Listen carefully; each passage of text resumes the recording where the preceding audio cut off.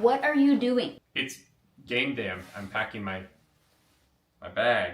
In a tote. You're gonna carry those heavy books in a tote. I don't have a backpack right now. But you should. You should have Crescent Moon Alchemy's Ultimate Game Night Backpack. Whoa! How did you do that? It's a basic illusion spell. How did you do magic? No, forget about the magic. Look at the backpack. I don't care about the bag. How are you doing magic? Well, I care about the backpack, so buy it. Okay, you're right. It's a cool bag. Got me shopping instead of teaching me how to do magic. Hey guys, I'm here to talk to you today about our sponsor, HeroForge. Everyone knows there's something very special about creating your own miniature of a character that you have created in a TTRPG like Daggerheart. So today, we're here to look at the Daggerheart options that HeroForge has integrated for their miniatures. You can now create a Simia mini, a Fungirl mini, and a Ribbit mini. Look at his eyes, they're so big. Look at all of these really cool, unique clothing options and weapons that are available. This is also new. When I started using HeroForge, you couldn't print in color, but now they do have colorful options for your miniatures as well. If you're like, hey, maybe I'm not the greatest at painting. That's all right, HeroForge has got you covered. One of the things I like best about HeroForge minis is the dynamic poses that these miniatures can take on. Like, look at this. This looks so slick. Here's a closer look at some of the Fungirl options, which again, there are color options as well, but look at this beefy boy. He's got a mushroom beard. Look at that. And here are the Simia options. Lots of different colorful options, very fun. Let's take a closer look. The detail in this is incredible. Look at him. Look at his tail. And of course, the mustaches, iconic. So thank you so much, HeroForge, for being a sponsor for this year's Heroes Without Borders 2. And make sure you head over to HeroForge.com to create your very own miniature today. Want to say a massive thank you to the team at Darrington Press for being our matching sponsors, matching the first $5,000 of donations at the start of this event. What an incredible, generous thing that you've done. They're the incredible makers of Daggerheart, Candela Obscura, Solar Gardens, For the Queen, Queen by Midnight, all of these games that not only are incredible to play, but some of them have art so beautiful it's worth the price of admission alone. I'm here doing this because of them, by the way. I usually make jokey, gimmicky ads for the Heroes Without Borders for these charity streams, but I just want to take a second here to talk about how we got here. In 2023, we did a charity event for Cap for Kids, a cancer charity in the States. We raised over $10,000, and one of the milestones of that was that we were going to produce a Candela Obscura miniseries, which we did. And the incredible team at Darrington Press saw it because they're so tuned into their community. And because of that, I got to be a game master for Darrington Press at Gen Con 2024. And that was when the world of the TTRPG community opened up for me. I met so many incredible people there that we were able to produce Heroes Without Borders last year. We raised over $17,000 for Doctors Without Borders and won the Crit Award for Best Charity Event 2024. And then the team at Darrington looked at that and they said, we want to produce a show about the LA wildfire relief. Our community, their community, went through something awful at the beginning of this year. And because of Heroes Without Borders, they brought us in to produce Charity Horror. And we were able to raise $24,000 for their community through that. And so now we're here again, because at every step of the charity journey Roleplay Relay has gone on, Darrington Press has in some way or other supported us. And I know this because I've met them and I've worked with them for this whole year. They're an incredible team of people that deserve all the credit and all the success in the world that they have. Thank you, Darrington Press. It is a thrill to work with you, and I'm so excited to see what we work on next. Everyone knows popcorn is a tasty treat. But you know what makes popcorn even better? Adding toppings. My favorite topping is maple syrup, because I'm Canadian. And my favorite topping is distilled dice. What? What? No, don't put those in your... Those are actual dice. Those are our dice. Those are... What are you doing? What? Oh my god, how many dice can you put in your mouth? They're so beautiful. Rendered in resin so gorgeously. The box says I will not eat the dice! The box says so, but I never agreed to these terms.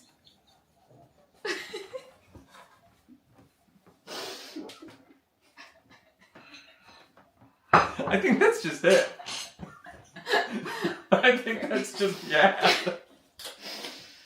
Great. Great. I don't think I blinked once.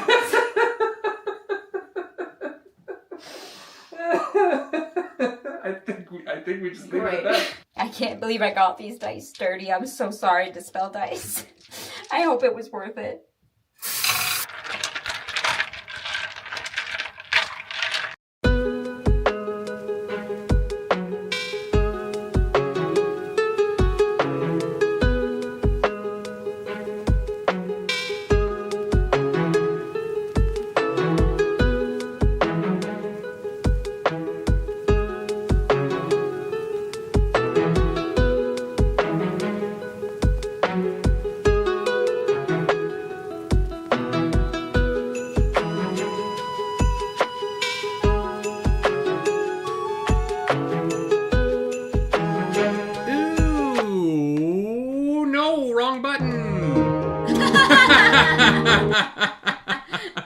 What's up, Internet? My name's Nerdy. And I'm Naru. And this, we should move over here.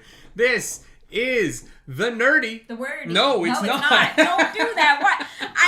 It was impulse. You say the nerdy and I say the wordy and then we go book club and that just is... Wow, okay. Some of our things are muscle memory. Sorry, chat. I pressed the wrong button and then everything fell apart. Welcome to Heroes Without Borders 2. Sequel to last year's Crit award-winning charity event raising money for Doctors Without Borders and the wonderful work they are doing in Gaza, the Sudan, and Ethiopia. We are very lucky to be live tonight here on many places. We're live on youtube.com/nerdynightly, youtube.com/roleplayrelay. Those are our companies. We're also live on youtube.com/darringtonpress. The lovely people who donated a matching donation of the first $5,000, which we thought would still be going tonight, but isn't because y'all are mad lads. Amethyst was a mad lad. Yeah. And so all of your donations at the moment are going to be one times. However, if you want to make a large donation and you want to set it up as a matching donation, please do. You can do that on the Tiltify. Yeah. So if you are going to make a large donation, if you would like to make a donation of like a match donation of like $150 and get a seat at either the Daggerheart table that I will be running privately in the early 2026 window, or the Stormlight Archive TTRPG table, which I'll be running in the early 2026 window, you can set that up as a matching donation and just message me. Let me know that that was for a seat at one of those tables, and I'll add you to that. And it can be a match as well. So we are sponsored by some rather incredible other companies. Darrington Press, obviously, our matching sponsor, our co-host for the evening. But we are also sponsored by Dispel Dice. They gave us 32 giveaways. There's 8 episodes of the show. That means 4 times an episode. We got to give stuff away. Don't put my... I'm going to be rolling those all night. Sorry. I didn't do it. Don't put the dice in your mouth. It says on the box. I don't like being told what to do. Just draw a ticket. Who wins Dispel Dice? All right, we have a winner who wins some dice, and that person is going to be Kathy. Kathy. Congratulations. You win some Dispel Dice. It was Kathy with a smiley face as well. The smiley face is important. Is you, Kathy. So we will reach out. If you want to be entered to win any of our giveaways for the rest of the charity event, all you have to do is donate.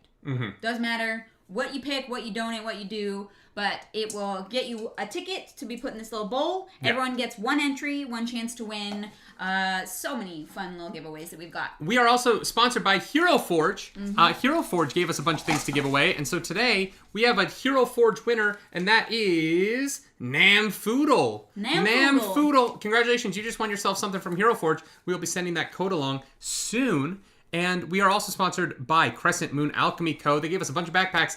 We are not giving away a backpack tonight. We have 5 backpacks to give away. So those will be coming later on in these streams. But if you want to win one of those backpacks, you got to go to the Tiltify link. You got to donate. Every single person who donates gets entered into this bowl. You can only win one thing, though. So the raffles for the Nintendo Switch 2, that part's done.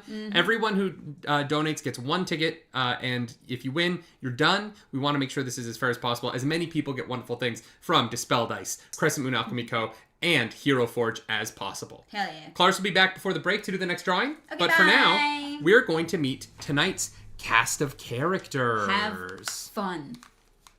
All right?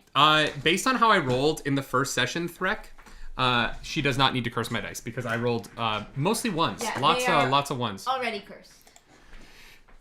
And oh, you guys cannot be heard until 3, 2, 1. You guys are live. Welcome in to the cast. You missed on Glee. We talked about Glee on episode 1. Yeah. Remember how Schuster in the opening episode blackmailed Finn into joining Glee Club by planting drugs in his locker? I've not seen Glee, but that seems criminal. Yeah, people are like, I don't remember what happened on Glee, and I'm like, oh yeah, it starts with Schuster committing a felony by bringing marijuana into a high school and then putting them in a football player's locker to blackmail him into being a part of the Glee Club because Schuster creeped on him while he was singing naked in the shower as a minor. I have heard of this. I haven't seen it, but I've heard of it. That is what you missed on Glee. Let's get into meeting the cast of tonight's show. Whitney, you're in that top left position. Do you want to go first? Why? No, I don't want to go first. I'm passing to Ryan. Ryan can go first. This happened, guys. We have to have order. We simply must have order. Since when? You're not the boss of me. Ryan, introduce yourself. Hi, I'm Ryan. I go by Run DMG Online. I make all sorts of tabletop RPG content, make little skits, memes. I've also delved into very expensive cardboard with Magic the Gathering recently, and I just bought and received 8 pre-con decks today. On top of the other 12 that I bought previously. It's a problem. I'm going to be playing Dendro, who is a ribbit. I'm very excited to be a mouthy little frog boy. Wonderful. I love that for you. Sorry, I'm trying to fix the music. So if you guys could just introduce yourselves while I fix the stream. I choose Tank. All right, Tank. Tank, it's you. Hello, everyone. I am. Oh my god, that's so loud. What? Sorry, What? I fixed it. Can you hear me? He was just so amazed by your intro. Sorry, Yeah. Tank, go. Can you hear me now? Yes. Are we good? Okay. Yes, I'm Tank Tolman. Everywhere, Tank. I will be playing Fungril, Warrior, maybe multi-class with Guardian. We'll see. I'm still fleshing it out. So yeah, he's a blue Fungril, kind of shades of blue and teal. His name is Ento. What is his last name? I can't remember. It's a blue mushroom in New Zealand that I named him after. Big old happy warrior, wholesome and wonderfully inviting as a fun guy could be. I love that. Okay. So we have a frog and we've got a mushroom. What else have we got going on here? Lex, do you want to go next since Whitney's not going to introduce herself? Sure. Hello. I am Smallbird Lex. You can find me at Smallbird Lex. I do art streaming, YouTubing, TTRPG stuff. I am playing Olna, no last name, the pink moth woman. Great. I guess I have to go now. Technically. Hi, I'm Whitney, better known across the internet as at Smoking Glue Guns. And tonight I will be playing Lady Juniper Coriander, the fairy murder thing that I built at 3:30 in the morning. You're doing great, sweetie. Okay, it's so great, guys. I just feel like we shouldn't be describing our characters as things. You know what I mean? Like they have inner life. They're 3-dimensional. We spent a lot of time on them. Got 3 things. It says highborn fairy assassin. That's 3 things, nerdy. 3 whole things. 3 whole things. I loved. I saw Ryan. You promoted this stream by showing how you speedrun Wikipedia to create D&D characters. Wonderful job. All right, everyone. Make sure you head over to the Tiltify if you want to influence the game. $69 is the way to drop the chaos dice, as it should be. And we are going to start with tonight's story.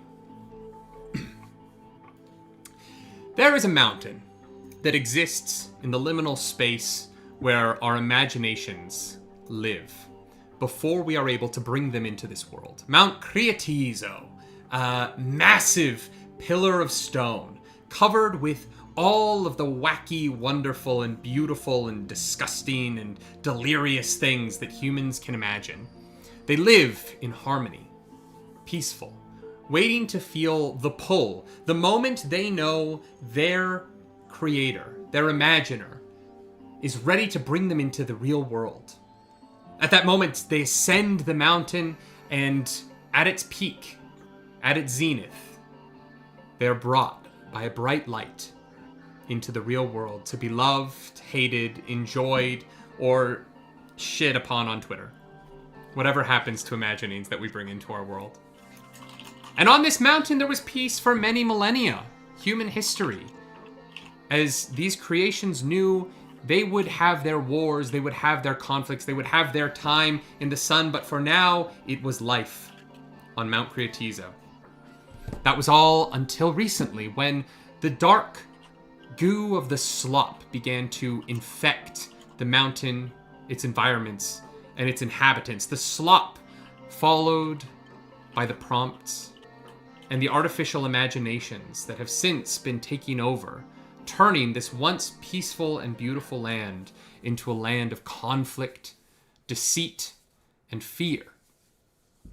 It's fear that begins our story tonight as our four adventurers, dealing with a rampaging, large mammoth of a beast, an artificial imagination creature that had warped its way into the dark alleys behind Orphantown, where all four of our adventurers tonight live.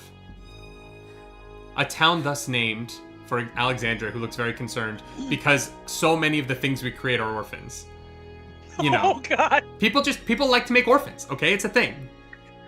People saw Batman and they're like, I'm gonna kill my character's parents too, okay? Jesus fuck. At the rampaging of this massive creature, an apartment building was sundered. And in the dust of that destruction, our four adventurers tonight found themselves fleeing towards Mount Creatizo itself, the mountain that has been safety for imaginations for so long, and found themselves in the mouth of a mine shaft. And in that mine shaft, as the sun began to set and the mouth became darker and darker, and safety seemed further and further away, we find them. Now, the four of you are relatively close to the mouth of this tunnel at the moment. You can see the bright lights of the taverns and inns at the edge of town begin to turn on as we begin to hit dusk. But you know, just on the other side, there are creatures. One in particular that is dangerous and trying to harm particular people such as yourself. And so my question is, as night begins to set and the mountain grows cold, how would you and your characters like to stay warm?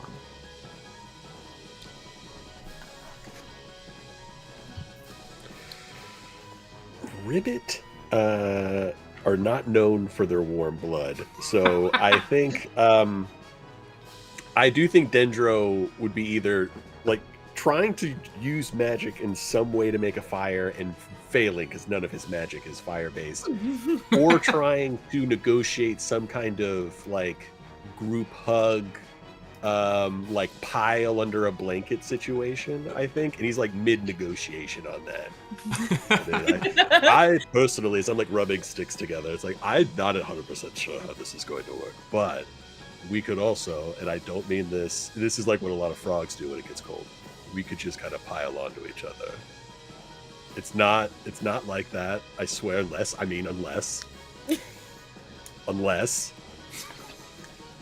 have an exoskeleton. I would think, like, fluttering above the two of you having this conversation, you would see like the most dapperest looking uncomfortable bug creature of a fairy, who is wrapped in like the bougiest looking shawl you have ever seen, and is just fluttering at all times because I have wings and I will not be walking. So just, even if I don't say it, assume flying. Okay, mark a stress for me. I don't have to mark a stress unless I'm doing evasion, motherfucker. I read it.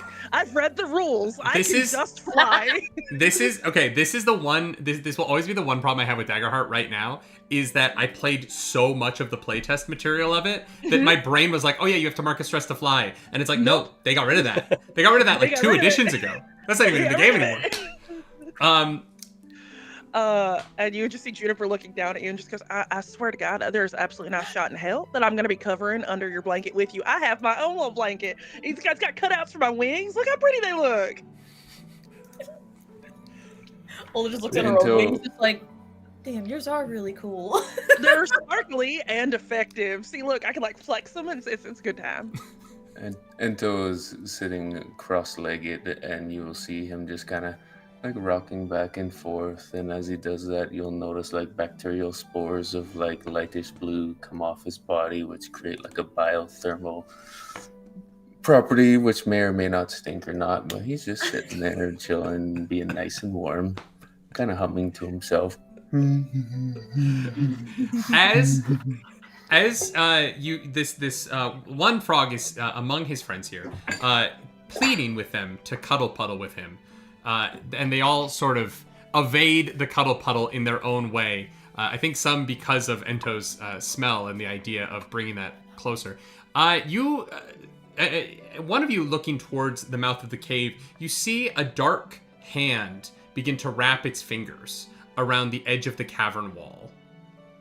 The fingers are long and spindly and awkward in a way that doesn't seem like anything you've ever seen before.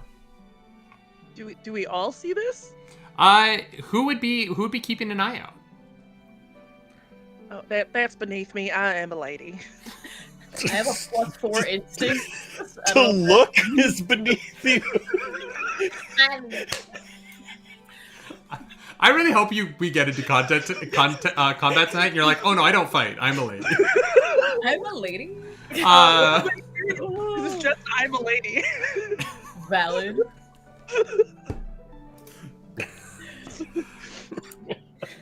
If our ribbon's like trying to convince about the cuddle puddle, our adorable mushroom is kind of just in his zone, and the lady just doesn't do those things. Yes. No. That I guess Olno would kind of just be looking around and just see that, just point to it with her like tri-finger like bug hands, just like I don't like that at all. We did not invite a fifth. I mean, if they're warm, I'm not complaining. I turn around and see just a shadow hand. I'm like, well, that isn't, maybe not quite okay. Friend? No, not friend. Don't think friend. Friend. No. You would see two little teeth descend from Juniper's upper jaw. And she just look over. Are they food? Are they food? Because food would also be good. Possible food. As you say that, and you look towards the mouth of this cave, conical head begins to enter into your vision, and this head enters the mouth of the cave slowly, and it seems to be this long, distended, stretched out head.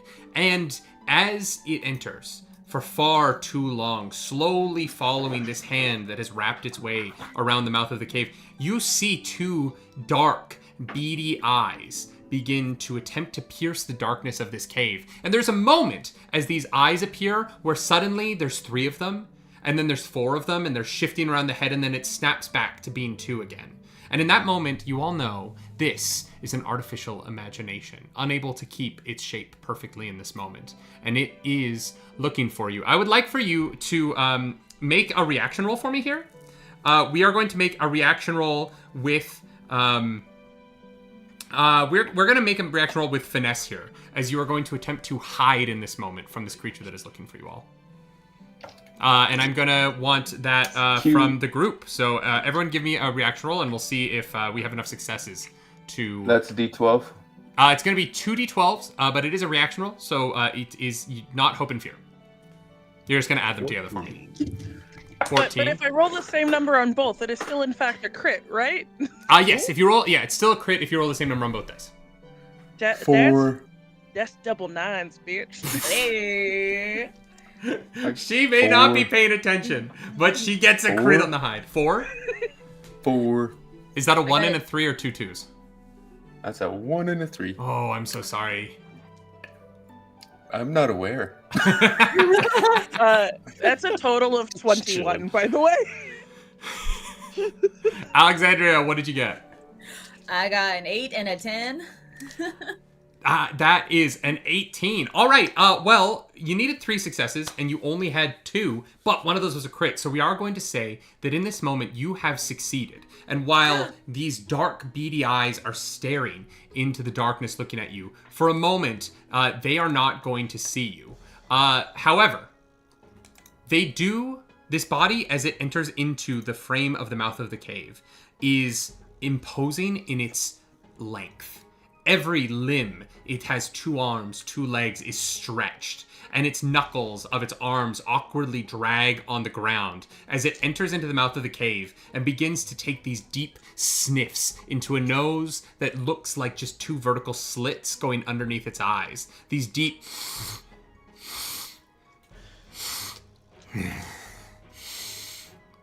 It's beginning to enter into the mouth of the cave. What would you like to do? Is it smelling my essence? Ooh. It doesn't seem to have noticed you guys yet. I would say you guys are about like 50 feet into the mouth of this cave right now. And so it is coming in. It is entering from the light, and you are in the darkest part of this cave. I'm just trying to stay warm. Oh, you sweet thing. Hypothetically, friends. Not that I'm bloodthirsty in any capacity. But should we kill it? Should we kill it before it sees us? Since it doesn't look like it's clocked us quite yet. Smash? Smash.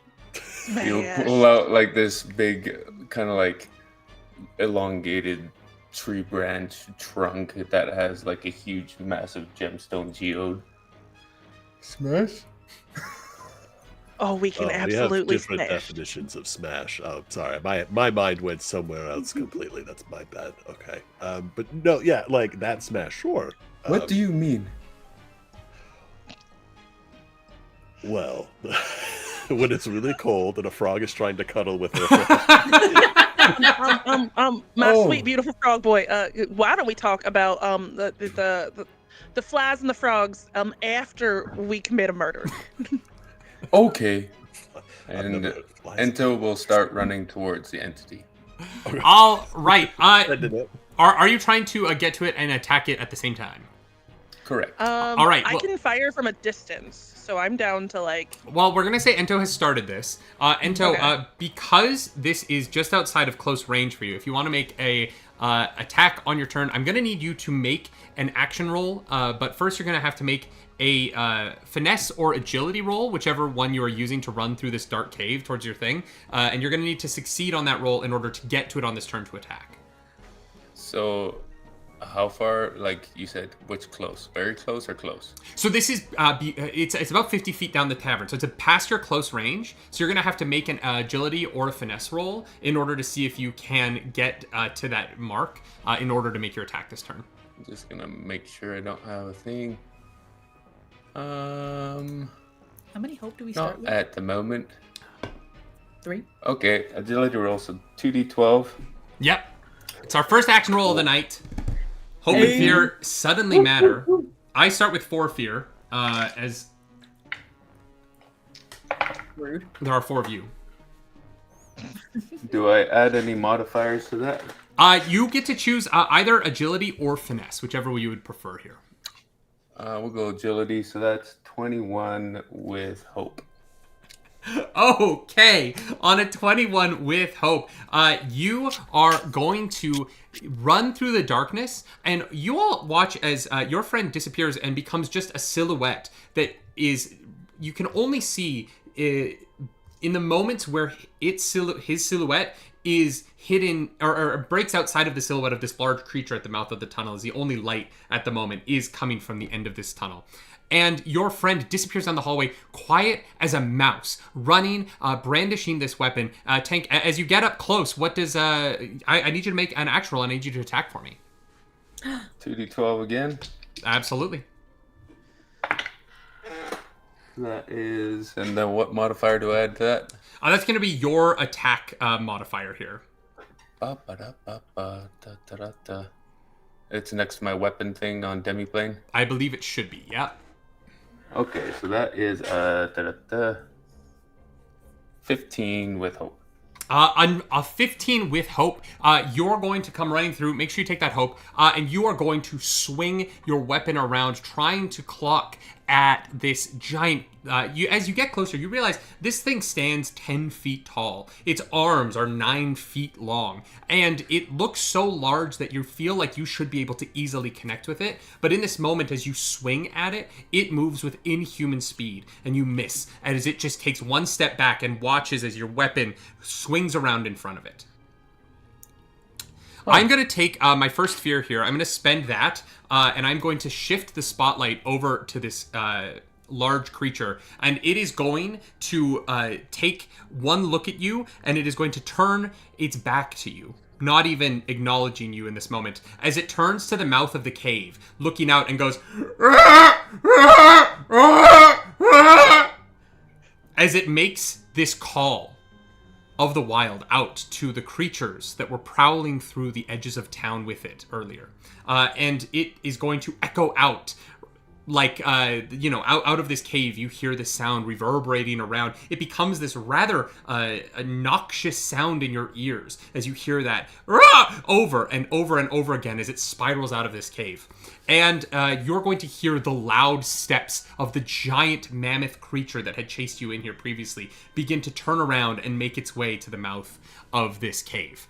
And with that, it is going to turn its sinister, beady black eyes back towards Ento and just stare down at him, this sound having made its way out. I'm going to turn the spotlight back to you guys there. And I have tracked our lovely friend running into the shadows so that I could pop off with my hand crossbow just afterwards, just using them as like as a focal point, so I know exactly where I'm firing into the darkness. Yeah, absolutely. You can see the silhouette of this large creature, so you know your friend is significantly smaller. So as long as you aim for its chest or up, you'll be fine here.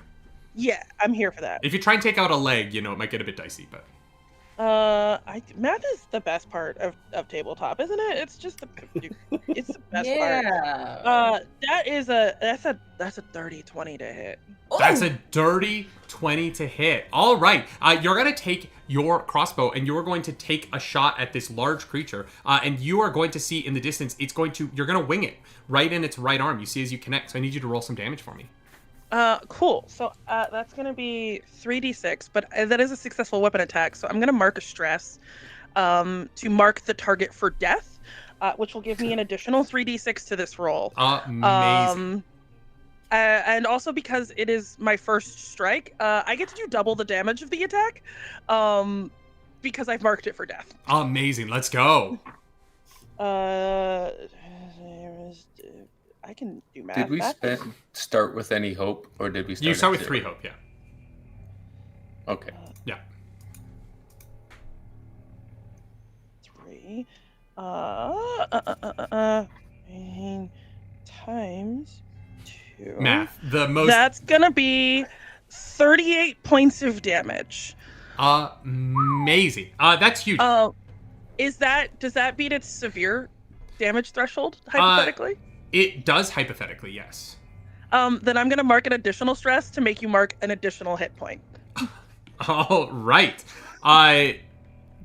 You are going to see as you attack this creature, you hit it in its right shoulder, and the arrow seems to be impacted by the magical energy of your aura and presence. And as you watch as this crossbow bolt flies true, it's going to connect with the right shoulder of this creature. It's going to pass right through the ligament of the shoulder, and with such force as the bolt crosses through and pierces out the backside, you watch as the right shoulder of this creature, its arm just disconnects and its right arm falls. This massive limb slams to the ground next to Ento as you have removed the arm of this creature. Ento, fix that. Ento, in this moment, as a little bit. 1 second, Whitney. Sorry. In this moment, as that happens, I'm going to need for you to make a agility check here, a reaction roll. 2d12, no hope or fear. That is 15. Amazing. That is going to fail. And so you are going to take 3 points of acid damage as the blood of this creature lands on you, and it is going to just start to sizzle on your skin. This is fine. It's okay. And he will activate his Warrior of Hope feature. And I'll spend 3 hope to gain attack rolls. Hey. Great. Yeah, absolutely. Can I make an attack now? Or is it depends. Whitney, somebody else's are you turn? done with what you're doing? The only thing I had left is I have because that thing specifically is marked for death. If he tries to attack me, I have a +2 to my evasion. Yeah, absolutely. Great. I'm just letting you know. Yeah. That's all. Cool.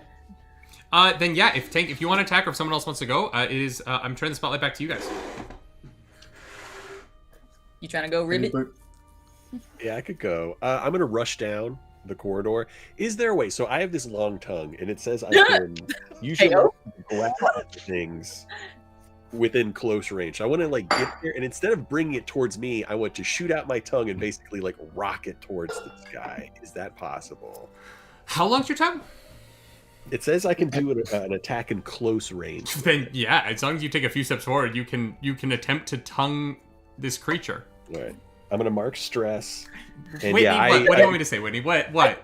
That's what's happening. I take out short blade and a rapier, and then just go take a couple steps, and then get down a little bit, and as the tongue shoots out, and then I rock it forward. Is there a roll associated with this? Yeah. So I need to do it's a finesse close weapon attack. So let me roll that. Not great. That's a 3 plus a 1. It is with hope, so 4 plus a 6 total. All right, I'm gonna say that with a 6, you have this whole plan, right? You have the timing of it in your head, and as you are going to slam your tongue out, you realize your sword is a little bit too close to the front of your face, so you get scared and you keep your mouth closed, and you just slammed your tongue onto the back of your teeth. And you have this very odd moment of all of this force just going into the back of the front of your jaw. And you're going to take a moment here to consider the fact that you just tongued yourself. No, it didn't go how I thought it would. If I have any remaining movement as I'm pondering my existence, I'll move closer to this creature. Great. So you run about, it's about 20 feet away from you then by the time you're done running. Okay. As my tongue is stuck to the back of my teeth. What did you say? You say that, and it responds to you. It's like, Lex, you haven't gone yet. What are you doing in this moment? Olna's gonna kind of shout to everyone, are we trying to run away, or are we trying to fight to kill this thing? To the rest of them. Does it look like it's in an egregious amount of pain in any way, or between what the mushroom and I did, does it look like we made a dent in it at all? You don't get any sort of sentient vibe from this creature. It seems more like a functional. It's more like attacking a robot than it is attacking a person. It didn't seem to acknowledge that it lost an arm. And it just sort of super great. Yeah, it just sort of took that, and it just kind of kept looking forward. It did seem to verbally respond to the frog making noises at it, but it hasn't responded in pain at anything. I'm not that's above my pay grade. I'm just here to shoot things and look pretty. Nothing's above your pay grade. Wait, I think what? Wait. You're the highest pay, you're. Oh, you are so correct. You're a lady. Correction. Making that decision is beneath me. There we go. Lex, what are you doing? I'm trying to decide between 2 spells, but if no one's in a rush to get out of here, because I have a spell that could get us safely the fuck out of Dodge, essentially. But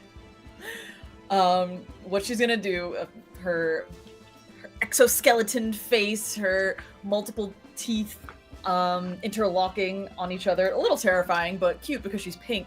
Opens and almost disconnects. And as she like unhinges her jaw and sees like rows of like, 3 rows of teeth, fireflies shoot out, and she does Conjure Swarm. It says make a spellcast roll against adversaries within close range. Spend a hope. Deal 2d8 plus 3 magic damage to targets I succeed against. So just a swarm of fireflies come out of her unhinged jaw to start attacking this creature. I love it. Make a roll for me. Bet. Let's do it. So I rolled a 5 and a 3. Oh, wow. Plus? With hope or fear? Oh. The fear die is higher. Okay, I need you to roll damage for me here. Oh, that doesn't sound ominous at all. Yeah, I know. I'm so sorry. I don't think you are. Don't lie to me on Beyonce's I'm internet, please. so sorry. Beyonce. I got a 17. Great. Ryan, as you are running forward, your tongue on the back of your mouth, you're going to suddenly have this insane feeling as a swarm of fireflies begins to attack you from behind. You're going to take 17 points of damage. I'm so sorry. Marked me for severe, so that is I'm so sorry. that's 3 on that one. How squishy are you, little frog man? You were going to get not a fighter as I'm like engulfed. You would not believe your engulfed in flames, attempting to unstick your own tongue from the roof of your mouth. That is going to pass the spotlight over to me, rolling with fear. Do I get an attack? No, unfortunately, the roll with fear means I get to go. Now, Okay. I fucked up. one more of these Okay. creatures begins to enter from the same side of the cave as the first. And it was only supposed to be one more. However, thank you to Kenny Theology for dropping a minion into this fight. And so 2 more of these creatures are going to enter, one from both sides of the cave. And they are going to make their way until all 3 of them are standing shoulder to shoulder to shoulder, staring down at Ento. Their beady eyes sort of unfocused on any particular thing, just kind of blankly and creepily staring into the darkness, looking at all of you. I also get advantage. So the first one is going to take its attack against you, Ento. That is a natural 20 for this DM right here on the Dispel Chonky Red Dragon exclusive die from Gen Con this past year. Thank you, Dispel Dice, sponsor of the stream. So unfortunately, I am going to do double damage here. This creature takes its remaining arm that does have these long, spindly fingers. It's going to reach up. It's going to bring that arm to waist height on itself, and those fingers are going to converge in on themselves and become one long spike as this hand becomes a javelin. And it's going to thrust its arm forward into you, Ento. And that I'm going is... to say, no, I don't like this, and use my scramble ability to run out of melee range when it would try and damage me. Safely out of melee range. Do you have to mark a stress or something? No, it's just once per short rest. You just get to fuck off after I crit? Nah, bro. Just get to say nope. Once per short rest, when a creature within melee range would deal damage to you, you can avoid the attack and safely move out of melee range from the enemy. Oh, Hey. you know Yeah, I what? love it. If only you would have Okay. the designer of the game on this charity live stream, at which point you could ask them why they put that in the game. This is fine because we just passed $14,000 raised. Yeah. And that's why it's fine. That's why it's fine. No, For the charity, I guess it's okay. Here's what I am gonna say. I'm gonna save that advantage since it was paid for by the community. It will land That's on fair. somebody. I'm gonna use it later. Yeah. You used an Didn't want ability to that get out of crit this attack damage. though. You avoided a crit. But someone paid for that, so it is gonna happen again later. Yeah, you watch this massive spear, this long, pointy spear, so sharp it glints in the very little light here, thrusts forward. And for the three of you behind, maybe less so you, Ryan, as Dondra is in too much pain to be fully paying attention, you think for a moment that Ento is going to be skewered by this arm. But as the javelin thrusts forward and you think that, oh my god, your friend is dead, they're nowhere to be seen. They evaded it in a blink of an eye, and they are completely safe in a way none of you expected. Because that amazing ability, Tank, I want you to take over here. What is the next move of our little fight? He will dodge out of the way and then run right back and try and smack him. Nope. Here I come. Swedish chef. He's perfect. I love him. I love my mushroom lad, and I would die for him. I love him. Absolutely. Well, So I wouldn't I die will for him. make an I would attack. pay someone to. You know what you're right. All right, so I'll make an attack against the thing that just tried to smash me, or stab me.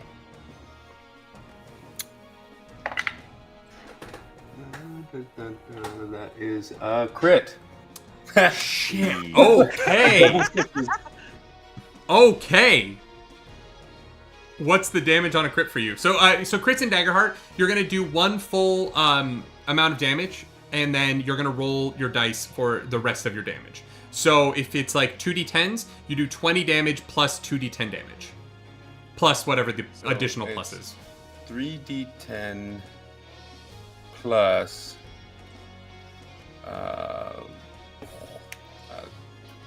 25 So it's 55 points of damage. before I roll. Oof. Tank the tank. Okay. All right. 55 damage before the roll here. Yeah. So 3d10. I didn't expect that. That's ridiculous. Cool. No, that's sick. That's awesome. That's great. That's so little. You sound so convincing right now, Nerdy. That's so little damage. Manageable. Yeah, manageable. Mr. What? Beer. What a flesh wound. 20 plus 15. So the first one was plus 15. So it's 20 plus 15. So 35. additional. Yeah. So 35 additional. So 55 plus 35. That's a 90. That would be 90 points of damage. Correct.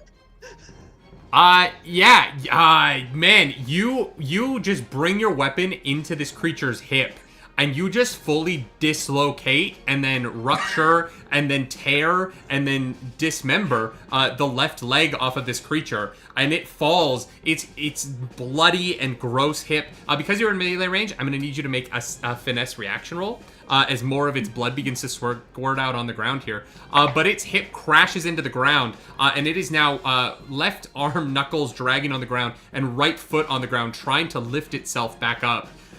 As you have taken another limb off this thing. 14 with hope. That is going to fail, though, as you are going to get its blood on you again, this time taking 13 points of acidic damage as it oozes onto your skin and begins to bubble. Oh, that burns a little bit. You okay, Quick little guy? clarification. If I roll with hope but not succeed, I don't get hope. No, you still get hope. Okay, never mind. Yeah. Oh, that burns. Because if you fail with fear, or if you succeed with fear, I still get to go. You know what I mean? It's that Okay. kind of... Yeah. But you don't get hope on reaction rolls. You only get hope on action rolls. Okay. Yeah, so you would get your hope and you would clear stress from the crit, but you wouldn't get a hope from the reaction roll. All right, you guys just watch as Ento has dismembered this creature a little bit more. We're gonna pass the spotlight back further down the cave. Who would like to go? I would love to fire at the other shoulder. I want to fire at the other shoulder so bad. Go for it. Give us another crossbow bolt here. That is a plus 3. That's a 19 with hope. You take your second shot just as it falls from it being dismembered by Ento, and you watch as your crossbow bolt whizzes past it and flies into the darkness outside the cave as you have just missed. It was so close. Ooh, okay. Could I? Yeah, fuck it. I'm gonna spend 3 hope to reroll my duality dice. Okay, absolutely. Spend Because that I'm a hope. fairy. I'm a fairy and I have luck. Oh, that's so much better. That's significantly better. Look, that is a 22 with hope. That hits as you are going to careen your weapon, your crossbow bolt, into its left shoulder now. Brilliant. 4 plus 4. Because it's marked for death, I get the extra dice on it. And then 1. 27 points of damage. Oh, shit. Okay. Does that hit its severe threshold? It does not this time. You are just under its so severe close. threshold. So close. And so your weapon is going to bury itself in its shoulder. However, you are not going to get to dismember it this time, unfortunately. Oh, well, fuck. It doesn't matter that its arm doesn't come off, as with this attack, first, Tank, I need you to make a finesse reaction roll here, as you are once more within melee range, as it is been wounded. Poor Tank. I get blooded to death here. I don't want to move. Blooded to death. That is a 12 with hope. That is no hope there because it is a reaction roll, but you're going to take 5 points of damage as you have failed to dodge out of the way again. I don't even think Ento is even dodging this. You dodge the javelin, but other than that, I think you're just like feeling this acidic burn on you as you're going to take 5 points of acid damage as a little bit more of its blood gets on you here. But as its blood gets on you, you realize those like glinting beady black eyes sunken deep in this extended scowling creature whose features you haven't quite made out because you're only really seeing it in silhouette. Those eyes lose that glint and it stumbles and falls and lies dead at your feet, Ento, as this crossbow bolt is going to take the last of its verve and it is going to be finished. As it dies, you see this creature begins to disseminate. It begins to like become this black, goopy ooze, and that ooze begins to creep along the ground in a puddle where it lay, and there's a slight hiss as the stones of the mountain itself begin to have a chemical reaction with this dead creature. And that was with hope. So I'm gonna say you guys are still going here. What would you like to do next? Oh, I'll do something. There's 2 of these big boys left? There are 2, yeah, stand on either side of their dead friend. Oh, I thought it All was right, I'm going to use a spell, Words of Discord. I'm going to whisper Words of Discord to an adversary within... Well, I guess I have to move forward within melee range. Okay. So I'll move forward. I'll make a spell cast roll. I have to hit a 13. So you're gonna walk up and whisper to him? Hey! Yeah, and I do that. On the dice exactly, I got a 13 with hope. And on a success, the target must mark a stress and make an attack against another adversary instead of against you or your allies. And you once the target... You rolled a 13 with hope? So that's for the effect to work on them. So it says I have to make a spellcast roll, parentheses 13. So technically it would be a 17. Oh, I understand what you're saying. Okay. Yeah, you are going to succeed. And so they have to make an attack roll against an adversary? Yeah, so I'll choose... I mean, both of them are, I don't think, been hit. So no, only the middle one has so far. I'll get close, but hey, buddy. That guy said you're, like, stupid and stuff. I don't know if you noticed or anything like that. He said, like, you're real dumb. He just said it. He posted on Twitter, in fact. That's just a series of birds. not Twitter. You know what? Actually, you roll a d20 for me. You roll the attack to see if it hits. Natural 20. Not even joking. Thank you, Diehard. All right, I need you to roll 6 d10s for me. Or I guess 30 plus, roll 3 d10s, so it's 30 plus 3 d10s. Oh, that's 1. That's 4. Another 1. So 5. 35. No, so 36. Very low. 36 points of damage. But that is going to be a severe wound. You watch as you whisper that this creature has posted on Twitter, and he turns to the other creature and goes, "It's called X now," and his hand becomes a spear, and he stabs into his friend, I picked the wrong one. doing a There's a rush severe forward. wound. You watch as it pierces through. As he pulls his javelin back with a severe wound, some of the ribs on the left side of the creature's body, on the when you're looking at it, it's the one on the left. Some of its ribs get pulled out, and it now has exposed organs just sort of hanging in this black goop gross. in its chest as some of these ribs clatter to the ground. Because you are both in melee range with these creatures, I'm going to need finesse reaction rolls from both Ento and Dendro. 7. That is a fail. Yeah. Total of 14. That just fails. You're both going to take 6 points of acidic damage as these ribs are ripped out and spew onto the ground. The blood of this creature gets on you as you begin to take damage. I am going to spend a fear here, and I'm going to take the spotlight from you because you guys keep rolling with hope. As the loud and stomping footsteps of this massive creature begin to get closer. So close, in fact, that whatever light is coming from the city, the artificial light of night here in Orphan Town, begins to get blocked as this massive furry foot falls at the edge of the mouth of this tunnel. And in this moment, the creatures turn to each other, ignoring the fact that they have harmed one another and seemingly unaware of the fact that has happened. They begin to make this high-pitched call back to their friend. Stop that noise. And in that call, the creature outside rears back on its hind legs, and it begins to pummel the ground above your heads as the tunnel you are in begins to shake violently. I'm going to start a countdown timer as the tunnel you're in is going to begin to collapse with every action roll taken. Ulna immediately, once realizing that this is very dangerous, opens up their wings. Their large pink, like comet moth wings. Tail. Okay. Very pretty, but obviously not as pretty as our fairies. Of course, she has sparkles, like obviously, like.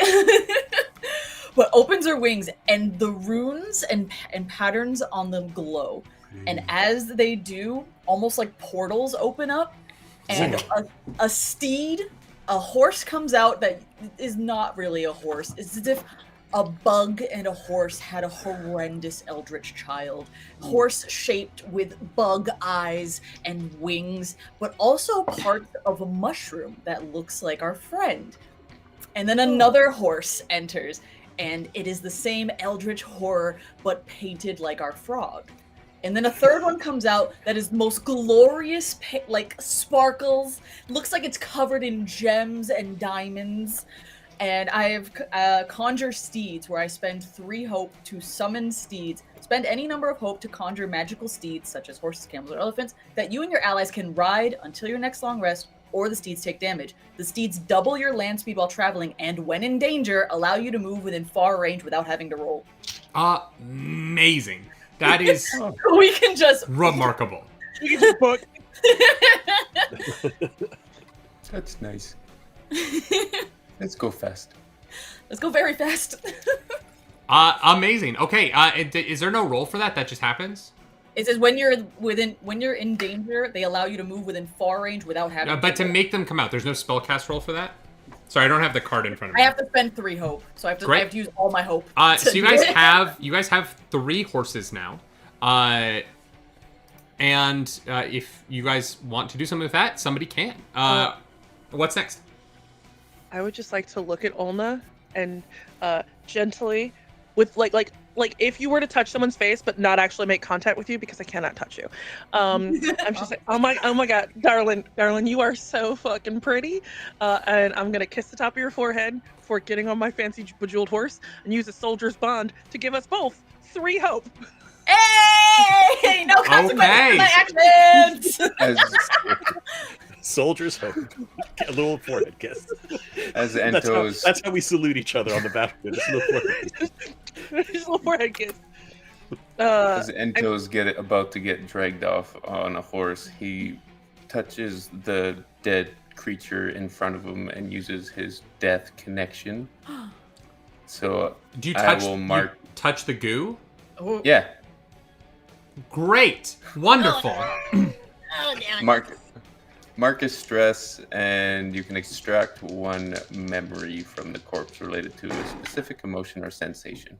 As you touch the goo in front of you, the black slop of this dead creature, you feel your hand begin to burn.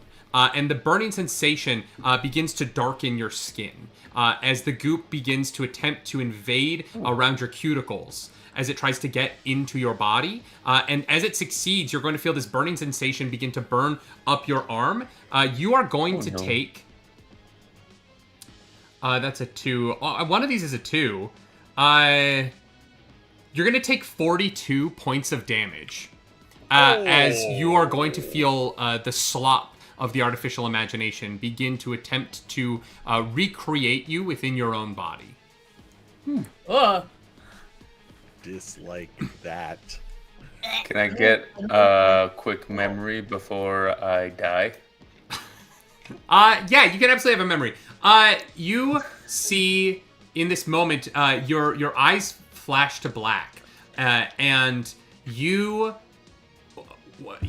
not quite sure what is happening as you are watching a variety of different pieces of people's lives or stories. You can't quite tell what it is, but it does seem like you're watching the various horror films that this creature has been cobbled together from as they have been scanned into these artificial imaginations and turned into the creature before you. And so you see this YouTube video of the Slender Man get replaced by film where 2 children are pulled into a dark tunnel by a dancing clown, and then that gets replaced by 2 girls taking their friend into the woods and stabbing her repeatedly, and then that gets replaced by a grown woman on the cell phone in a dark car as rain batters down before crashing into a creature at the end of this road. On and on and on, you are filled with the visions of all of the things that were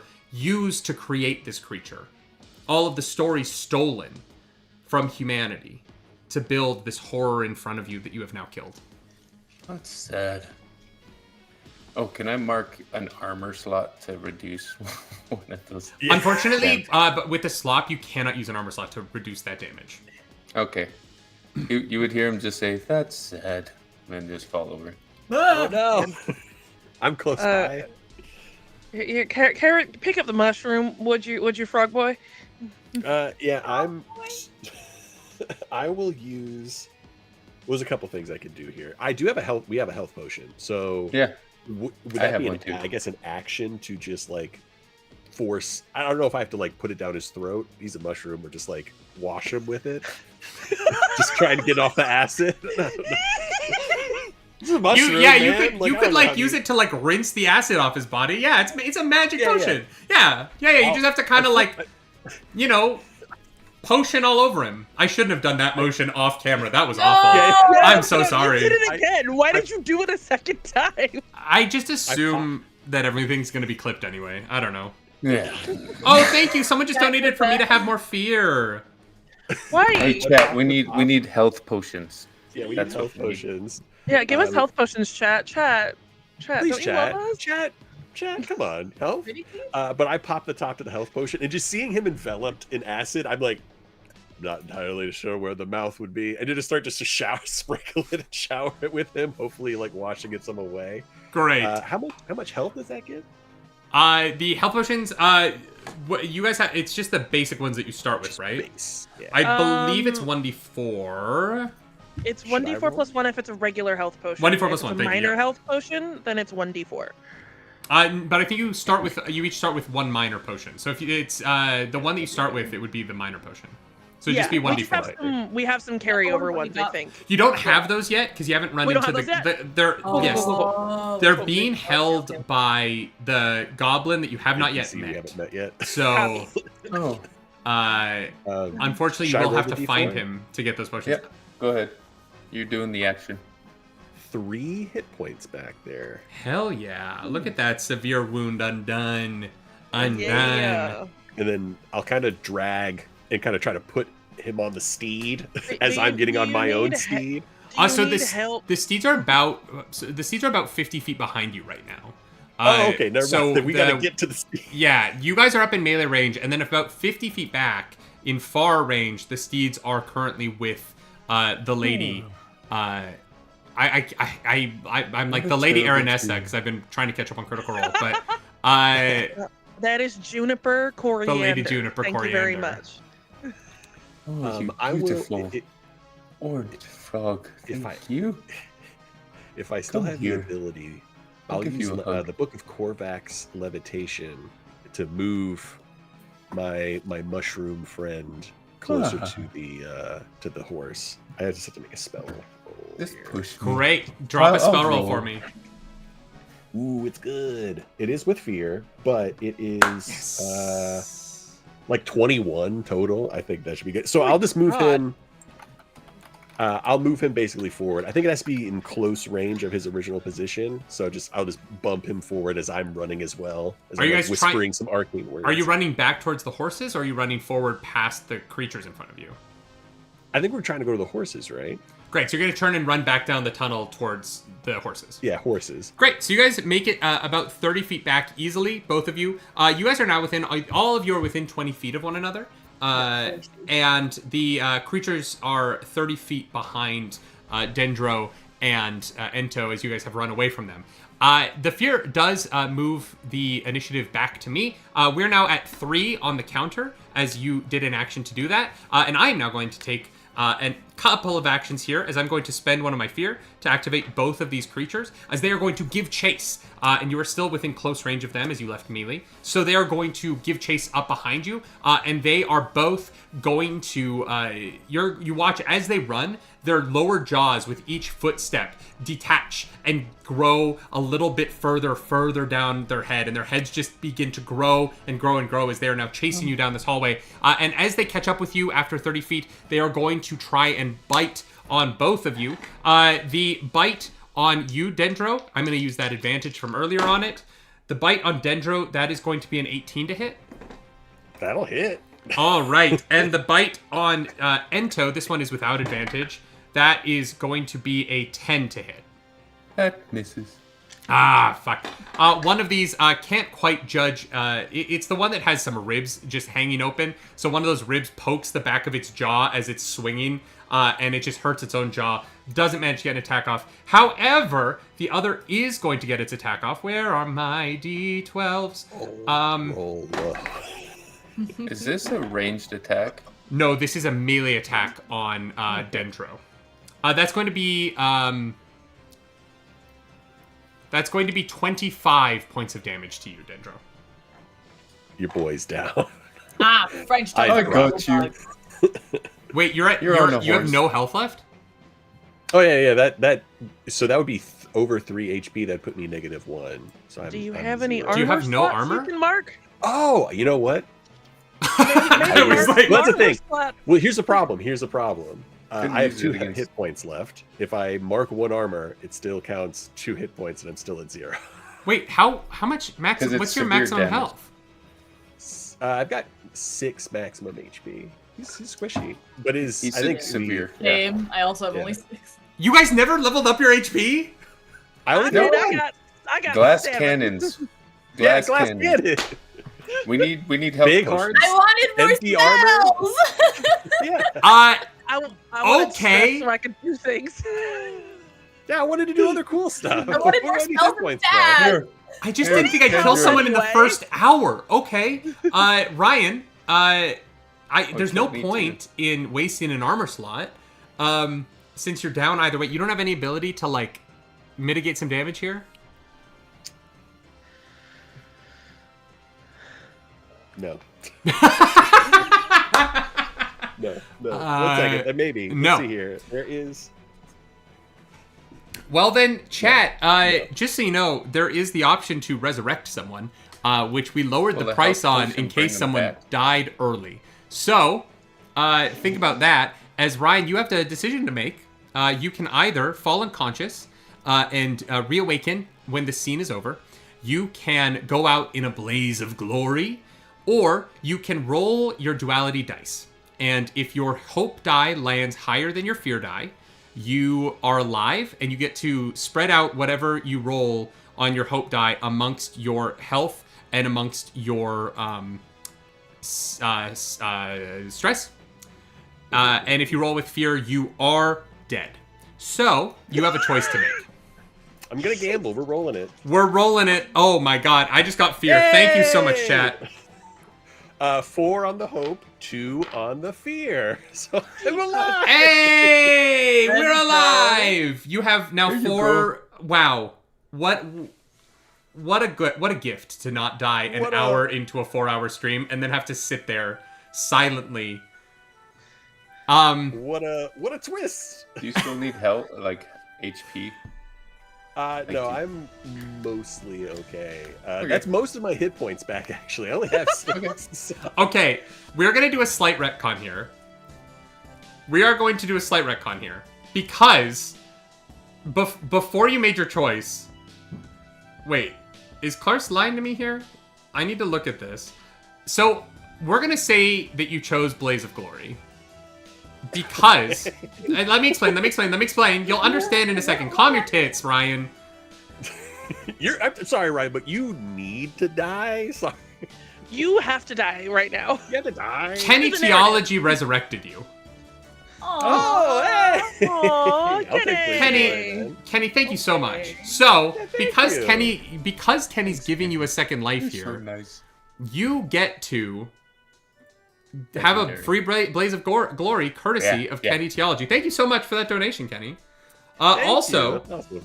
I want to say a huge thank you to Ra Colleen for doing a potion drop here. I think that's what this is. Yeah, so you guys all get a minor potion. Yes. Hey. And I get more fear. No. Do we get to choose if it's stamina or health? You do get to choose if it's stamina or health. Okay. But it's minor. It was either going to be you guys as a team get 1 regular or you get 4 minors, and I figured giving everybody 1 on a potion drop was just easier. So no, that's yeah. You guys all have a potion, and as Kenny has gifted you this final moment of death that you know you will be resurrected from, I want you to describe the incredible act that you do, given that so far you have mostly kicked yourself in the back of your teeth with your tongue and been lit on fire by a friend. Been mostly ineffectual through this. Yeah. I think seeing what's going on, like I can like seeing the attack kind of like glance off my friend, and then I'm getting like fully subsumed. I'm going to like do a frog kicking I keep on saying champignon friend because I don't know why I'm doing French mushroom. Here's a fun thing we can add to this if DM discretion. I have an ability called boost, where I mark a stress to boost off a willing ally within close range to fling myself into the air, but I'm wondering if I can use this to boost If you want to mark a stress, you can boost the fuck out of them. All right, so they'll get advantage on the attack roll and add a d10 to the damage. Great, I love that. Yeah. I kick him back, he pushes me forward, and I like blades out, think I'm gonna do like the sacrifice play, shooting myself at this monster in front of me. Do I guess what I roll for an attack with that? It's a Blaze of Glory, so it is an automatic crit. So you just have to describe what happens and then give me your critical hit damage. Oh, it's gonna be a lot.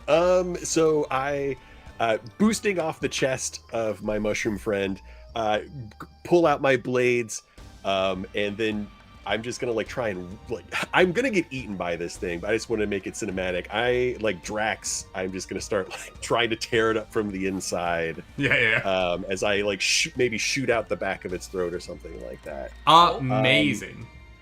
I'm gonna do a lot of damage. It's 4d8 with the rapier. And then my d10.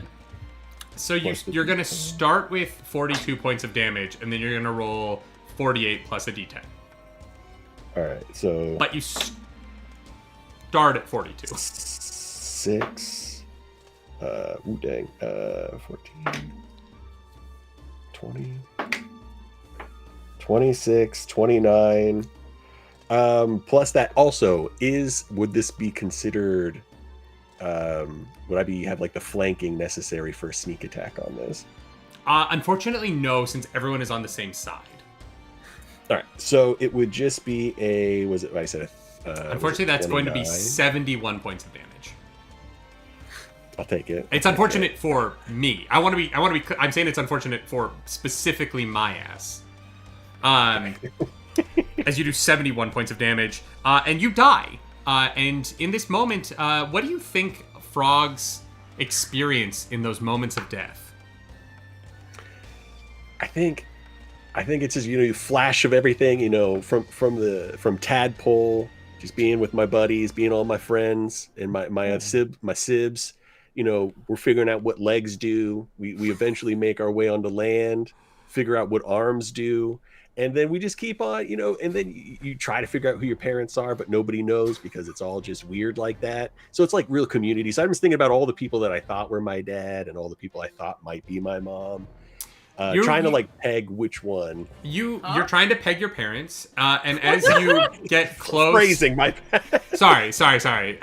As you get close, you relive your life. You know what I mean? The way that we talk about you doing before death, and as you get close to your favorite memory, the greatest moment of your life, everything is cut off as a bright white light subsumes you, and you hear echoed from the heavens, "Kenny!" And in that moment, you are thrust back into the world on the other side of this creature that you have just eviscerated through. You turn around and you see through the neck of this creature to your friends on the other side. This hole there. It isn't enough to take this creature down, as it is still standing there with its mouth hanging feet below its upper jaw. But you have carved a way through it.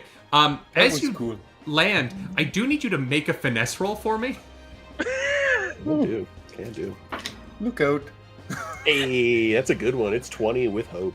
You manage to somehow carve your way through this thing's body without getting the acid of its blood on you. It's kind of a miracle, but you land on the other side, and you are fully resurrected. So you're at full health. You have no stress. You are good to go. Oh shit! I'm not dead. Yeah. you hear from behind the mountain. Hey, I'm okay. That is going to tick our action counter down to 1. As this happens, you hear the thunderous footsteps of this gigantic mammoth creature crashing on the tunnel in front of you, and large sections of the tunnel towards the mouth of the cave begin to fall and encase themselves at the edge of this tunnel. And there is a single action left before you will be cut off from the outside world. Time to go. Are we trying to get out of the tunnel or go deeper into the tunnel? Leave, I'm assuming. Lex, will you give me an instinct reaction roll for me? In this moment, to see if I can give you some information here. I get a +4, so that's nice. Like, don't ask me to do it. I have no instincts. That's you don't need beneath them. me. You're too It's pretty for beneath me. instincts. Yeah, you're too pretty for instincts. You don't need them. I got a 12 with hope. A 12 with hope. I'm gonna say the information you learn in this moment as you look forward, you have summoned these horses, but you didn't really take your time with these horses to escape. And in this moment, there are now 2 puddles between your horses and the exit of a goo that you watched nearly destroy your friend with a single touch. And you know that the spell of your equine friends, at the first hint of damage, makes them disappear.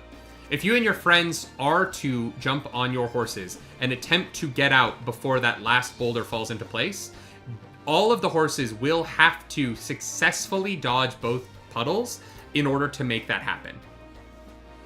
And if anyone were to land in any of that goo, you might have to leave people behind. I think we're going deeper into the cave, guys. Okay, I have an idea. It's a bit of a Hail Mary. I'm gonna mark a stress. Are we all within close range? You are, yes. I'm gonna mark a stress, and I'm gonna cast Mass Disguise and make us all look like the slop. Okay. Slop this guy. So you're just gonna turn all of you into goo? I'm gonna make us all look like the slop to hopefully convince it to leave us the fuck alone. Great. I hope. Is that a spellcast roll? It's a spellcast roll. Wait, hold on. It is not a spellcast roll. I can just mark a stress and do it. It does activate a countdown of 8, and it ticks down as a consequence. You get to choose what happens when the disguise drops, Nerdy. So Great. that probably will bite me in the ass. Can't wait. But it's just a stress, and there's a countdown that is triggered because of it. And we all will look like the AI slop, and we will have advantage on presence rolls to avoid scrutiny. We're gonna have so many teeth and so many fingers. I Pure love AI that. flop. As you are going to, so mark a stress, and the 4 of you, how many creatures does it allow you to turn into? Does it allow you to disguise? The appearance of all willing creatures at close range. What the fuck? It's funny. Just a small crowd. It's just okay. Their new forms must share a general body structure and size and can be somebody or something you've seen before or entirely fabricated. A disguised creature has advantage on presence rolls to avoid scrutiny. So I would say Slop is something that I have seen before. That might so be the most powerful spell I've ever read in my life. Yeah, you snap your fingers, stressing yourself out a little bit, as you turn everyone into, including the horses, into weird horror versions of yourselves, where I'm still flying, by the way. Visually, everyone just gets longer and paler as you begin to be able to see all of your veins through all of your complexions. Just real quick, just go. Don't freak out! Don't freak out! Don't freak out! This is me doing magic shit. As you do this, there's still one action left on this counter. So you have now all become horrific slop artificial imagination creatures. You did it. Clearly not leaving the tunnel. So my logic here was like disguise. Yeah, no. I have no problem with this. Ugly. Madeline, you are always pretty. You're always so pretty. It doesn't matter if you're long and stretchy or like rather textured. These two creatures watched you do this, so they're not confused. Like, they watched you like do magic and then change forms, so they're not confused. But creatures that did not watch you do this will probably be very confused in the near future. What is the next action on our little story here? And anyone else got something they want to do? Because I mean, the alternative is I'm just going to summon a spirit to carry me around because I don't feel like walking. Yeah, of course. Yeah. But you only summoned 3 horses and there's 4 of us. I assumed you wanna would just share. be in my hands. You're tiny. I'm not tiny. You assumed you assume fairies are tiny just because they're called fairies? I'm like a solid 4'5". I'm tiny. I'm 6 foot. Like, I'm not like a pixie. Pixies and fairies are 2 very different things. So it's like me and Clarus. I'm 6 foot. Yeah. You're Just seeing. because I'm You're little seeing, don't mean I'm tiny. you're seeing Dendro like take notes. Pixies are. The first thing you do after coming back from the dead. In front of me, and we would just run. What are you guys doing? Come on. I will be running forward. I'm gonna try and get on my steed, my froggy steed. We're heading Am I deeper on into a the horse tunnel, yet? I think. I'm on a horse, maybe. Yeah. All right. As you begin to head deeper into this tunnel, I'm going to say you all jump on your horses and you are going to ride away. The creatures are going to give chase, but as you begin to ride forward, you realize you're moving significantly faster than them. And even though they're surprisingly quick at dodging or, in small encounters, but they're not amazing runners. And so you are going to be riding horses into the dark. So, who is leading this expedition of horses through the night? Probably Elna. Just because they're her horses. Yeah. This is where I would normally scream I have dark vision, but I don't think I do have dark vision. I don't know if I I don't. have dark vision. I don't know how to find out if I do. Is dark vision a thing? That's a different game, y'all. Yeah, no. So if Oh, it's just dark. We're just riding into the darkness. This is great. This will have no I got a consequences question. The horse whatsoever. instincts are good, and they're not going to run into a wall. So I got a question. Yep. So I'm a wanderborn, so I have a nomadic pack. I can add, so I can spend a hope to reach my pack and pull out a mundane item. Now, Absolutely. are night vision goggles mundane in this universe? Ryan, you're in your office right now.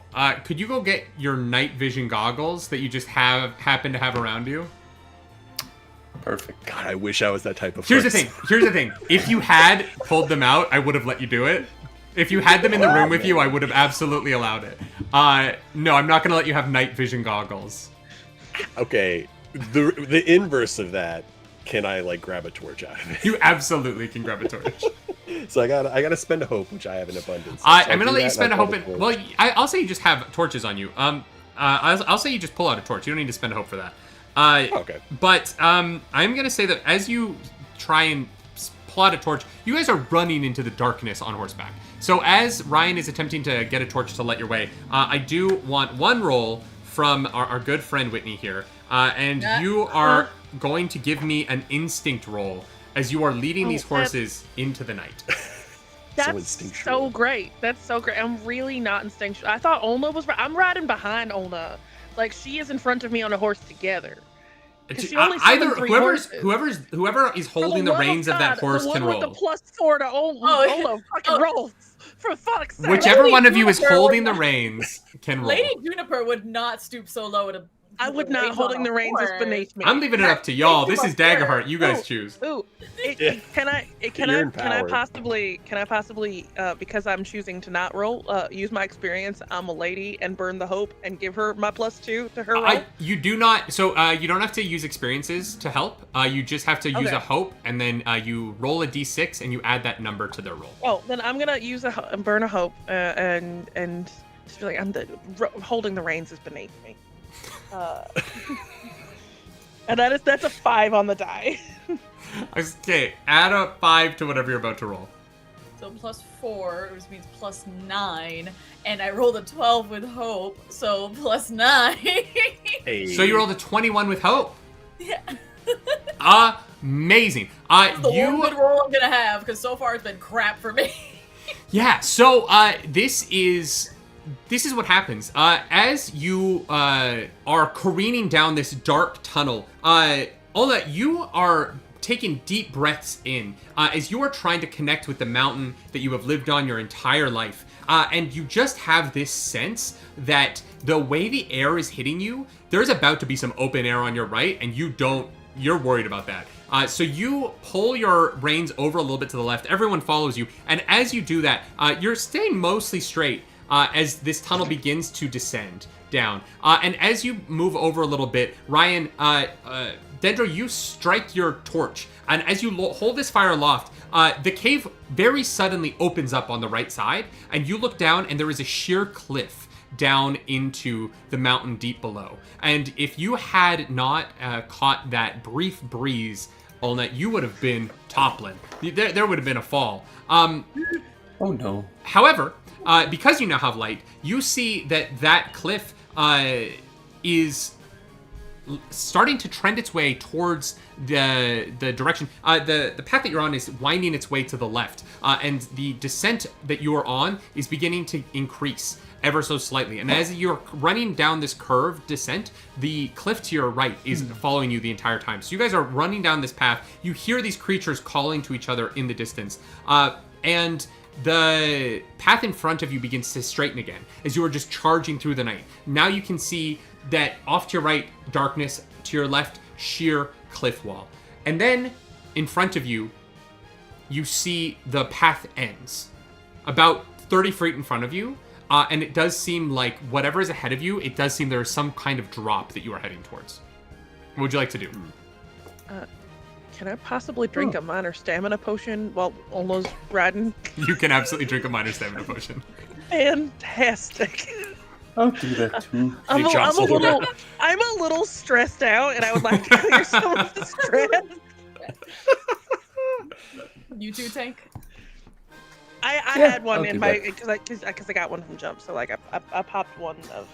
We haven't found the thing yet. The out of print GM just dropped a minor potion on all of you as well. So thank you for that Yay! donation. I'll put it right back. Y'all, we are at $14,444 raised. Yo, 444. let's get to Let's 1,500 go! for 15,000 tonight. I want to see 15,000 tonight. Here's the thing, at 15,000, Claris Polaris, my lovely wife, is going to be DMing a crowd control Skyrim TTRPG session. If you've never watched her play crowd control Skyrim, it's the funniest thing she does on the internet. She's going to convert that into D&D somehow, or Daggerheart somehow. I don't know what she's doing, but she is going to DM crowd control Skyrim. So, if you want to see that, get us to 15,000. Yeah, so, Olna, you feel the sloshing of potion behind you as Lady Juniper is de-stressing. She's taking a Xanax. And Popping some perks. just doing some Prozac. We're doing drugs tonight. R.I.P. that. So, Olna, you see there's a cliff's edge coming ahead of you. What are you going to do? Guys, there's an edge. Do we just jump? It doesn't look jumpable. Like I got a glass vial. Like I'm doing a thing back here. I don't want to alarm you two, but I look over at Ento. It's like, I don't think we have wings. This is not going to work out for us the same way it'll work out. I've got for this you. mushroom cap, but that don't fly. I fall pretty hard. I don't Yeah, know. Wes, I fall. Yeah, Wes, we all still look like goo, by the way. Oh, you look like Yeah. monstrosities right now. Absolutely, yeah. I know Okay. it doesn't let me track the countdown, nerdy. So if I need to mark down because we do things, because I don't, you get to control it. Let me know because I can track it on my end. Yeah, no, I'm gonna say you haven't done anything yet. You've just kind of reacted to the moment. The horse has been doing the running, so Okay. we'll say one. This run has been one track down, so you're at 7. Okay. Olna, what are you doing? So it's either darkness to the left of me, cliff to the right, and a drop in front of me. It's sheer wall to the left of you, Oh, a it's drop wall. to the right, and then in front of you. You don't know. You just know that the light seems to that instead of the path continuing, that it gets dark very quickly, about 30 feet in front of you. I mean, you want me to? I know this is asking a lot of me, but I could borrow the torch and like fly up the straight wall, just see what's at the top of it. I can throw my torch down the wall. Your horses are still running, so you need to decide if you're going to try and stop the horses. Oh yeah. Oh shit! I thought we had already stopped. No, you guys are barreling towards this darkness. You don't know what's ahead of you. Stop that. If we If don't we hear stop, will they catch up? You don't know. You know they are chasing you though. the horses naturally. do give us double speed, so we should have a lot on them speed wise, like ahead. So we might have like a couple of seconds. We might have a second to decide. All right, you're now 20 feet in front. It's 20 feet. You guys got to make a choice. What are you doing? Are you stopping to Stop. investigate? Stop. we're gonna Stopping is the start.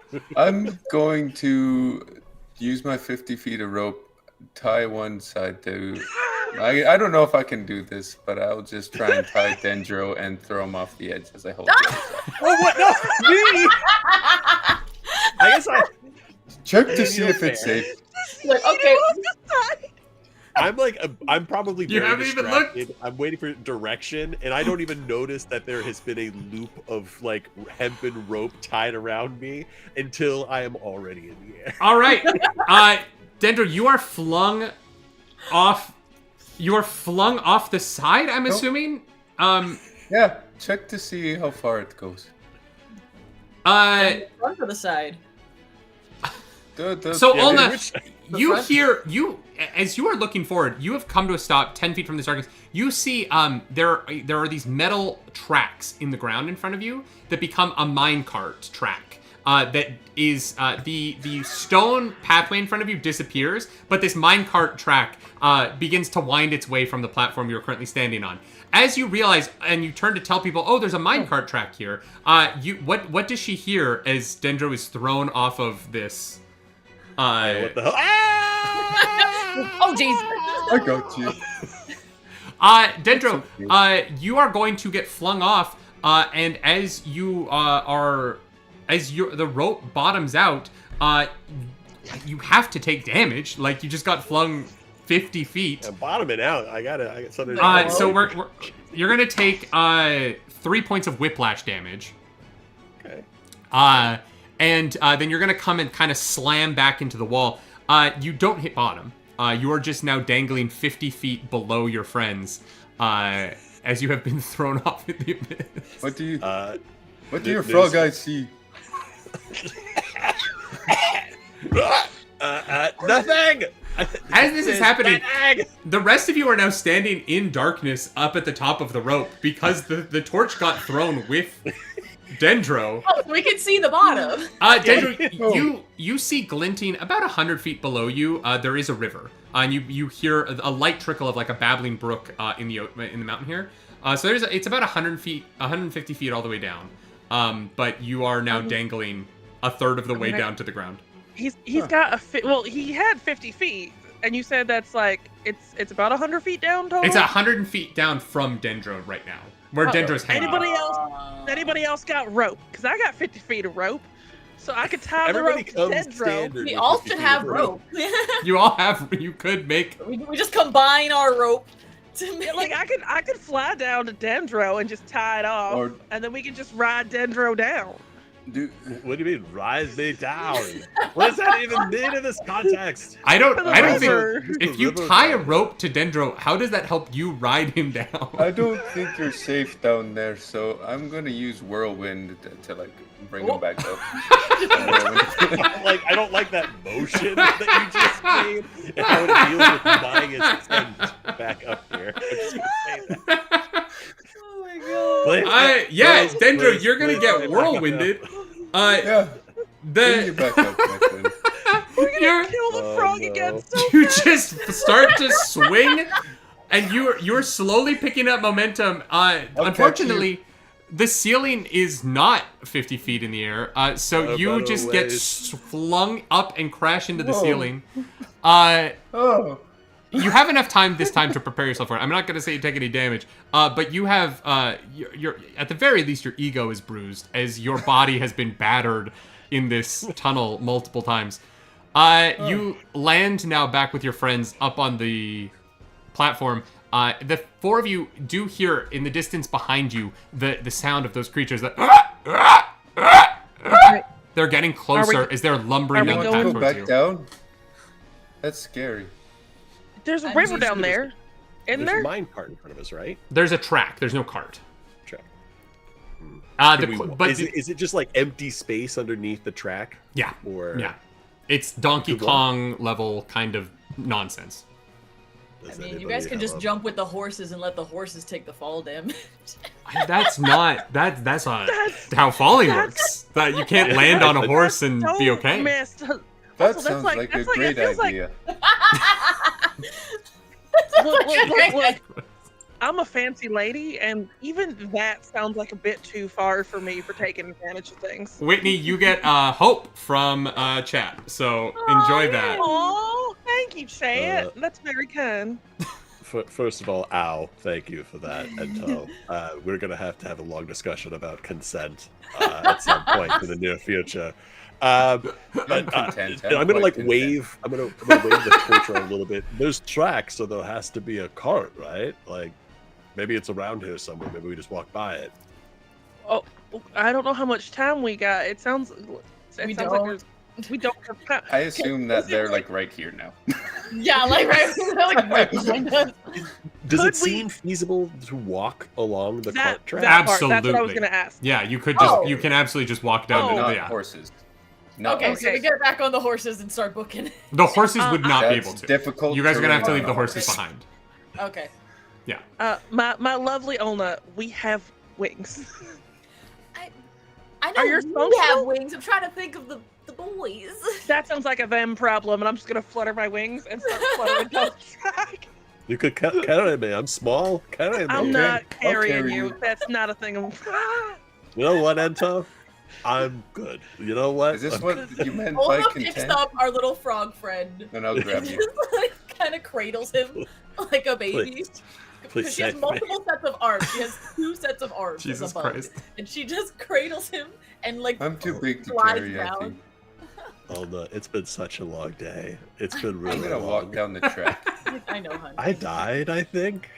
You definitely did. I saw the light leave your eyes. It was really weird. I died. Yeah. It Ooh. was kind of weird. Hold on. DM. Mhm. So I have a spell. Great. It's called Phantom Minecart. It's actually called Midnight Spirit. I can spend a hope to summon a humanoid-sized spirit that can move or carry things for me until my next rest. So can I just summon a humanoid-sized fellow fairy with wings that can flutter alongside me, that can carry the mushroom for me? Sure. Hey! Sure. Why not? Yeah. All right. I gotta make a. Oh wait, no, that's what it attacks. So we just have an extra little floating spectral thing that just sort of scoops up our mushroom friend and It just flutters. happens. You don't have to mark stress or hope or anything. I gotta spend a hope to do it. Oh, okay. Okay. But he gets to hang out until we take a rest, and I can also use spellcast rolls to make him attack things if I feel like it later. Great. We are now doing the Legend of Zelda Spirit tracks, as we have a spirit and we got tracks. I got a little guy. I'm fluttering, and then behind me, my little spirit is fluttering, carrying the mushroom, and then behind that, the bug is carrying the frog. I have a question. You guys could Is have your absolutely spirit just a walked. duplicate of yourself, or is it like a little butler? It's like a little butler. Absolutely. It's got like coat and tails, and then like because it's fluttering with wings, its feet are just sort of like kicked up, like kind of like in like a little like like a little curl, and it's like princess carrying a mushroom that is our lovely mushroom friend. All right. Are you guys following the tracks, or are you flying down to the Babbling Brook below? I think following the tracks. On the track. Yeah. Great. Call of adventure. As you leave the horses behind, do you unsummon them, Lex, or you just leave them there? She's gonna like kind of do a little twirl and summon them to kind of like run forward to distract the slot for like a second before they die. Yeah, amazing. You begin to make your way down the tracks. Not on them as you are all flying. But you are there's a brief horrifying moment when you do hear the sound of your horses being very briefly slaughtered by these creatures. At the first sound of pain, they do poof out of existence, so it isn't as bad as it could have been. But it does also sound like they do not make it onto the tracks behind you. And so it does seem like you are now... you do not hear them kind of keeping pace with you the way that you had previously. As you begin to follow along the tracks, you see there are significant broken sections of the tracks that would have been really hard to traverse by foot. And that would have taken like athletics roll or agility and finesse rolls. You would have had to like use spells or something. Easy. And as you pass those instances of the GM trying to make this into a game,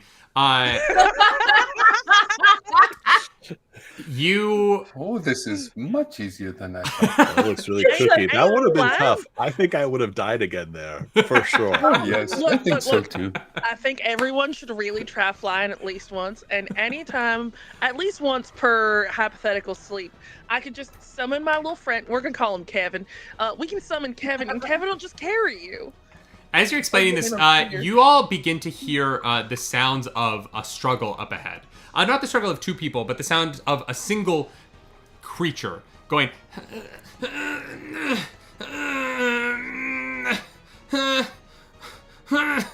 and as you begin to fly forward, you see dangling from a piece of this track, there is a small goblin. You can tell by its head and its ears. A small little blue goblin boy who is wearing Iron Man armor and has... Jeremy Cobb made it out of the goop of imagination last episode. So he is in a blue sort of like knockoff Iron Man armor that does, that doesn't violate intellectual property. And Steel Man.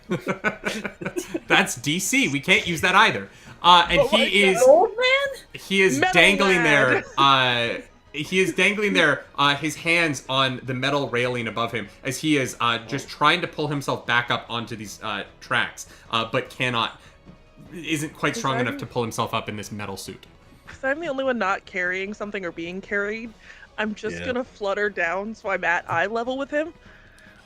Hey, you look like you're struggling right proper there. Oh, you have no the idea. sound I make when I poop. What? Can you help me, please? I think I'm really worried I'm gonna fall. Do you have a name or a fiscal benefit to my helping of you? Oh my god. I actually do not have a name yet. People can donate to name me in the Tiltify, but no one has done that yet. Don't tell me that. I have a business card and make irresponsible decisions. But you could donate for charity and give me a name, and that would be so awesome. Quick, someone name him Fartbuckle. yo, I'm not even gonna lie. His name is about to become Smoking Glue Guns. Do it. The cheapest ad ever. All the other sponsors are like, fuck, I should have thought of that. God, we should have named him Hero Forge. What are we doing? I'm just gonna like look at him, and then like, oh god, I don't want to touch him. Hey, this lady's not very helpful. Can any of you help me? She's just sort of floating here staring at me. She got real close. She's just watching me about to die. Yes, sorry about that. She's got a thing about being I don't normal. like it when people hand me things or make me touch things. I haven't had, okay, there's there are 3 other people here. Can one of you please help me? Or 4, no, there's also a ghost So here. you want to help Kevin, him? put me down. That reminded me when I was a baby. When I was in the mushroom. Kevin will put you down. The mushroom. The mushroom. Wait, that's so cute. The mushroom. That's one of my traits. When I make a joke of fungi related, I get hope. Oh my god, you're joking. The mushroom is so good. I'll pick up our little struggling friend. Yeah, so you, as you land down, this is a pretty sturdy section of the track, and you see, you grab his metallic hand, and you pull him up. He is very small. He looks like a teenager. He's probably like 14 years old, and he has these giant, very sad eyes that are just filled with tears, and these big, droopy ears that look incredibly soft. And then from the neck down, pure testosterone and metal, as he looks like the coolest hot rod car turned into armor. He also has a lightsaber hanging off one hip.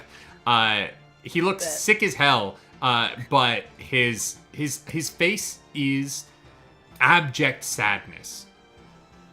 And he looks at you, he's like, thank you so much. Oh man, I've had the craziest day. You would not believe it. I was created, and then I was chased around by all these people who kept saying that I was the child of prophecy and they had to get me or something. And then I found these friends, and they were so cool, and we were on a boat, and then they made a giant mermaid airship, but they didn't get on the airship because we had to go save the mermaids that were being taken by the Iron Bat. And so we went and we fought him, but my friend who made my armor, he died. And I'm sorry. he died. I've never seen someone die before because I'm like a day old. I mean, death comes for us all. That's what they Let's say, not. but when you Earlier see it today. for the first time, it changes you, man. I was a different person for the first 12 hours of my life. You know? I get you. I feel different. Ditto. It's been a rough, like, Starts petting his literally head. 20 minutes. Oh, you saw someone die 20 minutes ago? Oh I no, saw he died. myself die. Oh yeah, no, he died, and then like a magical light brought him back. It was real whimsical. You can come back from the dead? I mean, you can I've donate. heard hypothetically if people give you money, like a metaphorical, Fucking like, capitalism, man. Jesus. It always comes back to people putting money in their pockets. Yeah. yeah, and you said you don't have a name. No, because people gotta give me money for that to happen. I mean, Yeah. hypothetically, someone might want to capitalistically check because I think you might have a name now. Oh, shit.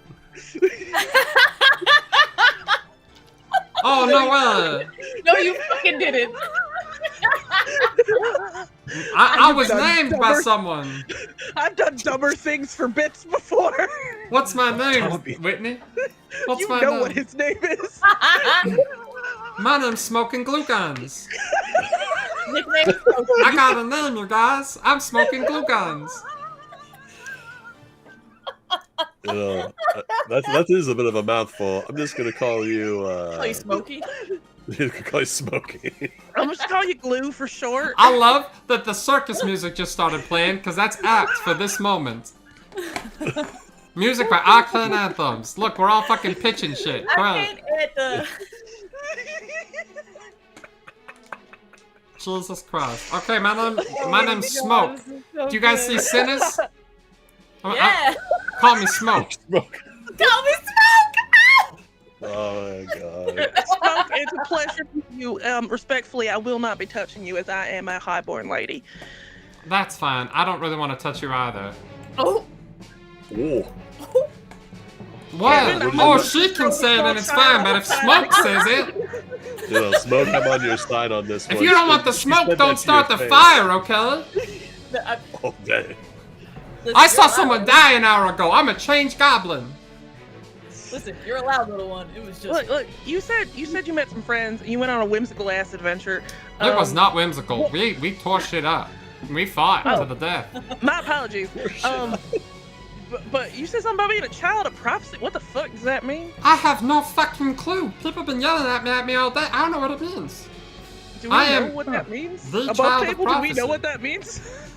I mean, like, I'm gonna say that's up to you what your characters would believe that term to mean. I think it's beneath Lady Juniper to do research on anything, so. Yeah, I would I say don't think Lady she would. Juniper is probably not going to be in a story about a child of prophecy. It depends on like No. what kind of story you think your characters are going to be in when they become real, right? She is not in a part of a story of child of prophecy. I don't think that's like the thing that would like resonate with her. She just like want looks. to pitch something. I do think Yeah. Lady Juniper might be jealous that somebody else is the child of prophecy. But doesn't know what it is. Doesn't know what it is, Doesn't but is know still what it is. jealous. Sounds pretty cool. And Look. he's not cool. I do not like that you have a fancy title that I do not get to have. That feels rude and personally a little misogynistic. I'm She sorry, about are you to put a assuming my mushroom gender? Cap in their ass. Wow. My apologies, Lord Admiral, child of prophecy. How do you identify so I may properly insult you to your face? You know, I've got a lot to figure out. I'm a teenager. I've got a lot of life ahead of me. I don't feel like I need to make that choice today. You know what I mean? I got fucking years. like you. I do not like you. Well, I don't like you very much either, if I'm gonna be completely honest. I'm not a very likable person. That is I'm gonna clear. whisper to Ona, it's like, boomers, am I right? Like, the second they have to see something they don't have, they just lose it. Crazy. I'm great with kids. Just rocking you. What the fuck is their vibe? Is that a I'm sexual not thing? questioning it. No, they don't I'm just got letting it wings, happen. and we have wings, and Kevin has wings, so we were just sort of flying around, and then we found your dumbass. Oh, okay. I have Well- a second set of arms if you So, would like all to be what do carried. you do? Why are you here? That's a great What do you- question.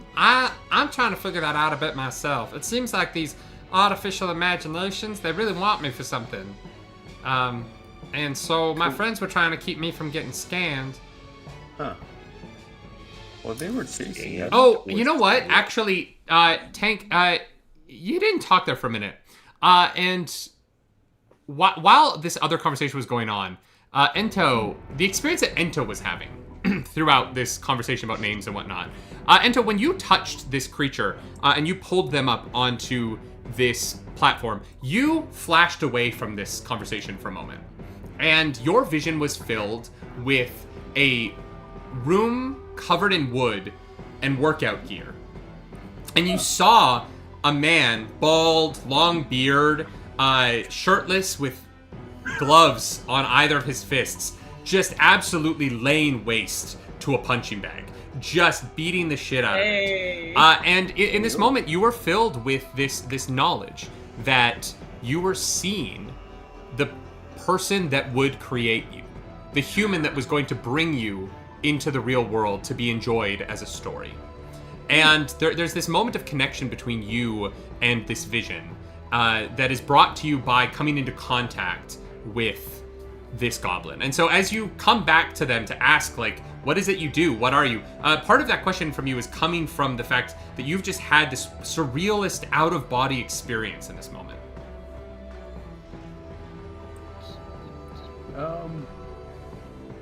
You put something in my head. It was nice, I think. Oh yeah, you saw the person, right? Yeah. Yeah, that happens the first time you touch me. I like connect people to their people, you know what I mean? Huh. I learned that today. I'll touch him in the forehead again. Nothing happens this time, unfortunately. No. Sorry, it's a 1 use only kind of thing. But everyone who touches me seems to have some sort of experience. Are you sure? I'll touch him again. Yeah, no, that's... I'm pretty sure. We've tried this. All the places Do they I have to always- touch you harder? No, don't hurt me, please. I'm very small, that's why I have this armor, is so that I can survive stuff. Because I am very weak. Smart. Yeah. Olma's gonna take our frog friend and place him on the goblin to touch. Oh, Yeah, you... Just- yeah, as you come in contact, Ryan, you flash... Everything goes white for a second. You find yourself in a closet, and it's just brackets of Hawaiian shirts. And there's just a tall man with a long beard and glasses just flicking through, trying to find the perfect Hawaiian shirt for the day. And there's a bead of sweat as he can't quite pick out the right one. And then there's a moment where he slides to the back of his closet and he finds one he hasn't worn in years. And he pulls that out and he just kind of stretches at the fabric for a moment. Big smile comes over his face, and then you flash back to yourself. accurate. Accurate representation of my life. I have so many Hawaiian shirts. Whoa, that's weird. So Yeah. you saw until you saw a guy? Is it a same? Like my guy was like. I'll give a description of myself. Is that what your guy was like? He had a beard. Oh, both beards. I wonder if there's something Yeah. behind that. Maybe all humans are Could be. bearded. Maybe they're just a very furry race of people. I don't know. I've Wait, heard of wait. furries before. So Are you people sure you touch don't you when wanna they see shit. Yeah. I'm both tempted and very afraid. Here, Well, touch him. now And you I'll wanna grab touch her him? and Ah! Just pulls her hand on him. there you go. It's nice. Lady Juniper, Making everyone touch him. There's a You- level of like pulling away from it too. you flash white, and then you see it's a very dark room with just a little bit of RGB, and an inhuman being is hunched over a table with this large black contraption on their face. And they're hunched over, their like blue hair kind of like dangling over themselves as they seem to be pouring these concoctions. It looks like they're pouring like this thick goopy glue over a statue that's just hundreds of multicolored dicks just assembled into an odd polyhedric shape. And they're just slathering these dicks in some sort of clear liquid while they wear this massive mask over their face. And you flash back to yourself, and you're like, you have no fucking clue what you just saw. I did not see a beard. I did see someone who looks like they have a real aggressive amount of back pain.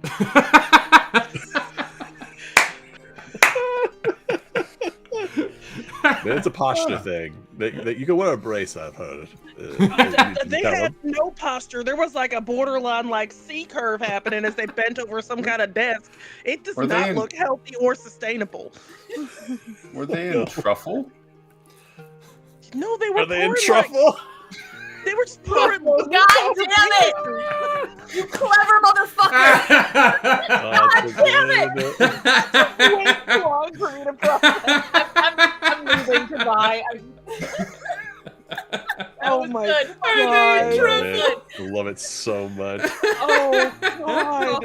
Fuck off. That was good. Do you just have like a list of just fucking mushroom puns ready to No. go?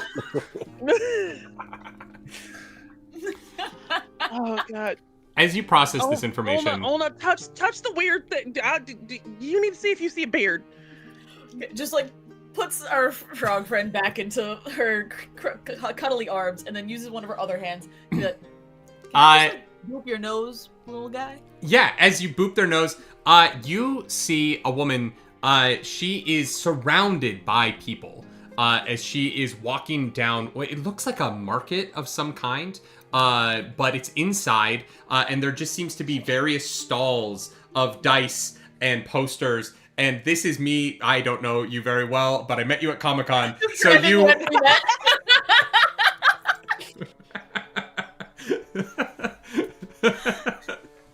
This is gonna get harder as this goes on because there are some people doing this that I literally have never met before that like I met online. I'm like, I don't know anything about you. Like, what are they posting? I'm just gonna start making shit up about people. But yeah, you watch this woman. She's in a beautiful like fantasy outfit as she seems to be flitting from stall to stall, window shopping all of the wares and mystery boxes. Just mountains of mystery boxes, and then you flash back to yourself. She didn't have a beard. She had a lot of hair. And like huge titties. But like a lot. I didn't. I want to be really clear. I didn't say that. You said that. I did not mention anything about her body. Trying to get me canceled really again. I heard. That feels wild because the one I saw had like very little hair for what appeared to be a woman. Like there was like a whole shaved head situation thing happening. Oh, that sounds like she had an undercut. Yeah, that's a thing now. Hip. That's cool. It's a I cool don't- haircut. Yeah. Your power is both terrifying and like a lot, and I don't think I know, like man. it. I think that's why they want to, I don't know, scan me or kill me or assume me or something. Can I ask a very weird and borderline uncomfortable question? Yeah. What happens if you touch yourself? Oh. I guess Like, I'm always you- touching myself, so I don't know that it works that way. Interesting way to live. Always touching yourself. Well, aren't you kind of always like touching, like, you know, like you put your arms down and then you're like, Well, is it like No. a physical, like you gotta like nose? I mean, nose I can poke myself in the face, like there's nothing. Yeah.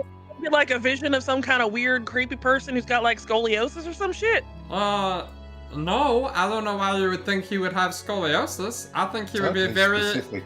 I don't think he would be very attractive and probably very tall and married and like a sick dude. You know what I mean? Like just like a totally. He think hypothetically you'll might find- have a really hot wife. You don't know unless you. That's touch what I'm yourself. saying. I can't touch myself. Okay? I can't do it. We're live on Darrington Press right now. My friend got arrested for something like that. I think it was stalking. We have cops here. Oh shit, man! Not the Got police. ACAB in our fantasy land? What the fuck? God damn it! Tank made cops canon. As you guys continue this conversation, there's a moment where you hear shuffling further down the tracks that sounds more like people walking on stone, kind of similar to the pathway you had been on previously. And you see a bright flash of light, and this large staff ignites. And it has this weird shape on the edge of it. This like large pink oval that has some kind of a design, but in the moment of the initial light, you can't quite make out what the design is. And standing under it, you see a daemon. Or did they change it to Inferis? What was the final version of Daggerheart? Fuck, I can't remember. It's either Daemon or an Inferis, but it changed. Fuck. There is blue-skinned. We'll go with Inferis for now. Rowan's gonna be mad at me for not knowing that. And she has these curly cinnamon bun horns on top of her head, and blue skin. And she has this large staff. Behind her is standing a half-orc gentleman in what looks like Ren Fair garb. sort of like cheap, like Spirit Halloween Ren Fair garb. And she looks at you all, and as this staff lights up, she goes, "Oh, hello! My name is Trickster. We could really use your help, and we would really appreciate it if you could come help us do something. Could you do that for us?" Okay. And that's where we're gonna go to break. What the fuck? That's where we're gonna go to break. Clarence, get up here. We have to do a raffle. You've met Trickster. We're gonna get into the second half of this in 15 minutes here, but we're gonna do a raffle. We're gonna take a quick break, and then we're gonna come back with more. Y'all, man. When I put a mine cart track in front of you, and then we spent so much time deciding if we were gonna go off the cliff, I was like, oh, we can just walk. We spent a lot of time. I didn't spend any time. We can just walk. Listen. You could have motivated us with Oh, the dear. demons like coming at us. All right, we are going to hop into our charity giveaway here as we give away something from Dispel Dice. Larus, lay it on us. Who wins? Oh, shit. This is going to go to Artie Miss. Artie Miss, congratulations. You win a gift card from Dispel Dice. Thank you to Dispel for sponsoring the stream. We're going to be back in 15 minutes, y'all. So enjoy this break as we get into what Trickster needs from the crew. Enjoy your time off. We're going to enjoy ours, and we will see you in 15.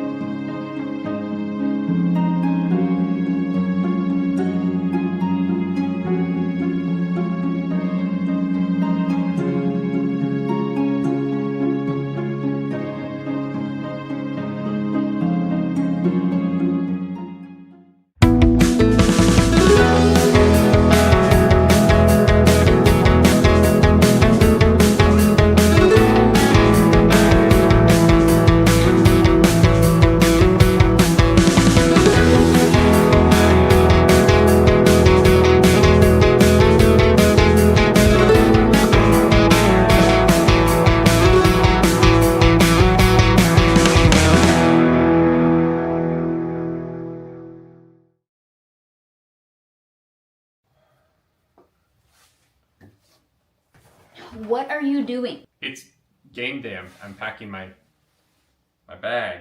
In a tote. You're gonna carry those heavy books in a tote. I don't have a backpack right now. But you should. You should have Crescent Moon Alchemy's Ultimate Game Night Backpack. Whoa! How did you do that? It's a basic illusion spell. How did you do magic? No, forget about the magic. Look at the backpack. I don't care about the bag. How are you doing magic? Well, I care about the backpack, so buy it. Okay, you're right. It's a cool bag. Got me shopping instead of teaching me how to do magic. Hey guys, I'm here to talk to you today about our sponsor, HeroForge. Everyone knows there's something very special about creating your own miniature of a character that you have created in a TTRPG like Daggerheart. So today, we're here to look at the Daggerheart options that HeroForge has integrated for their miniatures. You can now create a Simia mini, a Fungirl mini, and a Ribbit mini. Look at his eyes, they're so big. Look at all of these really cool, unique clothing options and weapons that are available. This is also new. When I started using HeroForge, you couldn't print in color, but now they do have colorful options for your miniatures as well. If you're like, hey, maybe I'm not the greatest at painting. That's all right, HeroForge has got you covered. One of the things I like best about HeroForge minis is the dynamic poses that these miniatures can take on. Like, look at this. This looks so slick. Here's a closer look at some of the Fungirl options, which again, there are color options as well, but look at this beefy boy. He's got a mushroom beard. Look at that. And here are the Simia options. Lots of different colorful options, very fun. Let's take a closer look. The detail in this is incredible. Look at him. Look at his tail. And of course, the mustaches, iconic. So thank you so much, HeroForge, for being a sponsor for this year's Heroes Without Borders 2.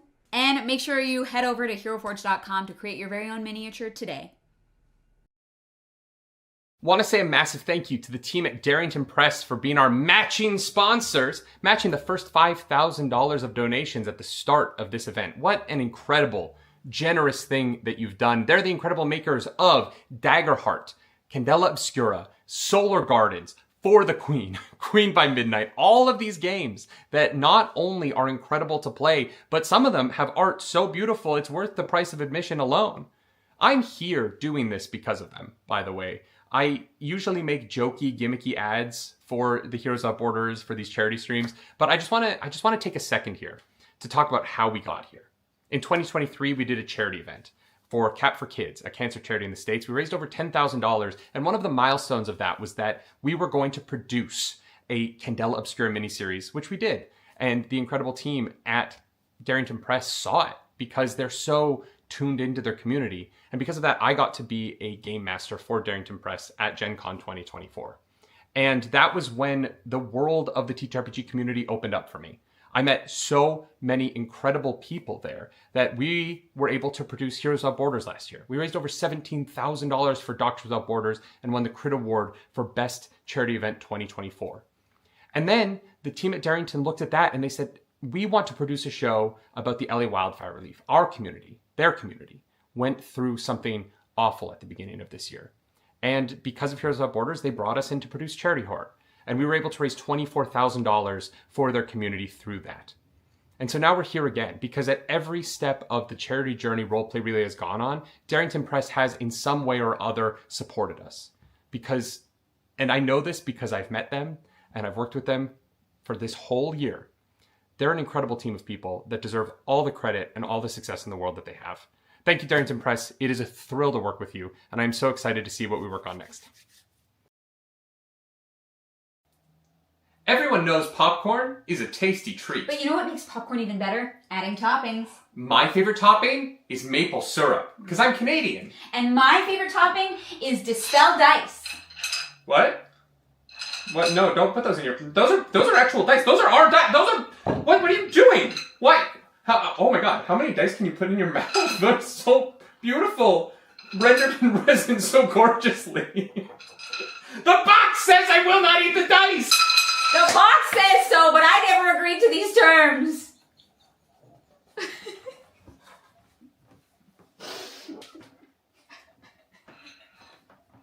I think that's just it. I think that's just, yeah. Great. I don't think I blinked once.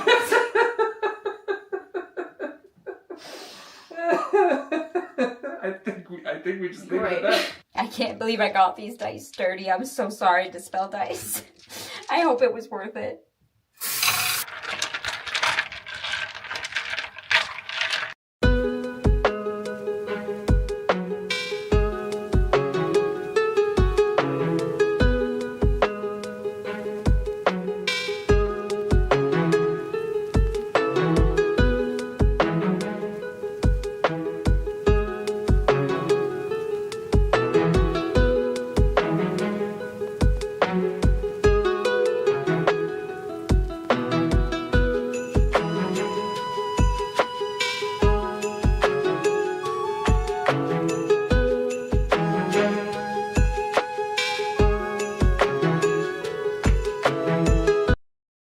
And we're back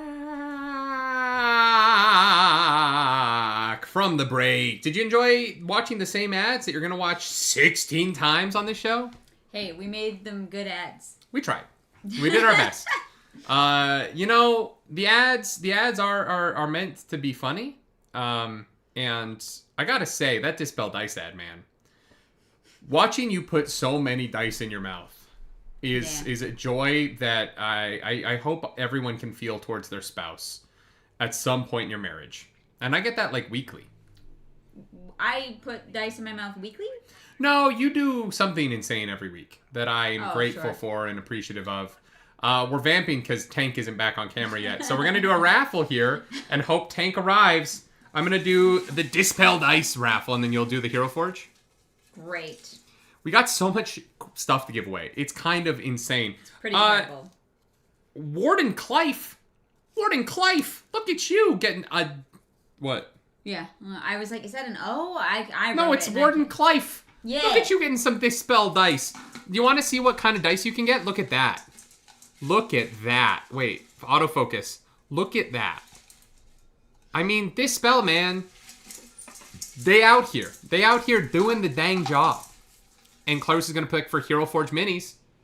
That would be Vanessa. Vanessa, let's go. Vanessa. Oh, yeah, Yes.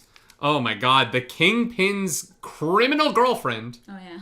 As they take over New York City. Make me sad. It's a good show. It's a fucking... Oh, man. Vincent D'Onofrio, man. What a time. I'd let him beat me up. Slam my head in a car door. You're like, worth it. You know? Worth it. If his was the last face I saw, I'd be dead. All right, let's get back into the game.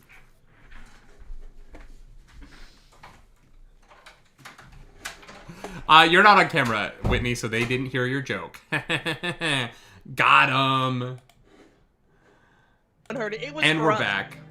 It was for us, Nerdy, not for you and not for chat. That was a secret just for us to have. All right, hi everyone. Welcome back. How are you guys feeling? My so food good. didn't come before the break ended, so it's... Oh no, it's gonna be so cold in 2 hours. I know. Y'all just made it to the end of a mine cart shaft, and you found a little goblin boy, who may or may not be a boy. As he said, he's figuring it out for himself. And we're gonna give him that time, and we're gonna respect that journey, because that is what we do in 2025. And just as you kind of had all gotten a one-on-one vision of what I think of you in real life, a blue-skinned, demonic-looking woman with cute charm and a giant staff appeared down the path ahead of you and asked you for help because she could really use some help because there's something that needs to get done, you guys. And like, I just don't even know if we can do it. And like, we're really struggling. So if you could come give us a hand, that would be like most appreciated. What is this woman's vibe? Does she seem trustworthy? Does she seem like a problem? Do I feel Of course like he does. you say that to everyone you Oh, meet? this mushroom Almost is aware. so nice. Did you know that mushrooms kind of look like cupcakes? I mean, her name is Trickster, so we know we can But trust that her. is just because Oh, my mom was absolutely. really funny. Yeah. What I'm asking I think is, we should help them. it's so easy, you guys. We just can't do it for like silly reasons. We like messed up too many times, and so now every time we try and do it, the little things they attack us, and I don't know why. They're so cute, and I'm cute, and we should be friends, but they're just so mean. Okay, I Who's know your this is friend, not Owen? the Dungeons and Dragons. But is there a way to vibe check this lady? You can give me an instinct reaction roll. Okay. I have never wanted to. Wait, no, that's a 9. I got a 6 and a 9. Child. That's a 16 with hope. Yeah, you absolutely don't trust this lady. She seems, Lady Juniper does not like crass people. And as you get used to the light coming from her staff, you realize that the giant oval shape at the end of her staff is a giant, like, vulva. Like, it is literally just like a vagina on a stick that she is using to light her way. And so she is a very, like, deeply inappropriate person who is very loud and yelling at you. So I think for Lady Juniper, that she is off-putting to you in multiple ways. Who's your friend there? Oh, this is Crossing. Crossing, come say hi. Hello. Yeah, here's the deal. There seems to be some kind of door up ahead, and there's a puzzle to figure it out. Now, if you get the puzzle wrong too many times, the little figurines in the walls start to attack you. So we're no longer allowed in the room, but it does not seem like there's a way forward, unless someone can get this dang door open. That is right, Crossing. This is my friend. You couldn't figure it out with your little pussy stick? Couldn't figure it out with... Oh, no. I know what it looks like, but it's because I love to draw vaginas on everything. Oh, yeah, you just must be the Georgia O'Keeffe of our time. I do not know who that is, but I think so, yes. Absolutely. Well, let's go fix your puzzle. And just starts like walking towards the frog, still cradling our frog. I'm just gonna look at Kevin and have Kevin scoop me up. As you go down the path, you see there is a bright. You've been walking in sort of the magical light around this giant vagina stick. It sort of looks, you know the like you know the lollipops that you give to a bride at her bachelorette party? It looks like one of those, but like really large. Oh my god. I didn't expect this to take out as much as it has. So you've gotten used to this sort of artificial light, but ahead of you, as the mouth of this tunnel opens up into this large room, you see the light ahead of you is fire. It's kind of natural and moving. As you get closer, there's a point where the two of them stop, and Crossing turns to you all and is like, listen, this is about as far as I think that we can go. But if you can get down there, figure out how to get that door open, I think I'll get out of this mine shaft safely. What did you guys try already? Well, we did not really understand what the problem was because there's all these figurines and you have to move them. I think you have to put them in the right place, but we could not figure out what the puzzle was, and so we couldn't get them in the place that they needed to be. Does it seem like the figurines are like magical in nature? Yes, if you fuck up the puzzle, they attack you. They're so mean, you guys.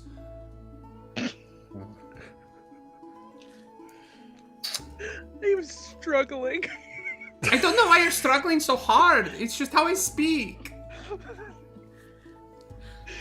I think Dendro is like fully taken to this being carried around life as well. Dendro's like, I Olga might has never not walk put again. Dendro down, and I could never walk. Yeah, exactly. Like I could never walk again. This is fine with me. We're gonna start calling you Lady Dendro. Has our disguise dropped, or are they just talking to Slop? Because we See, were disguised. I thought about that.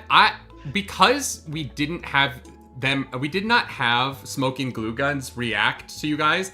I'm gonna say that you dropped the disguise to not scare the 14-year-old child into plummeting to his death. Cool. Just making sure. Yeah, we're gonna retcon in that you dropped it so that you didn't scare the child who was dangling for his life. What? What? I'm also gonna take no stress because it's a thing that I can do, and I'm gonna swap my mass disguise spell with another card from my vault because I can do that. Hell yeah. All right. Check out the puzzle. That would be so great, you guys. Like, I would really appreciate that. I don't want to be down here anymore. It's so dark. Is there anything fiscally in it for us when we successfully beat your puzzle? You want fiscally Sorry, when this is I done? didn't mean to. Fiscally, as in like, is there a monetary or hypothetical promotion I thought you involved? said fistally. I thought you were like talking about like doing fisting, which is like, that's very extreme for me. I've never done anything like that. My mother has, but not me. Oh my god. Wait, how do you Why have did that you know knowledge? that your mother has done that? Oh, because she does like all the things. She's like very talented. You should definitely go see her if you go back to Orphan Town. Who the fuck is your mama? That's part of her talents? My That's mother is listed like somewhere on a resume? Oh, absolutely, yes. Yes, absolutely. If she has a resume, it's more of like a price list. I have a weird question. Is your mother the Opal of Orphan Town? Of course you know who she is. She's like very famous, you guys. Isn't she retired? Didn't she get too mold? God damn it, Dick. Like, I love it. I love it so much. Gotcha. God damn it. Gotta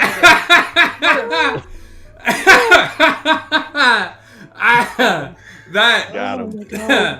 that took me way longer than it should have. Oh, it's the layers. It's the layers. Clever motherfucker. I don't think so. I think that she's still working, but I've not been up there for a while because I've been down here lost in the darkness, and I need to figure out how to get out of here. Let's get you out of here. Starts sauntering with to the puzzle. As we're like approaching the puzzle, can I spend a hope? Because I have a class feature called Get In and Get Out, where I can ask the GM. So did for my either dad. A quick. What? Oh my god. Sorry, what was that? I could ask the GM for either a quick or inconspicuous way into or out of a building or structure you can see, and the next roll I make will capitalize on this information. That capitalizes on this information has advantage. So as I am approaching the puzzle with my friends, can I like get like a vibe of the puzzle pieces that are either in place already or like the best way to move about entering into the space? Yeah, I understand what you're going for. There really is as you walk in, there is a giant door in front of you. It is this like circular door, and then there is the tunnel behind you, but there is no other entrance or exit into this space. On the door, you see carved into it is this beautiful, like panoramic view almost. It looks like a mural, but it's three-dimensional, and there are things that pop out, including this long balcony and manor that pop out. But the balcony to the manor stands about hip height on a normal person, and the relief on this door is not painted. It is all sort of this brown sandstone looking door. Around the walls are a similar color. You see there are bits of moss and lichen that are growing. This room does get some moisture. It's a little bit damp. And around the base of this room in a circular pattern, there are garden gnomes. And they are alternating red and blue caps around the room. The majority of them have the exact same design. However, there are some that are in sort of like a nicer outfit. There is a couple of like female garden gnomes that are in sort of a cute like young girl's dress. And there are some that are in sort of a white smock with a hat that has like a cross on it, like a nurse's outfit. There are a couple that have like little rapiers on their hips, and they're arrayed in sort of this alternating red and blue pattern along the outside of this room.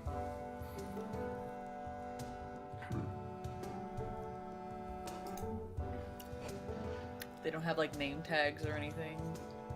If you'd like to go investigate them, you can.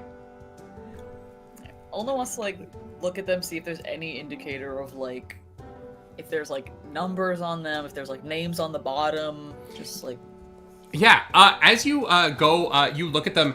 There are none of them that have any sort of identifying feature on the front or back or side or top of them. However, when you flip them up and look at the bottom of them, you see the one that you pick up and look at has a word on the bottom of the foot, and it says yonder. Thank you so much to the raid over on Twitch, Diane of the Rose. Cast member from episode 1, dropping in with a lovely raid. Thank you. Welcome in, everybody. We are currently in a little bit of a puzzle room as we're trying to solve what is going on with some garden gnomes and a puzzle with a door that has a balcony on it. I was gonna show the bottom to everybody. Yeah, the bottom of the foot says yonder. Do all of them say yonder, or does it seem to be different words for each piece? As you start to pull them up, they do have different words on the bottom of them. You see light, you see it. Light through yonder window breaks, it is the east and Juliet is the sun. As you begin to pull up the garden gnomes, you realize that you can spell that out, yes. Yes! Romeo and Juliet saves the day. Amazing. Bam. I'm sorry. What on earth did you just yell very loudly with an exclamatory passion? I think I just had a fever dream. It worked. Smoking glue guns is like, I have no idea what the fuck you're talking about, man. Like, where the fuck is Julia? It's a passage from a gnomish play about teenagers committing suicide. It's taught to every kid in the land. Don't worry about so it. much. Oh, it's so much deeper than that. Like, it's honestly a story more about like warring families and how honestly long-standing things could be set aside in the hope for a betterment of our future. It has nothing to really do with the kids. The kids are just a consequence of the parents' actions, if you want to be technical. Wow, it sounds exactly like the kind of thing I want to read at 14 years old and that I would care a lot about. That's a little bit older because it's Romeo and Juliet. Juliet, spelled with a G. She dies I think when she's 13. Romeo is significantly older than her, so it's a little weird in that retrospect as well. I mean, isn't that kind of normal for humans? I feel like. No! Can I heard the story of a man named Epstein or Epstein, the New York financier. Opens the door. We don't. I'm gonna touch the door. Gnomery Jeffstein. Gnomery Jeffstein. We don't talk about Gnomery Jeffstein and his little Saint Gnome place. Olna watches Ento open the door. Didn't he have a gnome island? He did have a gnome island. I'm going home. Goodbye. It's rough. The king is evidently in the gnomes files as well. It would be very America right now for them to release the Epstein list, but doing it with the characters of Romeo and Juliet reading it out. Oh god. It's an AI TikTok slop video of the cast of Romeo and Juliet. The second it goes out, it will become a TikTok slop video. What a fucked up world we live in. Yeah, it's crazy. I touched the door. You touch it. It is solid stone. It is thick too though. You wrap your knuckles on it and it is the sound of thick stone. Do your gnome thing. Open the door. Yeah, can we try to arrange the pieces in the... Yeah, I will say, as you get close to the door, you see that there are 3 reliefs on the ground. 2 on the balcony. One right near the edge of the balcony. One near the windows to the inside of the room, and then there's one down on the ground with the feet sort of facing the balcony that you could fit a gnome into. Can I run to the door to at least put my food in the microwave so it's not just in front of my door? Yes, go get your food, Liz. Or Lex. Don't just let it sit outside. Which gnome you don't need to ask. Put in that hole? Which gnome do we put in the hole? So I think if it is that speech, the gnome should be at like not on the balcony but below the balcony, speaking those words to the gnome on the top of the balcony. There are three like indents where you could place a garden gnome near the door. Okay. There's two up on the balcony and there's one on the ground. Okay. And how many gnomes do we have to play with? 2? No, there's like 30 gnomes in this room. Oh, Jesus Christ. But the Crossing and Trickster said that if you place them in the wrong spot, they attack you, which is why they need your help. Is it possible, based on the fuckery I attempted upon entering the room, to know that if we just break all the gnomes off the rip, if that will solve the problem? If we just nuke all gnomes. Hit all the gnomes. We just throw the sounds gnomes. like a Like, great idea. if we just start smashing gnomes. I mean, if you just start myself smashing the gnomes, Dendro, you might not be able jump to open off the his face, Ah! and I'm going to whirlwind attack all of the gnomes. Okay, I'm just gonna let you know. If you break all of the gnomes, you might not be able to. You might be stuck down here. You might not have a way out. And the funniest thing about that move is that I am currently being held like a baby by Olna. So you jump in, like on Drop Elna kick, in jump my off, yep. face, and then flip up. Oh, Come back look, to you get guys. you to the face. I only know one thing as a warrior, so you know. All right, roll an attack roll against all of the gnomes, I guess. As I don't know what we're gonna do after this. Look, I just asked what You're if, gonna laugh at me. okay? That's a critical success. Oh my god. Hey, All right, Nerdy, I'm gonna give you all an plan for us opportunity. to just break your puzzle. Would anyone Plan for us to like? break your puzzle immediately? I'm not the one who has to get out of here. Your guys your have, characters like, can 5 fucking seconds starve to to death grab down a here gnome. for all I care. That's not my Gonna problem. I get cast to do the new Wild episode on Saturday. Fortress.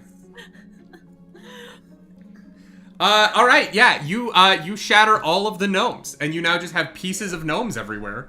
As this whirlwind attack whips out, you watch as this fungal man runs at Ulna, jumps at her, plants his feet on Etna's, on fucking Dendro's head, leaps into the air off of the cradled frog baby man, and begins to whip a whirlwind of damage around, destroying all of the garden gnomes in the room, leaving you with a bunch of porcelain on the ground. And in this moment, it begins to quiver. And you watch as it quivers, the gnomes' pieces begin to reform and click back into place as the gnomes begin to build themselves back into their original shape. Sorry, I just need to switch to the combat music really fast here.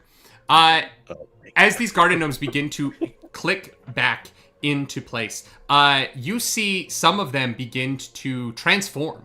As some of these garden gnomes are afflicted with lycanthropy, and their snouts extend, and their claws extend out of their fingers, and they become little ceramic werewolves. The one nearest where Etna lands is going to swipe its claws towards you. That's going to be a 19 to hit. That'll hit. All right, and that is going to be the worst roll ever. That is going to be 8 points of damage to you as its claws slash across your shins. As you are now surrounded by 6 werewolf garden gnomes. Some of the rest of the gnomes have not changed shape, and they do not seem like they are attacking. But the 6 of them that have kind of arrayed themselves around you, that have transformed into this like dog, like this canine shape, are now surrounding you and look to be ready to fight you. Can I shout out to Trickster and what is it, Wander? Crossing. Or Crossing. Hey, when they attacked you, did you have to like run away? Did you have to kill them and then they came back? How did that work? You just hear yelled from the tunnel, "Oh my god, you guys, what did you do? No, you were supposed to put the right garden gnomes on the door, but did you break? Like, how did you fail so quickly? We had 3 chances, and you guys didn't even get like 1 chance? How did you fuck up so fast?" Yeah, Well, if they can break again. But they just Right. keep coming back. I think that you need to Okay. like get the right gnomes in place, or they'll just keep attacking you for like ever, and we'll all just die down here.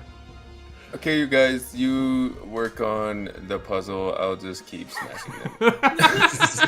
I thought I did the puzzle. You solve the words, but there's only 3 spots to put gnomes. Oh. Yeah, so we have to place Which the ones right. look like the queen. main cast of Nomeo and All right, Juliet? I am going to spend a fear here to keep attacking you guys. And Thanks. 2 of these werewolves are going to. I'm actually going to spend 2 fear. And I'm going to activate all of the werewolves as we're just going to get a round of attacks on here. There's 4 of you. I'm going to say that Smoking Glue Guns has like backed towards the mouth of the tunnel isn't involved in this at the moment. So here's what we're going to do. 2 of them are going to attack Tank. 2 of them are going to attack Smoking Glue Guns, and 1 are going to attack the other 2 of you. Tank, that's a natural 1. It misses you. That is a dirty 20 to hit you, so that's going to hit. I will rapid riposte and hit the one that missed me. Oh shit! Yeah, do it. And I'll mark a stress and make it a whirlwind attack. Jesus Christ. That is 15 with fear. Amazing. All right, I'm going to take that fear. Thank you so much. You are going to take the you're gonna take 14 points of damage from the second strike. But as you whip your weapon around, you are going to discombobulate all of these garden gnomes again. So they are going to fall to pieces a second time. But they are going to get their attacks off as you do that. That's a 2 and a 3. They're both going to miss. But Whitney, does a 20 hit you? Dirty 20? Dirty 20. Hold on, let me see if I can do fuckery real quick to make my evasion score higher. Sadly, I think even with my fuckery, it'll still hit me. Then you are going to take 20 points of damage as one of these porcelain werewolves is going to scratch along your shins. Ooh. Okay. Yeah. That's only major damage for me. All right, you all watch as these porcelain gnomes, they reconstitute. Some of them transform into werewolves. They immediately start to attack you. Etna whips around a whirlwind, destroys them all again. They all fall back to pieces. They start to reconstitute themselves again as they're going to reshape themselves. While that is happening, who would like to try to solve the puzzle? How many turn into werewolves? 6 of them last time. But they're all destroyed now. Yeah. It seems like it's temporary, Etna. So Move some quickly. of them are not attacking? They've just been turned back to ceramic dust. So they're all kind of reforming at the moment. But not all of them attack when they're in shape. Yes. What I'm was trying the to think of like full what I flame? can look at to like pick which 3 would be on the door. So you know that there are some that look like a young girl. There are some that look like a young man. There are Can some I get that the ones that say Juliet? Is there one that says Romeo? no. Nomeo? Nomeo? No. It would be it would be Nomeo, but no, there is not currently someone named Nomeo. There's no word that's Nomeo. Can we get just like a little family, like a mom and a dad and a toddler child? There's no toddler. There's a nurse. There is a young girl. There's a young man. There's a blue and a red of each of those. There's 2 of each color, right? There's a red and a blue version of each one. There is a young man, a young girl. There's a man with a rapier.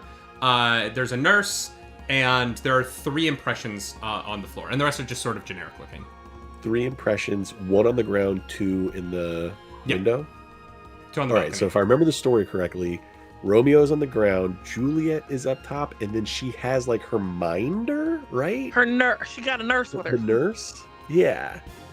So that would be my guess. There we go. But we got to make sure the Red? colors are opposite. So like Romeo and Juliet Romeo's would be blue, isn't he? Yeah. Yeah. So what blue dude with a rapier? Okay, Ola grabs the blue rapier one and puts him on the floor, Okay. still holding our boy because he's like just whispering in her ear the answers. So Yeah, grab that one. You're kind of doing like the toddler like side hole. yeah, like the one hold with like yeah, this one. Okay. All right, and then just places him after he tells her which ones are correct. As you place them there, the blue gnome with the rapier pulls its blade, turns towards you, and begins to elongate its snout as it turns into a werewolf. On that, someone has rolled on the chaos table. No. That is a 5. And I get a fear. Oh, thank you for that fear. I need that because I'm doing fuckery. What is a 5 on the chaos table? I can't remember. I should have not put this in the text messages. Nope, that's the wrong thing. Here we go. Someone rolled on the chaos table. Thank you to you.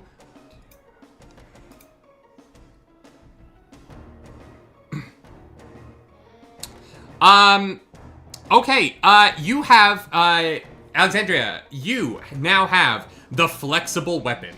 Anytime you try and make a weapon attack with your weapon, your accuracy is halved. But every time you hit, it's a critical hit. Wow. I mean, shit. This happened to Rowan in the first episode. Good luck. Your weapon is now a limp noodle, but if you hit someone with my it, staff limp. How dare you? yeah, you are now holding a limp staff. But every time you hit, it's a crit. Rude. Yeah. Yeah. So the tiny gnome with the rapier turns towards you. The nurse and the Juliet figurine both lock into place, and they are still. But the one that turned into a werewolf is going to try and stab you with its rapier. That is a 21 to hit. Can I jump in the way? I am on the side. Can I make the sacrificial play? Yeah. You can make the sacrificial play. I'll allow it. You guys are kind of occupying the same space at the moment, right? Yeah. Yeah, that is going to be... That's going to be 15 points of damage to you. Okay, just major. That's fine. I'll take that. No, mommy. You need help, person. All right. The rest of them are going to finish reconstituting. I'm going to say that it is y'all's turn. What would you like to do? Am I able to bite the one that scratched me? Yes. Like him? Yeah. So my fangs are going to grow out a little bit. Okay. And I'm going to sink my teeth into the gnome that bit me. All right. There's a werewolf fairy? No, I'm a vampire. Can a vampire get lycanthropy? What happens if a vampire bites a werewolf? Yes. That's an 11 and a 12 on the die.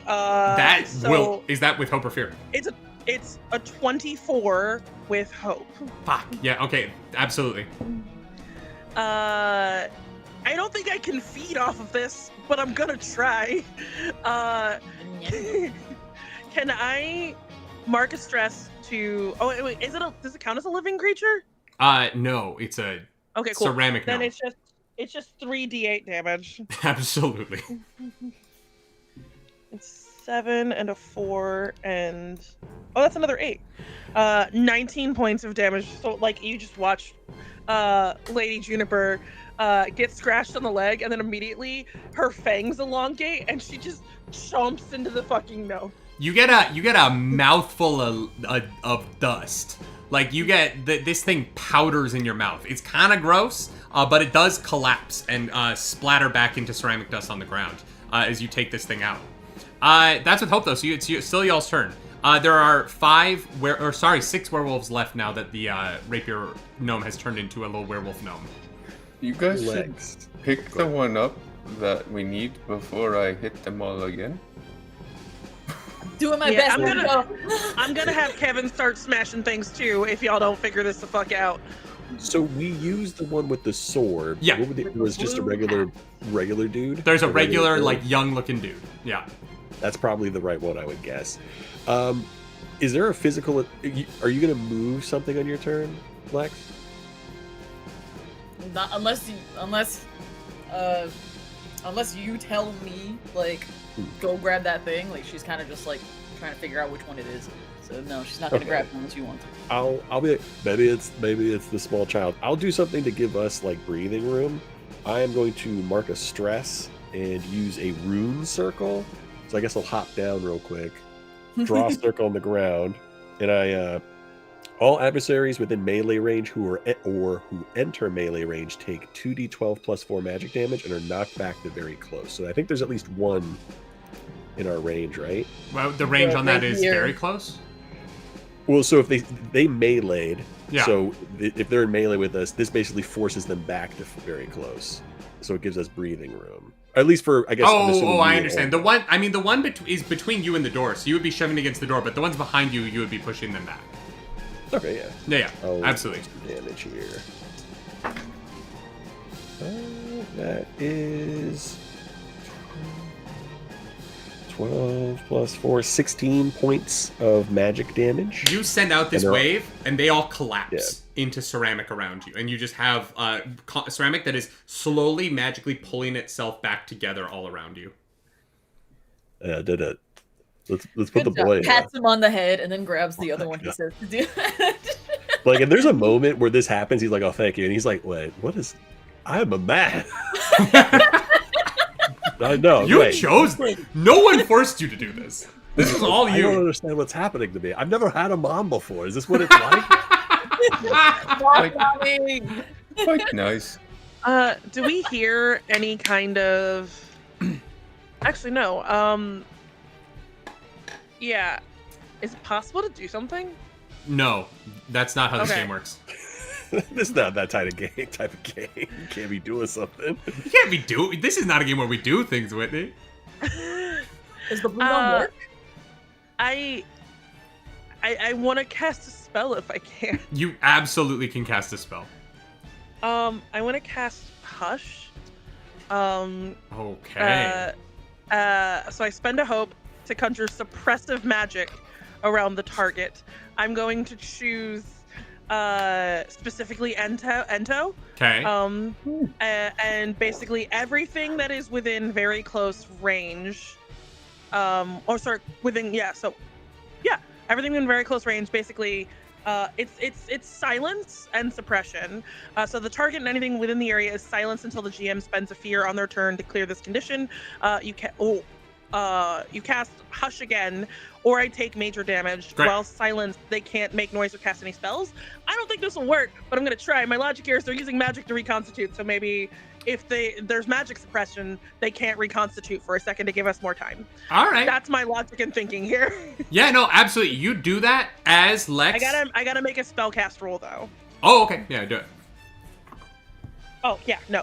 That's another 25 with hope. Yeah, absolutely. You cast that spell as Lex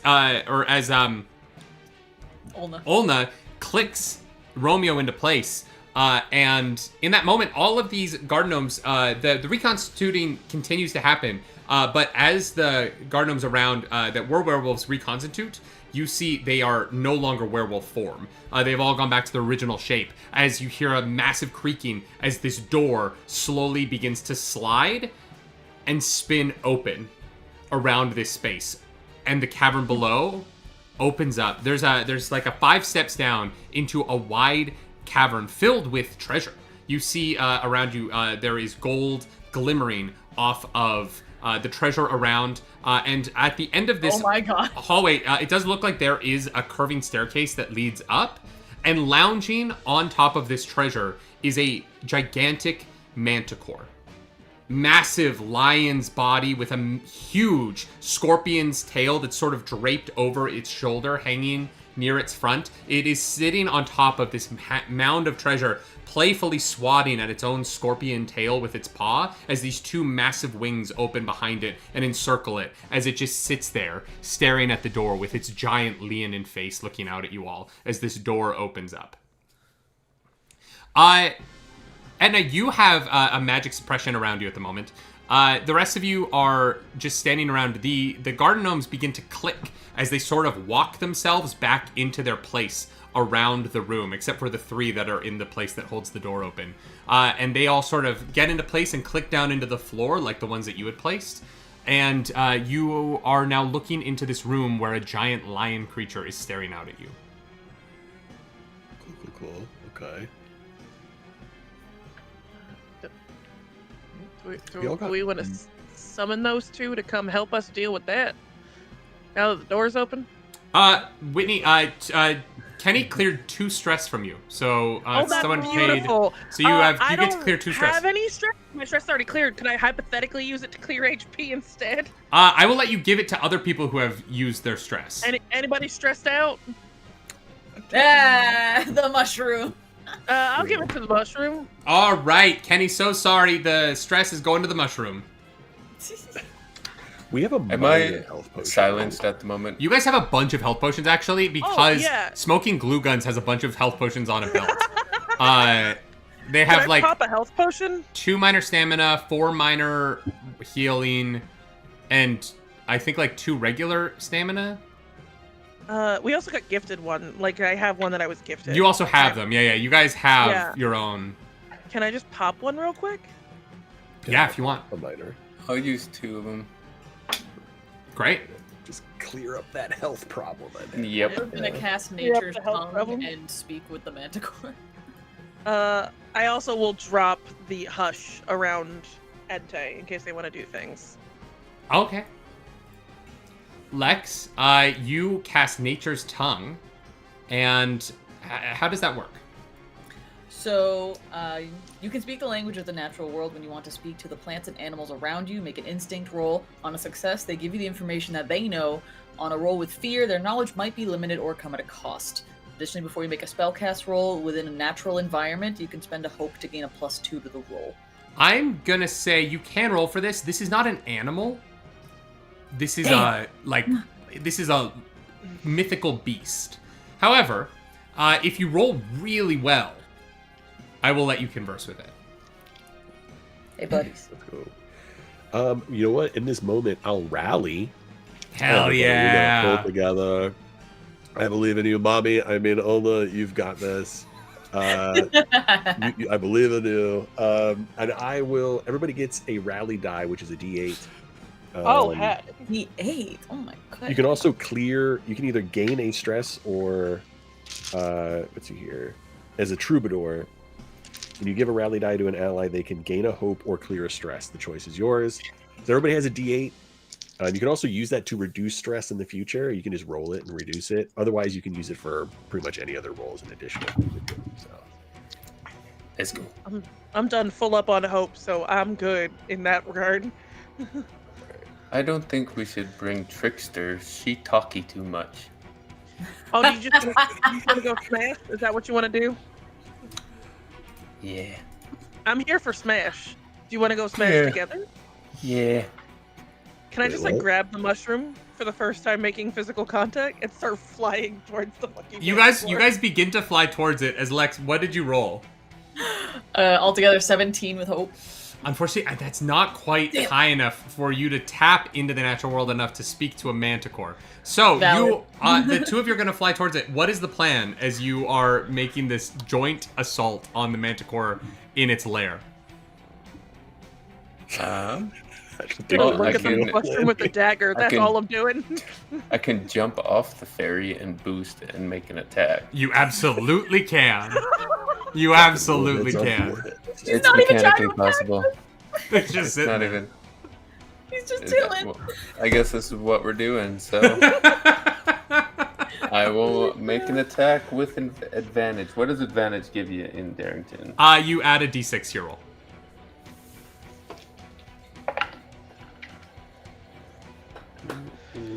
What is that number?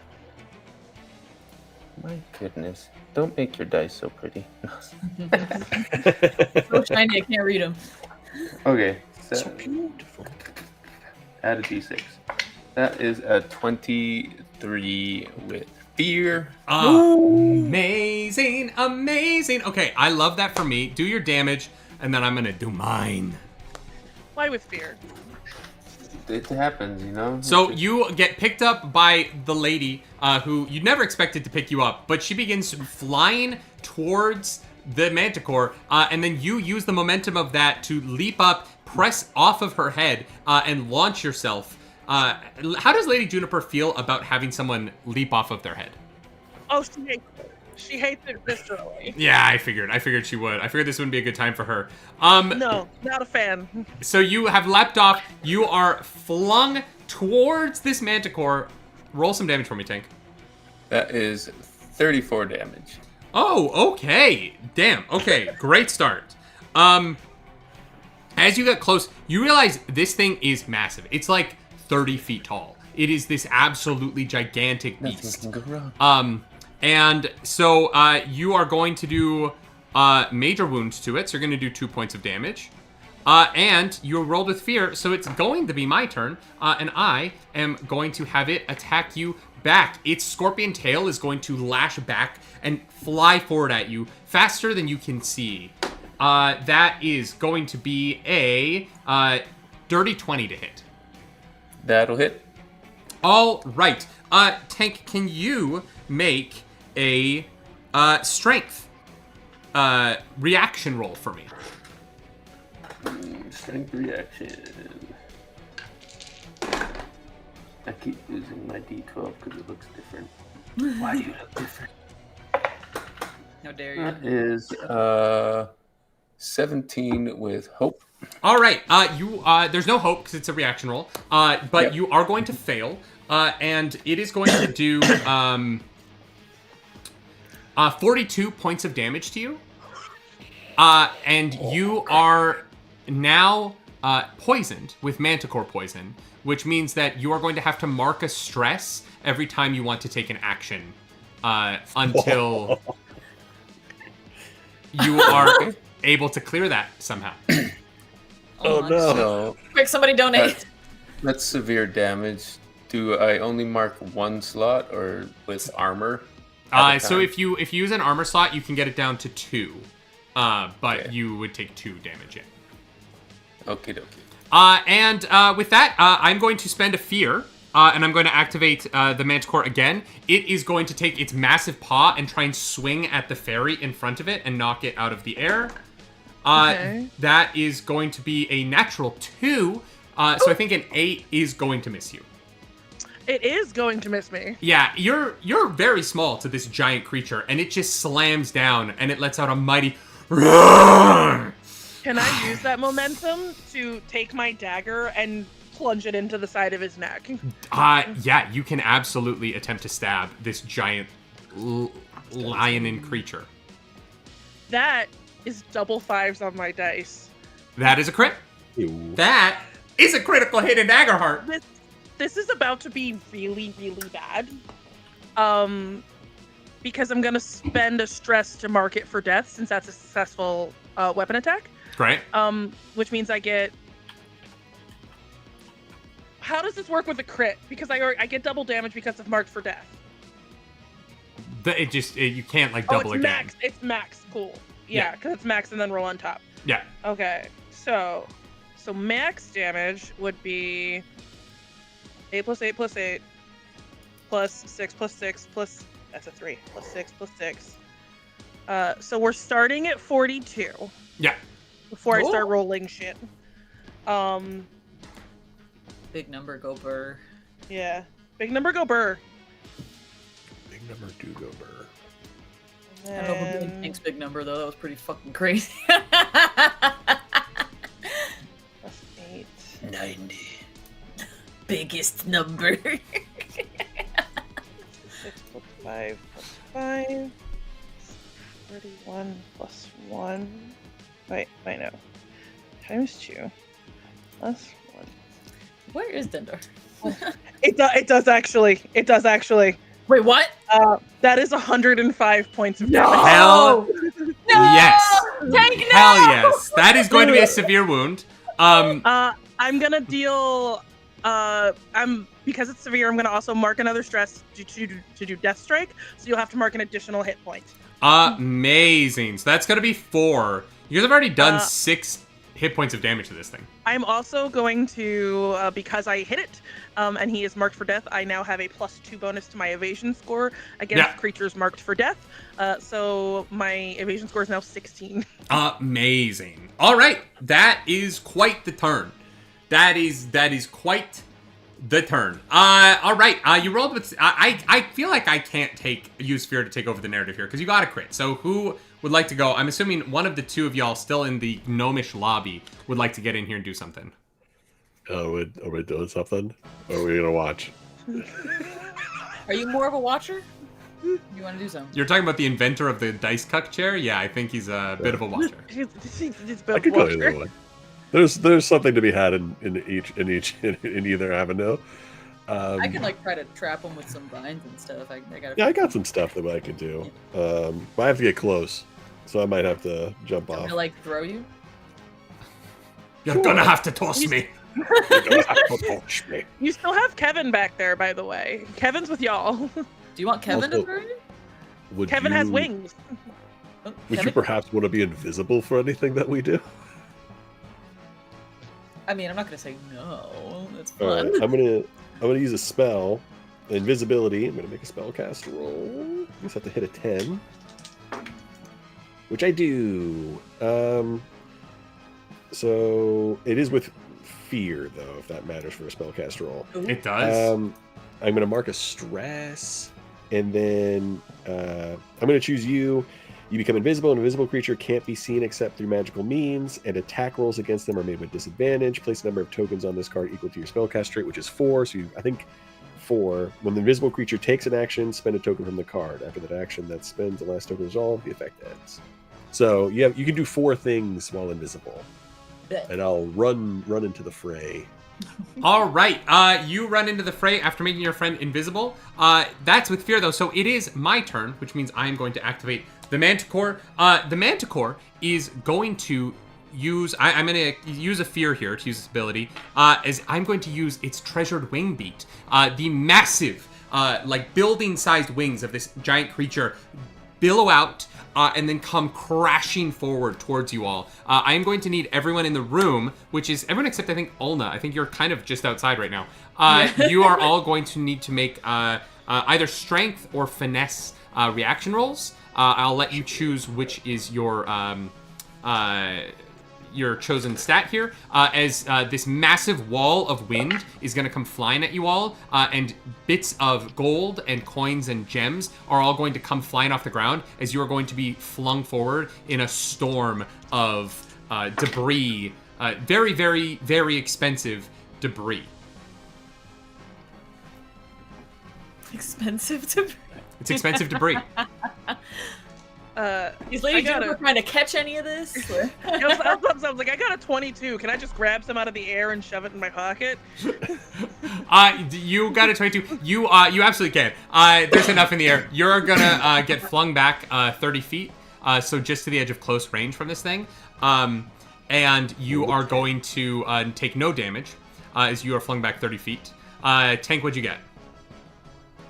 14 with fear. Unfortunately, you are going to fail. No fear here, because I don't get any fear because it is a reaction roll. However, you are going to get flung back 30 feet, and you are going to take... that is going to be... that's going to be 46 points of damage as you are flung back 30 feet. Well, I'm going to activate my unstoppable feature. Absolutely. A multi-class guardian, because that needs to go down 1. Hell yeah. Minor. So I will mark. So that was 40? Yeah. 46 points of damage. Alright. That was nuts. Cash. Was it only me that got that? Yeah. I rolled a 10. So you are also going to take... You're also going to fly back 30 feet, and you're also going to take 46 points of damage. I'm going to mark an armor for that, so I just take the 2. Great. And this massive wing beat is going to do that. And then, unfortunately for you all, the chat was very kind to me, and I believe they donated for Chat, what did we do to you? the environment feature. And so the massive wing beat is going to cause a ricochet of force up the walls of this building as a series of stalagmites are going to fall, or stalactites? Yeah, stalactites are going to fall upon you all. I am going to need finesse reaction rolls from everybody on the map as this the ceiling begins to collapse on you. 19. Can I spend a hope to use an experience to buff me up a little bit for this? I don't know what you mean. For the reaction roll? Well, it's like I've got the experience. I've heard about this one. Maybe I've heard about a story about stalactites. Yeah, I'll let you spend a hope to add your experience to that for sure. All right. That might. I got an 18. 18 succeeds. You're gonna take no damage. Tank. 16. 19. 19 succeeds. You take no damage. 16 succeeds. You take no damage. Lex. 15. 15 fails. Unfortunately, you are going to take 19 points of damage as you are going to get grazed as this giant stalactite runs down the side of your body. You got an experience you could use. I have an experience. I have an exoskeleton. Does that take some Unfortunately, damage? I don't think that one quite makes sense. If anything, that makes it harder for you to get out of the way. Thank you so much to the Storm Father for bringing in those stalactites. I fucking always forget those. Chat, I'm not angry. Disappointed. That's what it is. I'm truly disappointed. Chat, you too can activate environment features if you would like moving forward. But it's giant wind wall having smashed, the stalactites having come crashing down. Olna, you hear behind you the footsteps as Crossing and Trickster run up to you, and you see invisible. little smoking glue guns. They're not running to you; they're running in as they're like. Trickster is like, "Oh, you guys got the door open! This is so exciting! We can all. What the fuck is that? Oh, it's so big! That's the biggest thing I've ever seen in my entire life! Oh my gosh, guys!" Responsible. I never thought anything that large was... Oh, it's so cute, though. If it was small, it would be my favorite pet ever. And so they're going to get caught up to about where Olna is. Olna, I'm going to say it's your turn because everyone else is gone. Okay. I also picked Wildborn as my community, so I move silently. So I'm not only invisible visually, I am invisible sound-wise. You're fucking gone. I'm gone. Yeah, you've actually made it out. You're playing Dungeons and Dragons now. You're playing a different game. You're like in the Fairlands playing Candela Obscura. You're like, how many stars do I have? I'm just like, they'll deal with it. It's fine. Sorry, you didn't act fast enough. I have to roll on the chaos table. That's an 8. Damn it.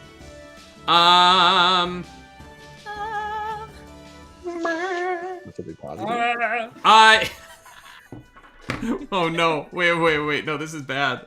Oh no! No! Please, I just got here. Please. It just got to your turn. I just got here. You all, a blinding flash of an orb just explodes. A stalactite hit a magic item, and suddenly there's a blinding flash light. It is so bright. Unfortunately, until you next get hit, you are all vulnerable, which means everyone has advantage against you.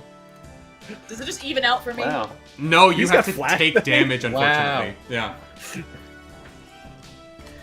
But they already had disadvantage. Oh, because you're invisible. Yes, you would. It would be. Yeah. But they have advantage on you until you take damage. Is it back to us again? It's Olna's turn. Yeah. Okay. Thank you so much to whoever donated that. Yeah, thank you, chat. Thank you. So I can't see. I'm blinded. No, you're not blinded. You're just vulnerable. Okay. Also, right, we are just over $400 from 15,000. So if you, no, sorry, we're at $14,873. We are $127 from Clara's having to run crowd control Skyrim. You got to do it. At the very least. Almost gonna get close enough. No, actually, I want to say as in far range as possible. I'm gonna cast. You see. Well, you don't see, but for, chat and everybody, she opens her wings, and from the tips of her wings, they almost start morphing and changing and looking spindly and starting to turn into vines. No as one they sees start any of growing this out from the because back you of are her. invisible. Yeah, I'm invisible. No one sees how It's cool so this is. cool. It's like the coolest transformation ever, and nobody sees it. Not a single person sees this shit. And I cast Vicious Entangle to Great. try and like grip this manticore and trap him to like stop him from moving. Okay, is there a spellcast roll for that? Yeah, it is. Give me that spellcast. With the spellcast roll against. Give me that spellcast shot. Give me that spellcast shot. God damn, my fucking mouth. Ah, I dropped the die. I think that D12. means automatic fear. I think that's just... Grab my other D12. Well, the first one's probably way better. That's a 12. Unfortunately, as you attempt to viciously entangle this giant creature, it is so big that you would have had to have landed it perfectly on it, and you are not quite able to entangle it. Make sure you mark down your invisibility die for that, as you have now done an action. 3 more things. Was that with hope or fear? Fear. All right, I'm gonna take that spotlight all the way back to me. I'm sorry. Here's what I am gonna say though. Crossing and Trickster are like right next to you, right? Everyone else is in the room, and in this moment, they think that everyone else is far enough away from them that you get to overhear them in this moment. As Crossing turns to Trickster and says, "All right, they got the door open. Now let's scan that creature so we can get the information to Laura 2. And we can get out Not of here." Laura too. I knew it. So Olna hears this being invisible. Olna, does you hear this? That they're trying to get this information back to Laura 2. Okay. Okay. My legally distinct and not IP name for Sora 2. All right, let's get into this attack. The Manticore is pissed. It is going to start running forward towards you all, and the two directly in front of it are going to probably be Etna and Lady Juniper. It is going to attempt to rear up and bring its front paws down on the two of you. Lady Juniper does a 25 hit. Yes. And then Tank does a 14 hit. Nope. Oh shit, okay. So Tank, you're able to dodge out of the way using your mushroom fungal connection to the earth. You feel the earth move under your feet. You feel the sky tumbling down. As Lady Juniper, you take the most amazingly low roll ever. Like genuinely. I don't believe you. No. I'm telling you right now, this could have been so bad. Okay. You're going to take 18 points of damage. Hey, Oh. okay. Yeah, that's I'm solidly my going major to- damage. I'm gonna mark an armor slot so I only take 1 hit point. That could have been, I'm telling you right now, Oh man. that could have been so bad. But it isn't. Uh, And I'm passing this spotlight back to you guys. Can I'll I make us bite his do a hand as he reaction fucking attack hits real me? fast. But before that happens, I get to do a riposte. Oh yeah, you get your against- riposte. And then we'll do the so bite. mark the stress, and then we'll do that. Great. Mark that stress. Oh, actually you have to mark 2 stresses. That's true. Okay, so Because you that's have been 24 scorpioned. damage. 24 damage? Yeah. You don't have to roll the hit on that, you just hit it? Oh, yep, I do. Sorry, I got ahead of myself. I was like, auto hitting is anytime someone misses you, you just auto hit? That's nuts. That'd be That's a crazy. 7 and a 7. That is a crit. Hey, let's fucking go! What the fuck? So- Dude, you get like 12 extra chances of critting. Yeah, 38 damage to. No wait, we're increased by 40. Yeah, 40 damage. Oh boy. The Manticore is huge. It's not looking good, chat. Well, that was just the crit damage. Now I rolled the damage. Oh, big number, big number. You're looking to beat 105. You got this, Tank. It's 22 damage. It's not looking good, chat. Manticore's looking pretty Hammer messed smash. up. Its front legs and paws are just beaten and bloody. And as that happens, you're gonna take a bite, right? I'm gonna take a bite. I'm also gonna spend a hope and use my experience bloodsucker to sink my teeth I figured. into his paw. I figured. I shit you not. Really? Double eights. Double eights. Ew. You know what, Darrington Press? I know your sponsor. Maybe critting is broken. Maybe it's actually. It's fine. Maybe it's just I broken. haven't critted yet. Maybe the game. The cool thing is he's still marked for death because you haven't cleared it, so I get my extra damage on it. Let's fucking go. Forgot about that. You gotta I forgot about free that. fear to clear it. So we're starting at 42. Hey, chat, do you want to donate some hit points? Yeah. You guys have a bunch of potions. You guys can take your potions. Oh no, we were No, talking I about think to you. The Manticore. Yeah, for you. I don't know. Olna just learned the Manticore maybe not the bad guy. So Oh yeah, no. You don't know this. clear 2 stress for Etna for fucking. Why can't I say your character's name Ento. right? Ento. You've been calling me Etna the I whole know, time. because I think of. Oh, I have Mount Etna in my head. This is the problem with dyslexia, is that I will Yeah. find a word that I use a lot. I don't use Mount Etna a lot, but I will. Yeah, was I have a thinking of condition, okay? Edna from like The Incredibles. Edna from yes. No kicks. Incredible anthem mode. That What do is I gonna clear? be. 2 stress, right? Take. I think it's 2 stress. Yeah, I got tank it. clears 2 stress. 76 points of damage. On the bite. I'm on the bite because of marked for death and because of the crit. All right, that's fine. It Um, looks very not good. I am assuming. Oh, was that a severe wound? It was. Yeah, so I'm gonna death strike. So you can mark 4 points instead of 3. And then also because I did 4 strikes on you, I get to put 4 tokens on my vampire card. Yeah, you do. Yeah, Don't you worry do. about it. I know. Don't worry about it. I'm not worried about it. I'm not worried. Don't worry about it. I'm not worried at all. Okay, calm down. Calm down, chat. They've only crit every time they fucking hit my monster. I haven't crit yet. Get it on the club, man. Get your hit. Get your you crit going. together. Don't forget to clear your stress because you crit on my monster again. Oh, I get to clear my stress when I crit? I didn't know that. You clear a stress. You gain a Oh, hope and cool. you clear a stress every time you crit.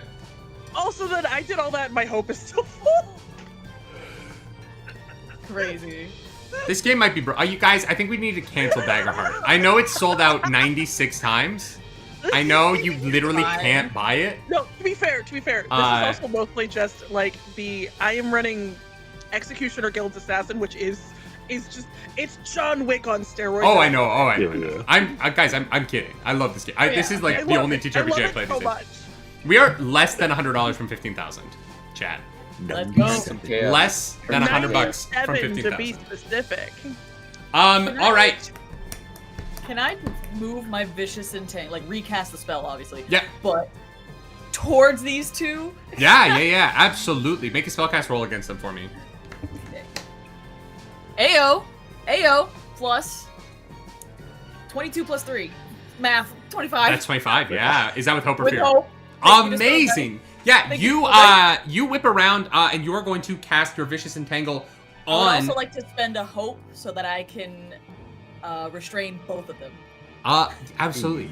Yeah. And you just your vines begin to crawl up their bodies, and you hear Trisha being crossing. What is this? Is this the Manticore? Is this something the Manticore can do? I did not know Manticores had magic powers. Like, I wish I had more magic powers, but instead I have to ask the Wanderer if he'll give me magic powers, and then the vine gets over her mouth, and you just hear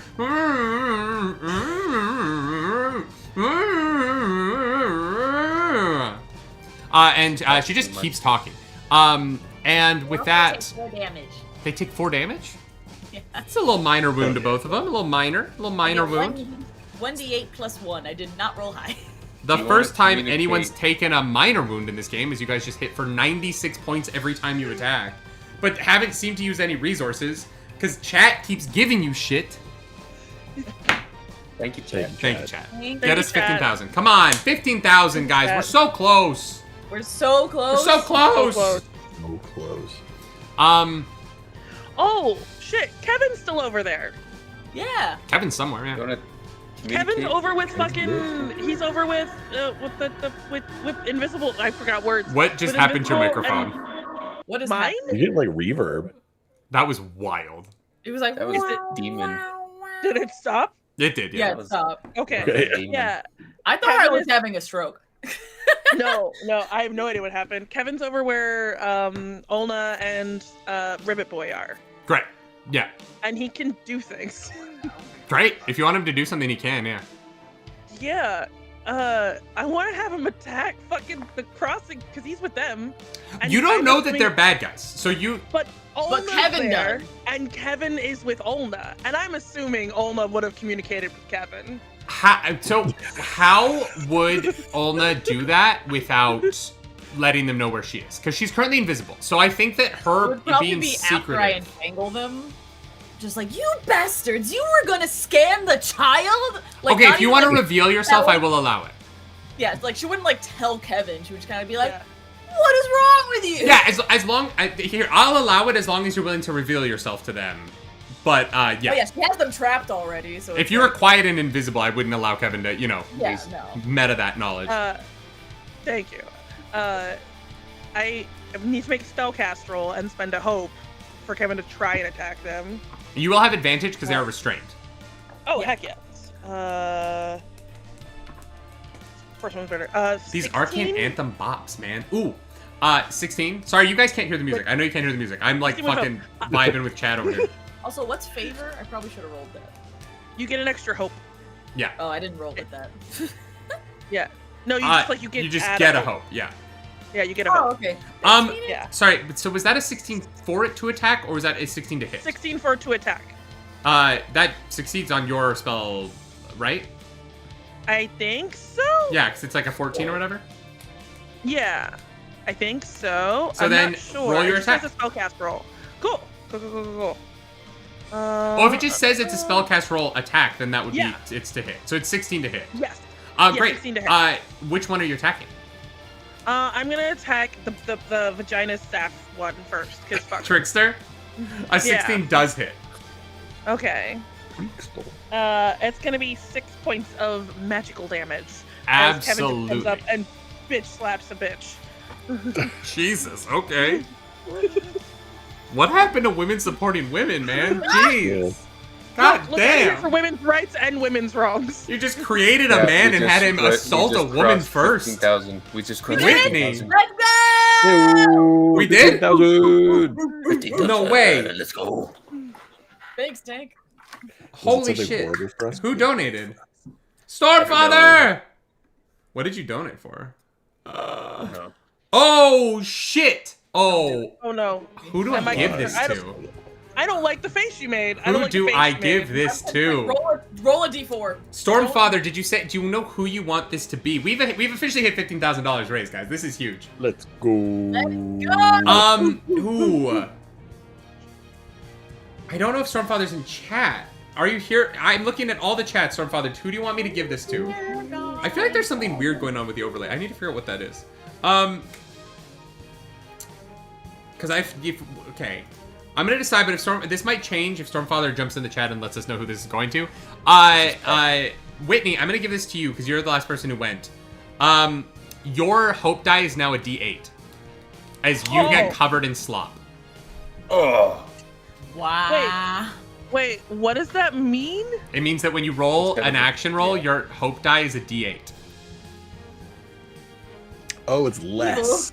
Oh no. I thought that was a hate it. boost. Yeah, Yeah, I was thinking it was something good. it's a big donation. So Whitney, your hope die is now a D8. You might crit Bring easier. it. I don't know. If that No, makes- no, I it's don't- fine because I'm about to make my fear die a D20, so it's fine. I mean, it's great for me. Yeah, it's good Yeah. for you. All right. That is Kevin's turn. Did Kevin roll with hope? Kevin rolled with hope. Oh, okay. Then I'm going to. I don't have a lot of fear right now, so I'm gonna let you guys keep doing what you're doing. Go Dendro. Just saying, all Dendro. look super cool right now with like all these like vines and things coming out of her wing. Just saying, like just super cool.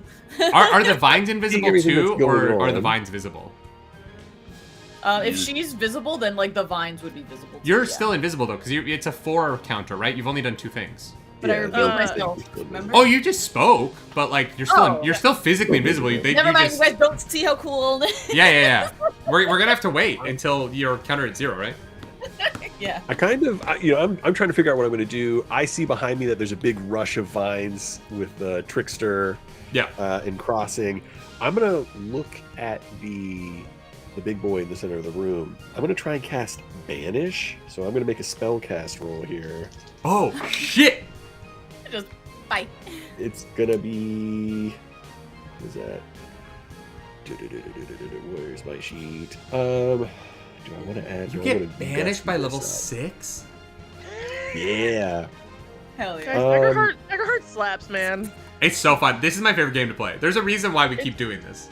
It's so much fun. 15 against the target with close. So I have to get. I think if I'm in close range to it, I'll get close to it. Yeah. Does a 15 work? If 15 does not hit. Ooh, is there any way? Oh, I'll use a rally die. I'm gonna let you know right now. You're gonna have to get a 20. Oh.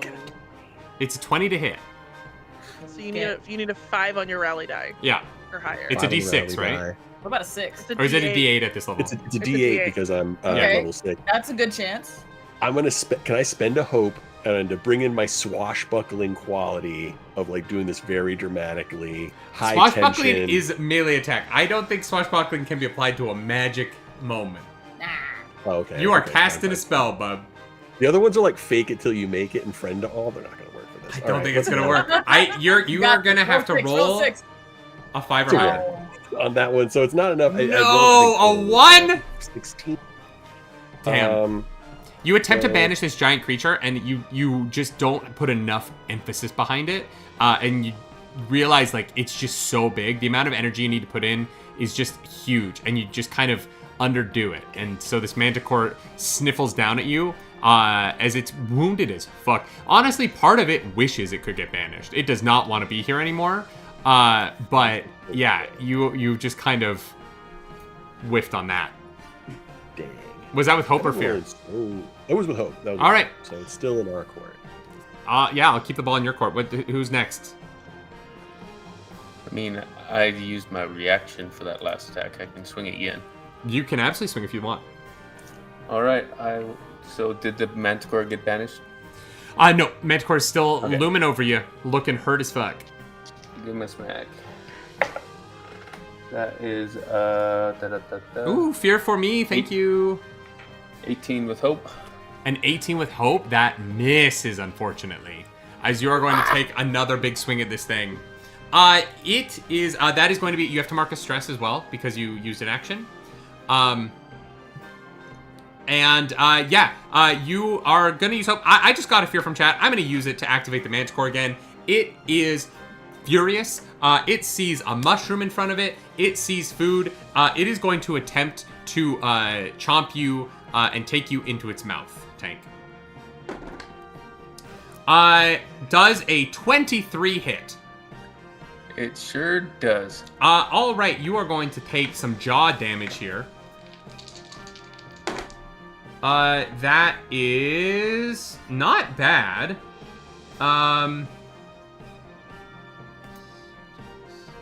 That's gonna be 32 points of damage. Plus, you are now in its mouth. It's going to lift up. Your little feet are dangling out of its mouth, and on its next turn, it is going to attempt to swallow you. On that same spotlight, I'm going to use a fear to break the vicious entangle. You see as Crossing is going to summon this like curved blade into his hand, and he's going to draw this circle of blades around himself and Trickster, and they're going to cut themselves out of the vicious entangle. They are going to start running towards the Manticore. You see Trickster is pulling a device out of her the pocket of her dress that has sort of this long antenna, and it almost kind of looks like you could hold it up to someone's face, it would be like sort of like an oval on their face, and she's running towards the Manticore with this device out. And I will pass the spotlight back to you guys. Olna's gonna immediately react, and her jaw unhinges again. Right.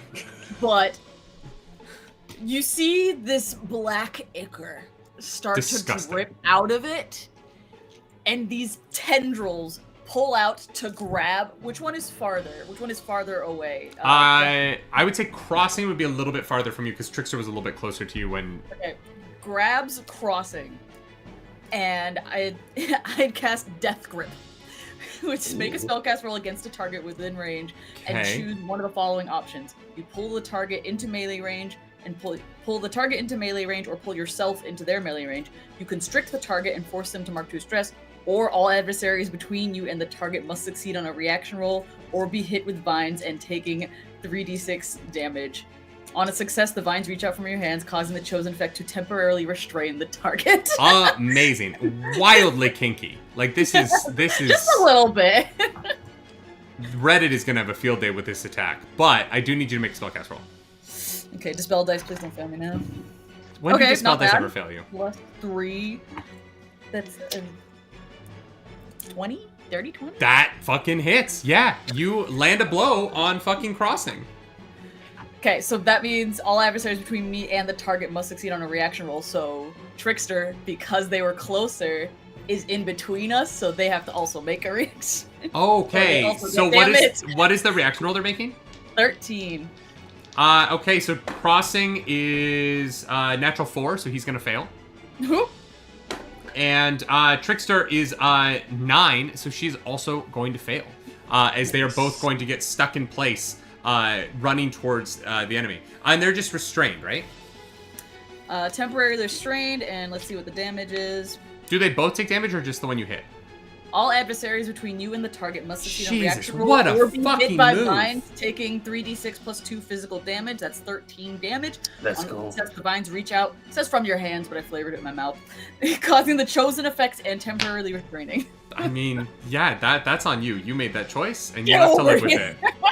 But it's... Ah! Olna's going to, if she can, drop the invisibility so Yeah. that everyone can see that she is trying to stop these people. Just like, guys, she's just like trying. What did you say? What? Really think this through. She really They're all can't- fighting the Manticore, and you're trying so hard to get them to turn around, but you've Guys! chosen a move that takes away your ability to communicate. I love this fucking game so much. All right, yeah, you are choking on the tentacles that are holding the bad guys in place. That was with hope, right?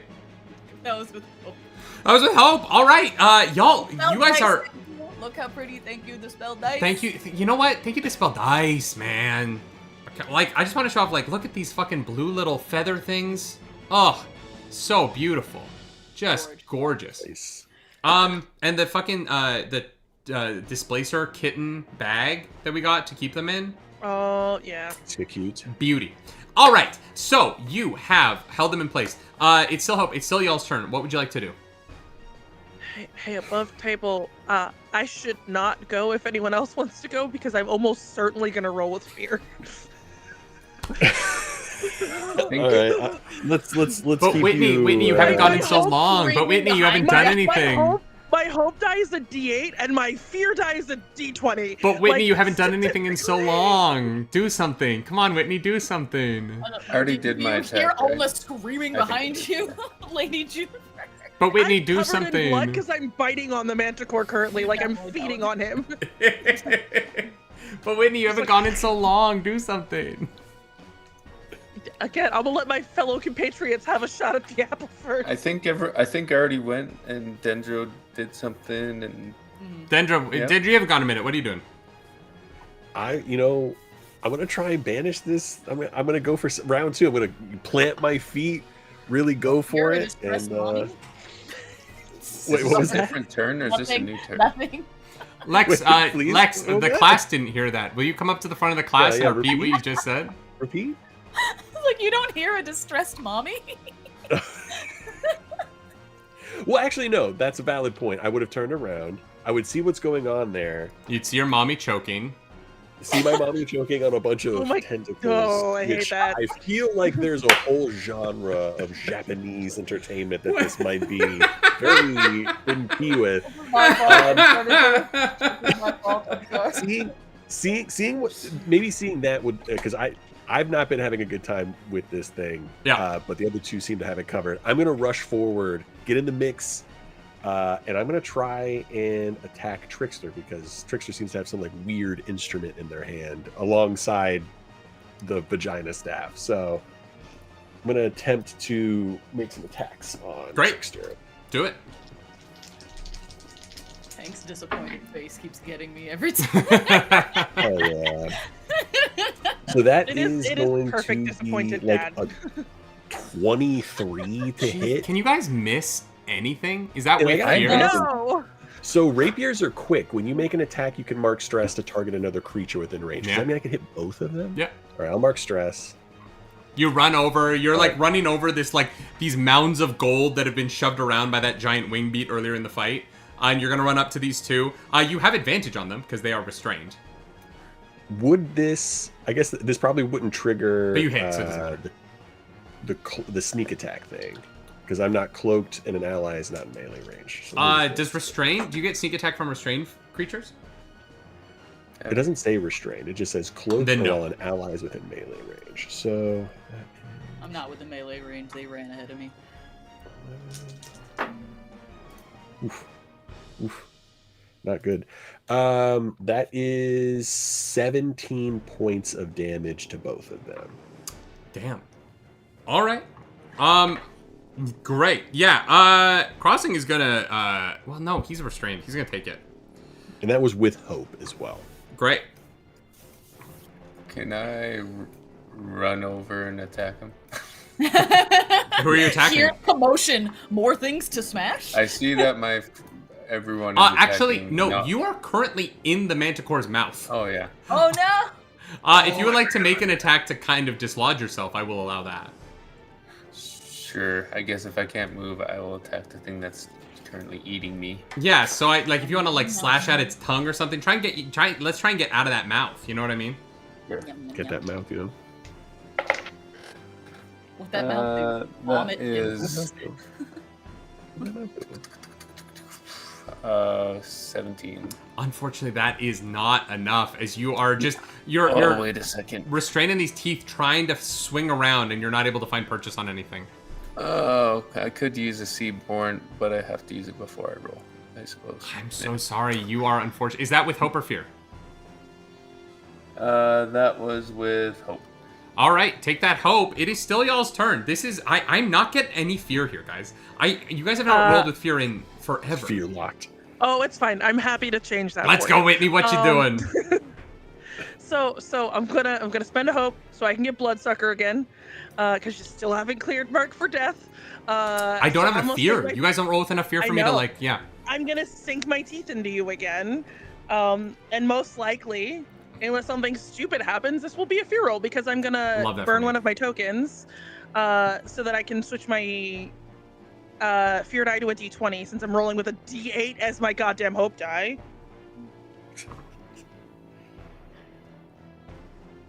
So that's double ones.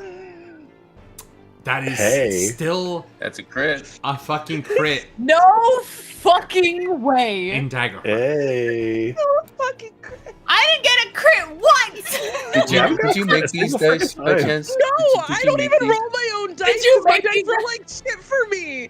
This one's chasing rainbows, and then I don't know who this one is. I don't Have know. you I think it crit was your given to last me. 4 times you rolled? Yeah. I think so. Yes. What the You better How thank am I you for those supposed to dice. do anything if you guys crit every time you pick up your fucking dice? Whitney's stealing all the crits! Sorry. Yeah. GM, Whitney's stealing all the crits, it's my turn! Whitney's stealing the crits! I want a Yeah, crit! where's the fuel of the Look, crits? I was fully prepared My to give turn you with the crit. goddamn fear. It's not my fault. Okay? I was about Fucking to get believable. eaten. I was gonna get eaten. Oh my god, Plus not the 5, snake plus eyes. 6, plus 3, plus 1, plus 42, since I know what it is. It's gonna be 70 points of damage. On the Manticore? on the Manticore. I'm a finisher. I'm gonna just sink my teeth back in. All right. And I'm gonna feed again. As you feed on this Manticore, you are going to reduce its health to 0. So, how much blood can a bloodsucker suck if a bloodsucker is sucking blood? I guess is the question. Does it look like a raisin now? So my lovely mushroom friend would feel the Manticore's body go weak, and if you looked over at its paws, because that's where I bit into it, you just see blood dripping down this fairy's mouth, as she's just covered in it at this point and fully like bloodlusting. Thank you very much. Tank, you feel the jaw of this Manticore go slack as its very life force is drained from it. As it has been bitten so violently and so repeatedly by this very haughty, annoying vampire who doesn't like to be touched unless it is sucking your fucking blood. You've killed the Manticore. That was not supposed to be the bad guy here. So, congratulations. It's just fucking living in its house. You just walked in and murdered it. He was on a pile of expensive things that I want. Yeah, Wait, guys, the message chat, is revive kind of him. haunting. So it's like, to prevent AI from stealing art, we just have to kill all art. Kill it. I think that's what we've come up with. I think that's where we've landed. That's not a good lesson. If no one makes art, then the AIs can't scrape it to make bad art. Exactly. That's how we fix this. Yeah, guys, I think we did it. Guys, we solved AI. There's Look at that us. sociopath test where it's like, your mom dies and you meet this incredible person at the funeral and you don't have any contact information. And so what is your next logical step? It's to, like, if you're a sociopath, it would be to kill my father. At the funeral again. Exactly. Yeah. So that's that's where we're at, I guess, as an adventuring party. For the record, that's not the answer I came up with. I just knew that was the sociopathic answer. Like, let's put that up. I feel like there's so many easier ways to just, like, ask your dad first. You know what I mean? Like, my first step would be like, hey, Dad, who was that person? Why were they at Mom's funeral? And if nobody knows them, why were they at Mom's funeral? You know what I mean? True. I just want to say a huge thank you to whoever just donated so that oh my God, Storm Daddy just gave me 3 fear. Is it just so, like, you can clear marks for death? No. Is that really what okay, wait, what just happened? I critted on you. Storm Daddy is taking... No. Storm Daddy's taking care of me. I get advantage. And you all see from the top of the stairs at the end of this hallway, a beam of light. This small bead flies into the room. And when it gets close to Tank... Ento, I'm gonna get it. I'm gonna fucking get this. Ento, and fucking the frog and the vampire. The frog and the vampire. I'm too dyslexic for this shit. I can't remember all your names. I should have written them down. But then I couldn't read them because I'm dyslexic. You all need to make a finesse reaction roll for me as this little bead of light gets near you all and explodes in a ball of fire. Cash. You know what? I'm gonna use some hope. This does seem like an occurrence for Swashbuckler, dodging random balls of light. If you want to spend hope, I'll allow it. Great ball of fire. Does hope just do something? Oh, I critted. You crit? No, just the way the dice looked in the light. I'm still rolling with a D8, I'm assuming. What is that? What is that I sound? got 15. You got a 15, that's going to be a fail. With finesse? Or a finesse, yeah. I am at 15, which I think that is going to be a fail. Damn it, 18? 18 is a success. You're going to take half damage. Those of you who failed, you are going to take 29 points of damage. And Whitney, you are going to take... Lady Juniper is going to take whatever half that is, which would be 14. Oh. As you see, a very a regular man, like a sort of just kind of a normal dude. He's a ginger. He's disheveled. He's wearing a long brown coat. He's very dirty.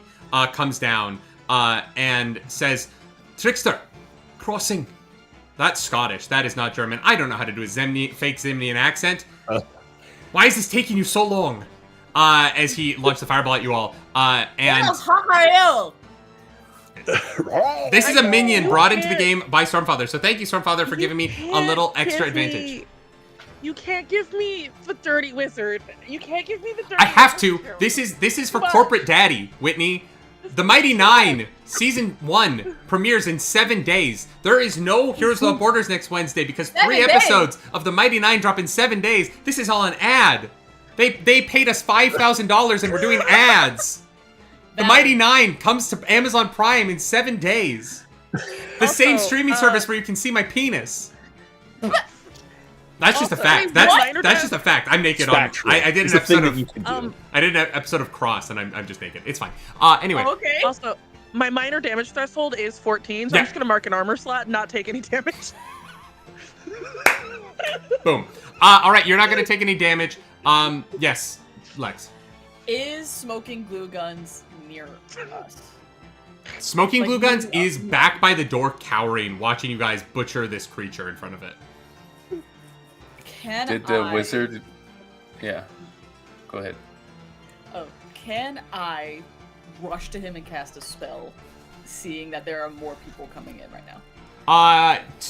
Yeah. Can you rush with the tentacles in your mouth? No, she's gonna drop it. Like she's just gonna close her mouth and it's gonna snap as if she did it, and it's just gonna fall to the floor. And she's going to fly as fast as possible to smoking glue. Yeah. Which is very confusing. Thank you for that, Whitney. Hey, it's only confusing because I'm here. It won't be a problem for the rest of these. You need to take this song out of the playlist. Okay. What are you doing to smoking glue guns here? And she kind of jumps at him and hugs him. Okay. And as she does, the ground cracks beneath them and more vines shoot around and encompass them in a dome. And I cast Wild Fortress. That can put me and one ally. Make a spellcasting roll on a success. Spend 2 hope to grow a natural barricade in the shape of a dome that you and one ally can take cover within. While inside the dome, a creature can't be targeted by attacks and can't make attacks. Amazing. I love that Darrington Press just commented, put that in an official ad for Amazon, in my opinion. What could go wrong? Oh my god. I need to roll higher than a 13 for it to be a success. Great, yeah. Let's go. Bet 25. All right, you are encased. A 12, a 10, and plus 3. You have Grooted yourself from the end of Guardians of the Galaxy, and you're just like you. I'm assuming the vines are also you, so you've surrounded it, and you're just in there being like, "We are Groot." And you suddenly sound like not Dave Bautista. Vin Diesel? That's his fucking name. All right. Let's keep going here.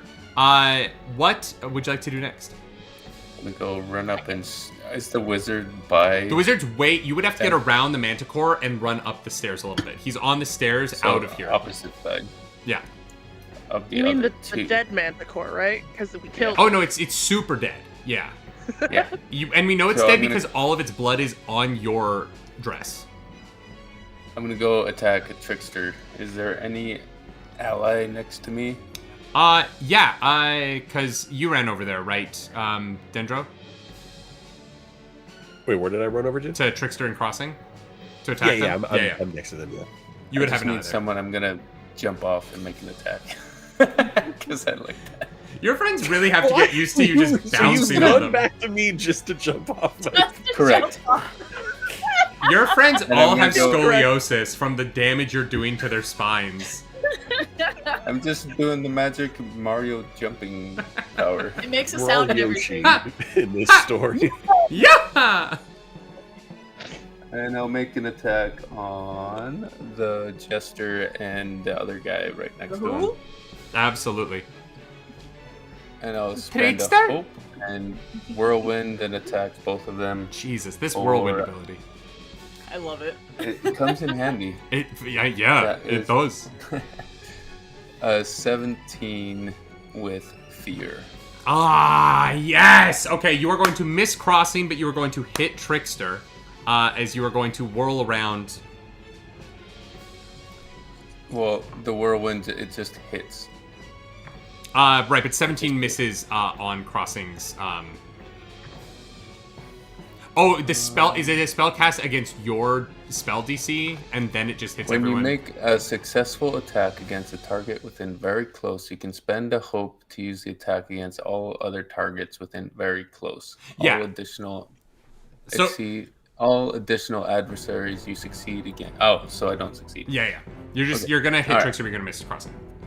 Finally, you guys roll with fear and miss. That's the first time that's happened in like 40 minutes. Yeah. I think it was like still the sun was still up on the west coast the last time you guys gave me fear. And I'm still poisoned, correct? Yeah, you have to mark a stress in order to do this. Additional. I should have been using the Scorpion Tail more. 42 damage. Amazing. Trickster looks really bad. As I bounce off of Dendro and go. Hammer! And comes down. Very good. There it is. As it is now my turn, because you finally rolled with fear after so long. And I got fear from Stormfather. We're gonna do all kinds of things. This is gonna get real intense. First, Trickster is gonna be like, oh my gosh, you guys, I'm in so much pain. Belloc, I'm so happy you're finally here. This has been absolutely awful. These people were supposed to help us, but they actually did help us. And she's going to start running for the Manticore as she's pulling out her device. And she's going to click it on, and it begins to scan the Manticore.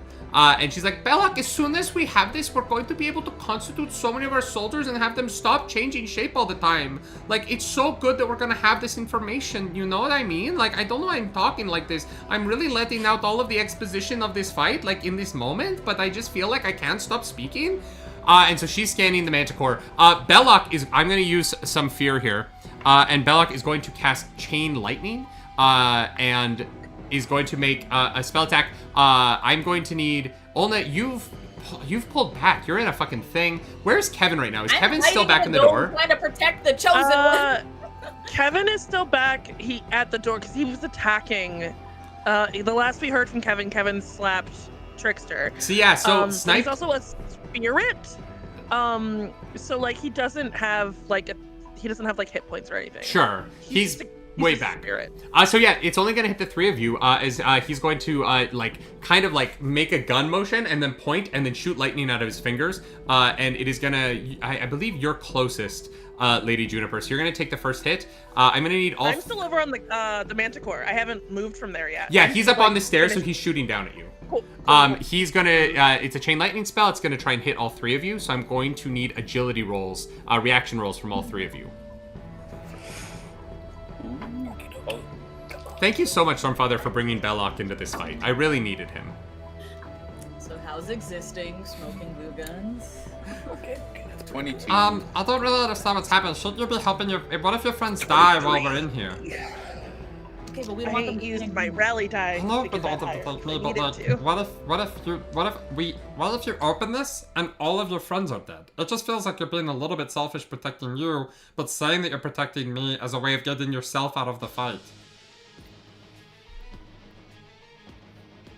I'm just saying, your friends killed the Manticore. It didn't seem to want to fight them. They attacked it out of nowhere. Yeah, I wasn't attacking it. I tried to talk to it. I don't know that I trust you guys that much, if I'm being completely honest. Like, I'm the last trying group to of save people I you, was with seemed toddler. really nice, and you guys have just been hitting each other and attacking, like, the walls and stuff. Like, I've been the nicest one out of the entire group. I've been Like, coddling the kind frog of. and protecting you. Kind of, but you have a weird, like, pseudo-sexual, like, mother-son relationship, but it's also, like, a little bit, like, weirdly, like, You're too young to be LBDL. talking about Pink's child. Stop it. Look, I am the child of prophecy. I don't know what that means, but, like, I am the child of prophecy. I know things about Which creation, is why man. I'm saving you in this dome. I know, I get that, but, like, you really shouldn't treat that frog like it's your baby.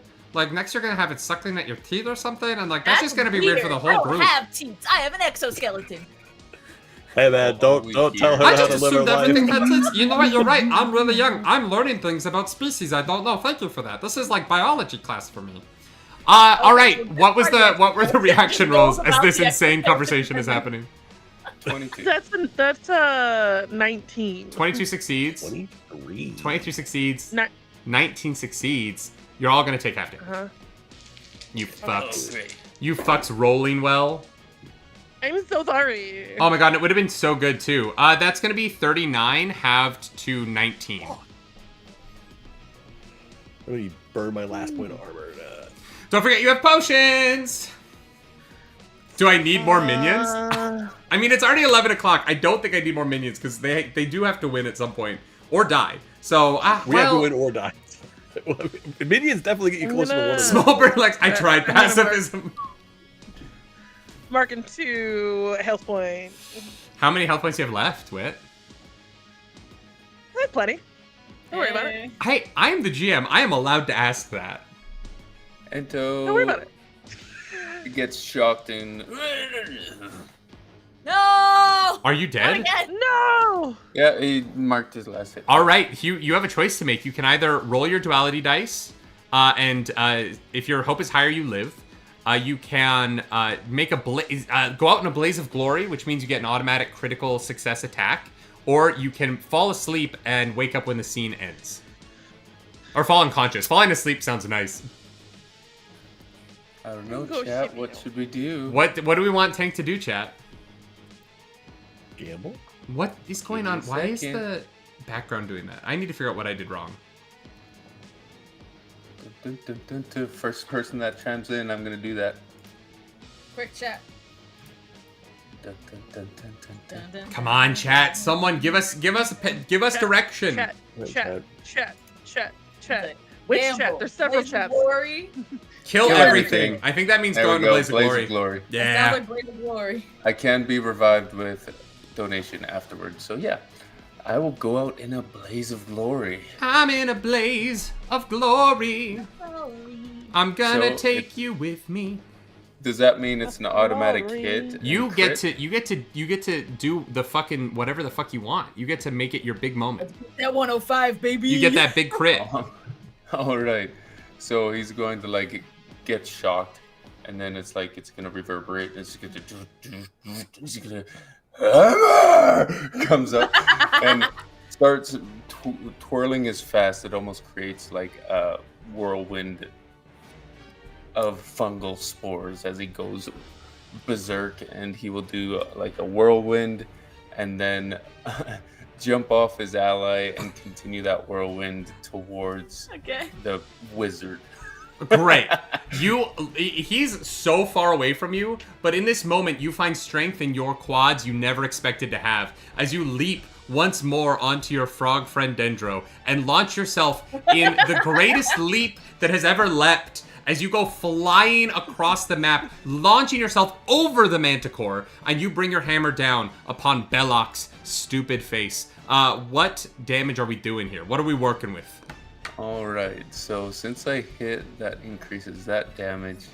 We are doing 42 before rolling. Let's roll.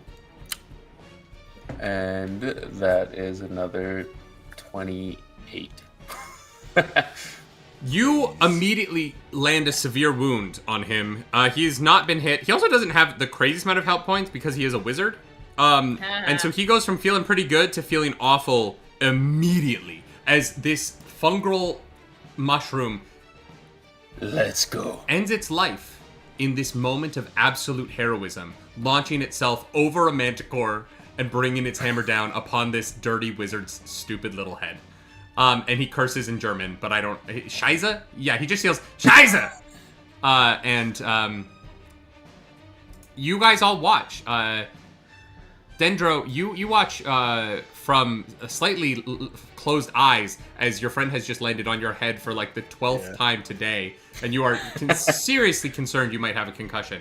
As you watch him, and ETE over here. you've seen him crash through buildings and walls and roofs. You've seen him take obscene amounts of damage, but this is the first time you see him fall after landing a hit, and he lays motionless on the stairs at the end of this room. And you all witness, except for fucking I'm Olna, just who giving a doesn't biology know. lesson of an exoskeleton to a toddler. You all watch your friend die, and it is a very sad moment. But the fight continues. The fight continues, chat. Cursing this guy. 07's in the chat. Who's going next? I will pop a potion real quick. Great. Healing. I'm gonna do just regular. Gives me some hit points back. So I'm gonna get 3. You taking that moment to pop your potion, I'm gonna take. I'm gonna spend a fear. And Crossing is going to attempt to run you through with his sword. I mean, you gave me an opportunity. You opened the door. That is a natural 6. That does not hit you. What's your evasion? 13. Oh, close, but no, it doesn't hit Close. You know what? Just because you said that, I'm gonna pop 3 hope and do rogue's dodge, just to make sure. Just to buff that up a little. It already missed. It already missed. I know, missed. but I'm worried now. You just spent hope for it to what? No, just just to buff it up a little. It already missed. Better safe than sorry. I'm gonna Better lose my safe mind. than sorry. All right. I have a lot of hit points. The spotlight is on y'all again. What do you guys want to do? I just went with the potions. So somebody else want to go? Okay, so my eyes are actually a bunch of tiny eyes. I'm just saying, yeah, maybe your friends are dying out there and you just don't know. That's sad, right? Whitney, what are you doing? I'm going to turn and drop this manticore's hand from my mouth. And I look like Carrie from like the movie Carrie, so covered in blood. Absolutely. And I like let my wings lift me up off the ground ever so slightly, and I turn and look at this trickster who is scanning the manticore. And from a thigh holster, pull out a dagger, twirl it in the air, pick it up, and just go and plunge it in her. Great. Your hope die's a D8. Your fear die's a D20. My fear die's a D20. And I'm going to use, I'm going to burn a hope to use the experience. Negotiation is optional. Yeah. That feels apt. So this is going to be a +5 to this roll. Amazing. That is almost certainly going to be with fear. And it's not going to be a crit. That's too freaky. It's not a crit. It is with fear. It is not a... That'll be a 30 to hit. What? So we're to 15. I think my Wi-Fi dipped for a second. It's a 30 to hit. How? Okay. Yeah. Sure. Why not? Am I back? Now? Yeah, no, you're here. We heard you. You just said you rolled a 30. So Oh, okay. Yeah, I rolled a 30. 25, so you rolled a 25 plus 5. Damn. I rolled a 25 plus 5. Damn the damn. Okay, yeah, you hit. I think a 30 connects. Somehow. Can that be like 2? I will. I mean, it should be. I will spend Her a stress. AC's for her, it's her difficulty's 15. I will mark a stress to mark her for death now because my previous target is dead, so I can mark someone else for death. Tank. What'd you do? Tank just paid to resurrect himself. Yes! I did notice that the total jumped up $150. I was like, I respect that. Thanks, chat. I respect that so hard. Hell yeah! I was literally paid to name like the NPC we're all shepherding across this campaign after their company.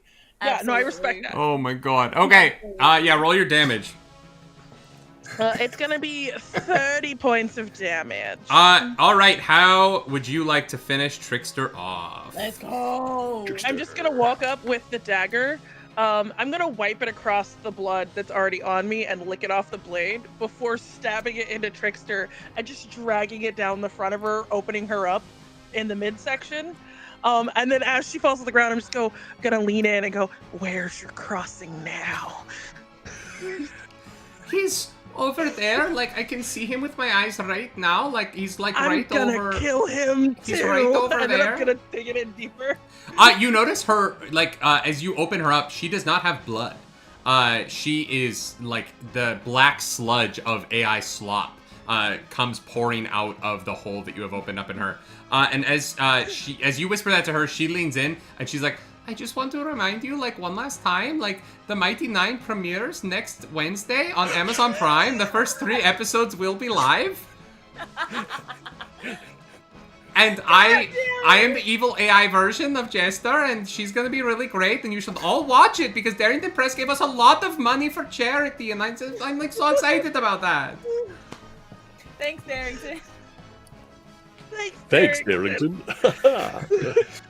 All right. Brought to you by Darrington Press. This was the ad copy they gave me, so Yeah. they're like, you have to do your best Jester impression in episode 2. They did not. I want to be really clear. They did not say that. In fact, they're probably furious that I'm doing this right now. I will get notes later. All right. They are dead. What? Was that with hope? That was with fear, by the way. Fuck it was yes. With fear. My D20 is my fear die. Amazing. Well, I have so much advantage, and I have so much fear, and my characters are not doing well. So, Tank, you're at full health. But I'm gonna have my crossing. He is going to use his special ability I made up for him. Based on my love of One Piece. Just now. Eldritch Gatling. Some people cast Eldritch Blast, but he has a Gatling gun. So he is going to leap over you to the other side of you, and he's going to turn and he's just going to start peppering Eldritch Blast. This is going to cost me some fear, but I think it's going to be worth it. So he's going to land 2 blows on each of the 3 of you. Or he's going to, yeah. It's his big move. That is going to be 20... so on Ryan, this is on you. 23 to hit and a 17 to hit. Both of those hit, yeah. Great. Tank, that is going to be a 18 to hit and a 11 to hit. 18 hits. Great. And Whitney, that is going to be a 11 to hit and a 12 to hit. That doesn't hit the Fucking Lady Juniper Coriander. Unbelievable. He's like, you just... Go! I thought that she and I were going to have a romance that slow burned across our many adventures together. But you took her from me. Culminated in a wedding in New York City or some shit? No, I don't bitch, you know gonna what die. New York... I don't know what New York City is, but... all right. City. So that is going to be... no. That is going to be 36 points of damage for each hit. So you're going to take... Ryan, you're going to take 2 hits of 36. They're separate. And Tank, you're going to take 1 hit of 36. Dead. As these blasts slam into you, what would you like to do? Do you want to roll to see if you live? Do you want to go out in a blaze of glory? Or do you want to fall unconscious and wake up when the scene is over? Gamble! Let's go! We're gambling, chat! Get that crit! It's a crit. A 5 and a 5. There's best time to simply crit. no fucking way. I called it! There's simply no I'll take a picture of fucking it. way. Take a picture of it. Hell yeah. there go. just isn't a I was due. fucking I was way. due for one. I'm the only one who hasn't crit. Does Critical Role Stats know how many crits that is tonight? Oh, R.I.P. That's too real. I knew that would get That's too Whitney. real. I knew that would get Whitney. Too real. All right, Yep. put those 12 points back into healing and fucking stress. You're probably at full, right? Yeah, oh yeah, I don't have a lot of this. Well, What? it's so easy. The next cast has to TPK. Like, there's no way they're gonna roll above a 6 the entire session. It's only fair. We're sucking all the juju out of Heroes Without Borders is what's happening. All right. And with that, Belloc, I have a little bit more fear, so I'm gonna spend it. Belloc is going to attack. Oh, wait. Wait. I have an advantage. Whitney, I'm re-rolling one of those attacks on you with advantage. Oh no. Does a 15 hit? Hit me? Yeah. No. No. Fuck! No. Never mind. Sorry, Stormfather. We tried, man. You and I. Do you know what's crazy? Do you know what's absolutely crazy? Your evasion is 16. My evasion is 16, but that's before I mark the stress for flying, so I can get my evasion up to an 18, motherfucker. Oh, okay. Yeah. That makes sense. All right. I fucked up the overlay today. I don't know why it keeps going black. All right. I'm gonna pass that back to you guys since. I'm gonna smash a dirty wizard. Oh, you're over there with him. No, he's so weak. Oh no, he's it. all Do alone. Tank. That is 17 Yeah, with hope. the P on that hope tank. You popped the shit out of that. Yeah, that hits. Gotcha. I'm gonna tell you right now, if you do severe damage to him, he will die. Do it. I'm just letting you know. That is 34 damage. Lay out. Give me a little story. How do you end this dirty man's life? We just did like a crazy whirlwind spore attack, laid into this wizard, and just went down. And then, for some reason, the vines from our friend come over and creep into his back and give him a little jolt. And comes up, he jumps up, hammer again! And just takes his gemstone hammer and just like crushes this dirty wizard as he just splats. And the black goo of AI slop splashes all over the tile here as you have pulverized this poor wizard. He had no armor. He's just a dude in a jacket, man, and you just crushed him into the stone. Sorry. Crossing is the only one left. That was with hope though, so it's still y'all's turn. What would you like to do? I'm gonna jump in front of Crossing, with like swords drawn, and then I'm just gonna make a little rune circle on the ground, and then immediately blast him back. Jesus Christ! And he's gonna take. Did you just do like a little truffle shuffle? A little truffle shuffle. I swear to God, you can't keep getting away with this. He's gonna take 15 points of damage. And he is knocked back to very close range, but that'll be my turn. 15 points of damage? Alright, he's gonna take a minor wound. I'm gonna try and push him away from the giant monster. Amazing. I assume he might have a scanner too. That's a good call. Alright, Ryan, you get advantage. Valve Max says you sound like Archer, and they're fond of that. Thank you. Oh, hey! Valve Max. I recognize that name. Okay. Was that with hope or fear? That was with hope. Great. It honestly, I don't even know if that actually is one for either one because it's just a damage roll. It doesn't. There's no spellcast roll. Marks. Yeah, I just no. It's just damage. I just have to mark stress, which I need to do. Damn. Okay. Yeah. Mark that stress. All right. What is the next action? What's going on inside the little green tent? Ulna has made cards out of leaves, and they're just playing like Go Fish. Aren't you like morbidly curious? Like, what's going on out there though? Like, you seem really content to play. Ulna kind of just like, I'm trying not to do this sexually, but like opens the vines a little bit. What is sexual about that? I was like gonna do this, and I was like, wait. My brain went somewhere bad. So she's just gonna like open it a little bit and be like, is anyone dead? I mean, yeah. When you open that, you see that Ento is dead, and then a bright white light flashes, and you just hear, Tank Tolman! Ba, ba, ba, ba! And he gets back up and kills the wizard. You're like, nah, they're good, and you close the window. All right, Whitney, what are you doing? Is this just because you know I'm gonna roll with fear? Like, is that? No, that it's just what- because is that everyone what else this is is gone about? since you last went, so I'm trying to. Oh, cool. I'm gonna fly over to Crossing with the blood still of, or I guess the acid blood of his beloved trickster. That's really still on my fucked. blade. That's dark. And I'm just gonna go and stab him. Yeah, that makes sense. I'm gonna stab him. Gonna burn the hope again for negotiation is optional because I'm negotiating with my dagger.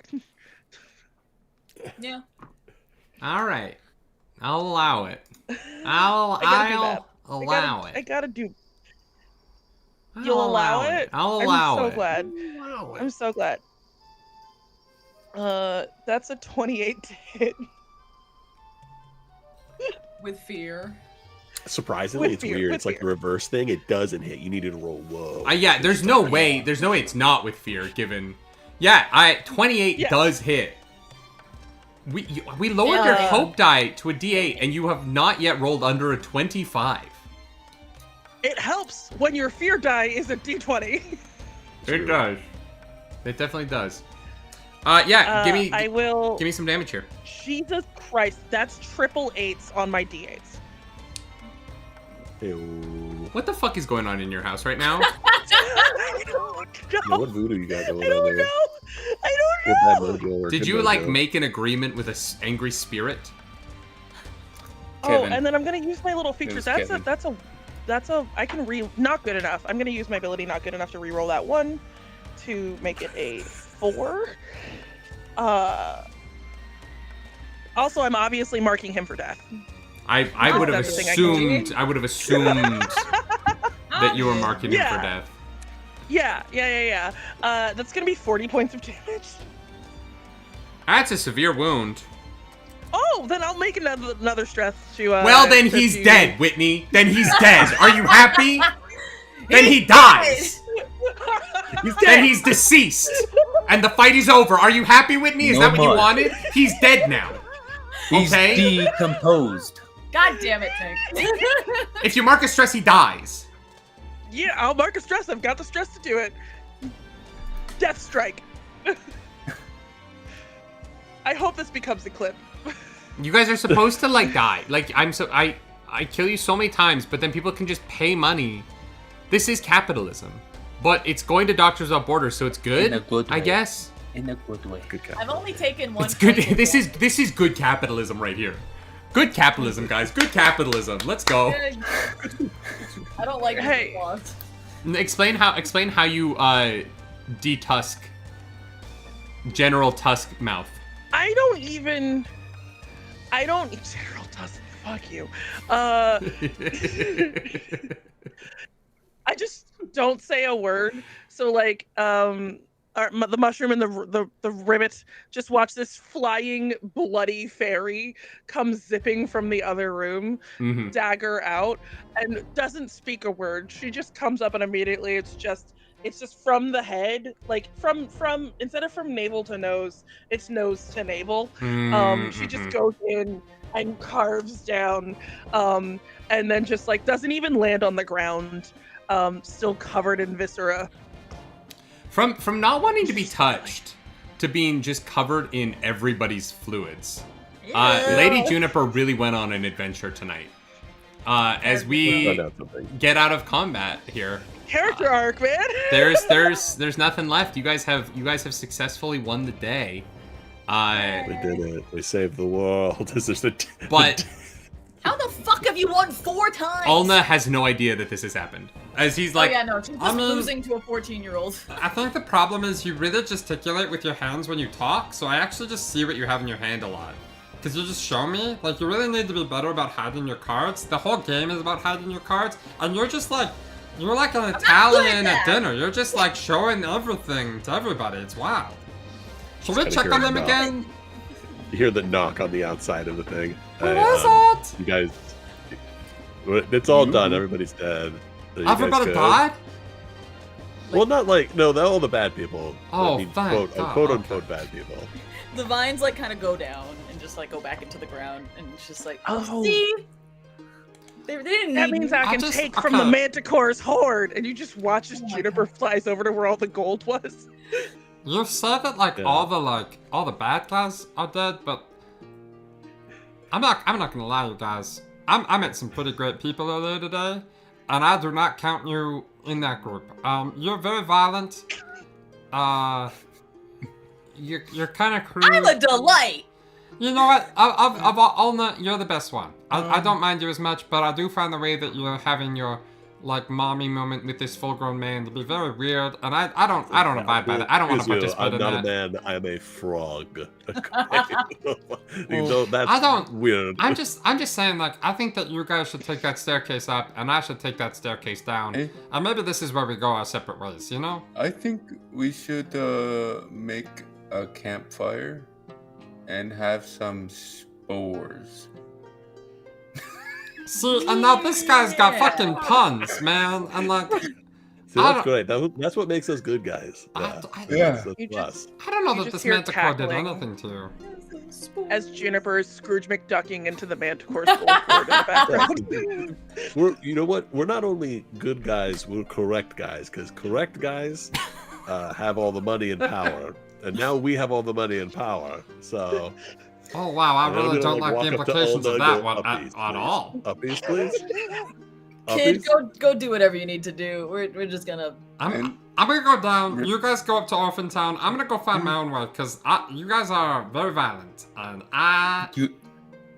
Yes? You need to train and get stronger. Do some pull-ups so you're not Stroganoff again. Oh my god. You watch a brain cell die behind his eyes. You watch something in his brain physically snaps. Just something shifts. And that's the last Ento with her fucking limpy staff, just like he turns to the Nothing stairs broke him. and he walks away and he gets to the stairs and he descends down the steps. You guys don't know where the stairs down go here, but they descend down into the depths of Mount Creatizo, and you know your path is up. But you take some time to collect the gold, to loot whatever treasure you would like. You clean off the slop that gets on some of it, where the Crossing and Trickster and Belloc died. And with that, you guys have successfully completed Heroes Without Borders Episode 2. Woo! Let's go! We went a little bit over, but what a fun session, guys. Thank you so much for being here. Thank you for getting us over $15,000. We have officially raised $15,343. 343, great number. For my childhood. Anyway, y'all, let's go around. Clarkson's gonna come up here with the bowl. We're gonna do another giveaway, but let's go around and tell chat what you do, how they can support you, either with follows or financially or with any other. Just tell people what you do. You guys know how to pimp yourselves out. I mean, that's not what I meant. That's not what I meant. That's not what I meant. That's not what I meant. Are you gonna follow that up by asking the black woman to go first, Dirty? No, Is that no, how I'm it's gonna not. go? I meant to pitch yourselves or plug yourselves. That's the fucking P word I was going for. Anyone but Whitney, you know please how you talk. want to pour yourself out for money, right? Speaking of, The Mighty Nine is coming to Amazon Prime on the 19th of November. Remember, 3 episodes are dropping. We will not have an episode that night, because how could we compete with them? You heard my jester voice all night. It was not good. Someone else talk. Perfection. All right, I'm Tank Tolman, wholesome, nerdy gym trainer. You can find me all over the internet, Instagram, Facebook, TikTok, YouTube. And yeah, I guess I opened up one-on-one training. So if you're looking for wholesome encouragement to have fun with your fitness and to train at home with fun things like hammers and stuff, hit me up. Hit me uppies. Absolutely, Uppies. Tank.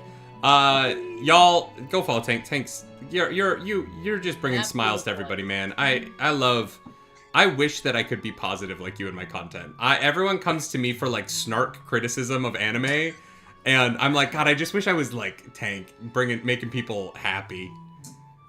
That's what I do. Yeah, it is, man. Ryan. Hey, I am Ryan. I go by RunDMG online. You can find me in most of the places, Instagram, TikTok. I do little skits. I do informative content about Dungeons and Dragons and how to be a dungeon master occasionally. If you want to pay me money, I have a coffee and I got a Patreon. I don't post anything on those. You're paying for the fun of it, not for any kind of content. So don't get any ideas. But yeah, this was a blast. Thank you so much for having me. I did this last year and it was a blast too.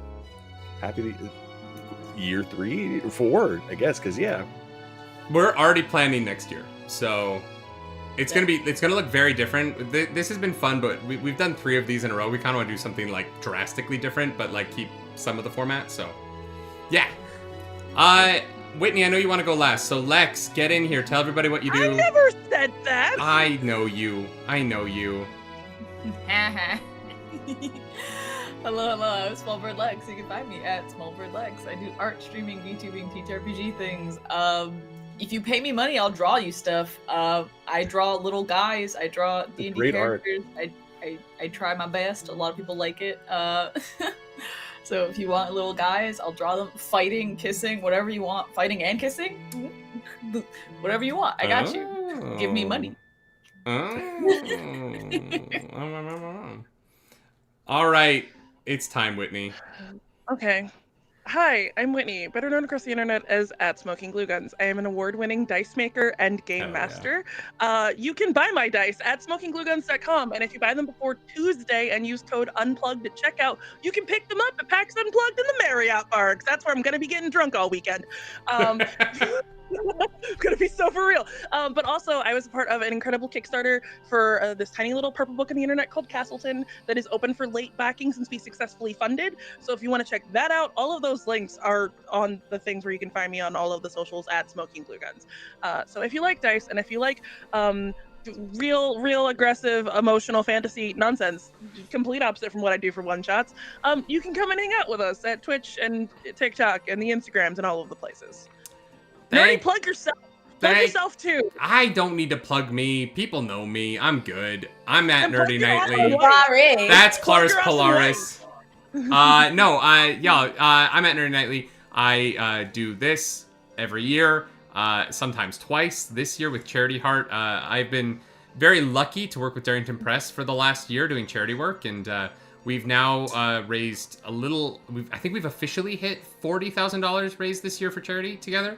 So I don't need to plug myself, but I would like to plug our incredible sponsors. Crescent Moon Alchemy Company, thank you so much for donating the bags. They make incredible adventuring gear. You should definitely go check them out. We're not giving away a bag tonight, but if you donated, you will be entered into our giveaways for the 4 remaining bags later on. We also are sponsored by Hero Forge. Hero Forge is the site where you can design and print your own minis for your table. They have so many options. It is absurd how many different little options they can bring to your little guy or gal or non-binary mini. So make sure you go check them out. They now have Daggerheart options, which is incredible. You can make Daggerheart in the Simia, Fungrel, and the Ribbit races. They have special little packs for those. Very cool, along with some additional like paint things if you want to pay for their painted mini thing. If you don't want to paint it yourself, which I don't. I'm not good at painting minis. I do it weekly in our audiobook reactions, and it's not good. I am bad at it, but my wife always cleans it up. We're gonna now pull something for a Hero Forge giveaway. That's right, Kevin Morris, you just won something from Hero Forge. You'll be getting a code in your email soon, and you'll be able to use that for a nice little free little Hero Forge thing. Thank you so much to Hero Forge. Our final giveaway sponsor is Dispel Dice. Dispel Dice are the dice I've been rolling all night, the only dice on the table. Thank you so much to Dispel for all the things that you do, for sponsoring the stream last year, being our only returning sponsor for Heroes of Borders 2. So thank you to that.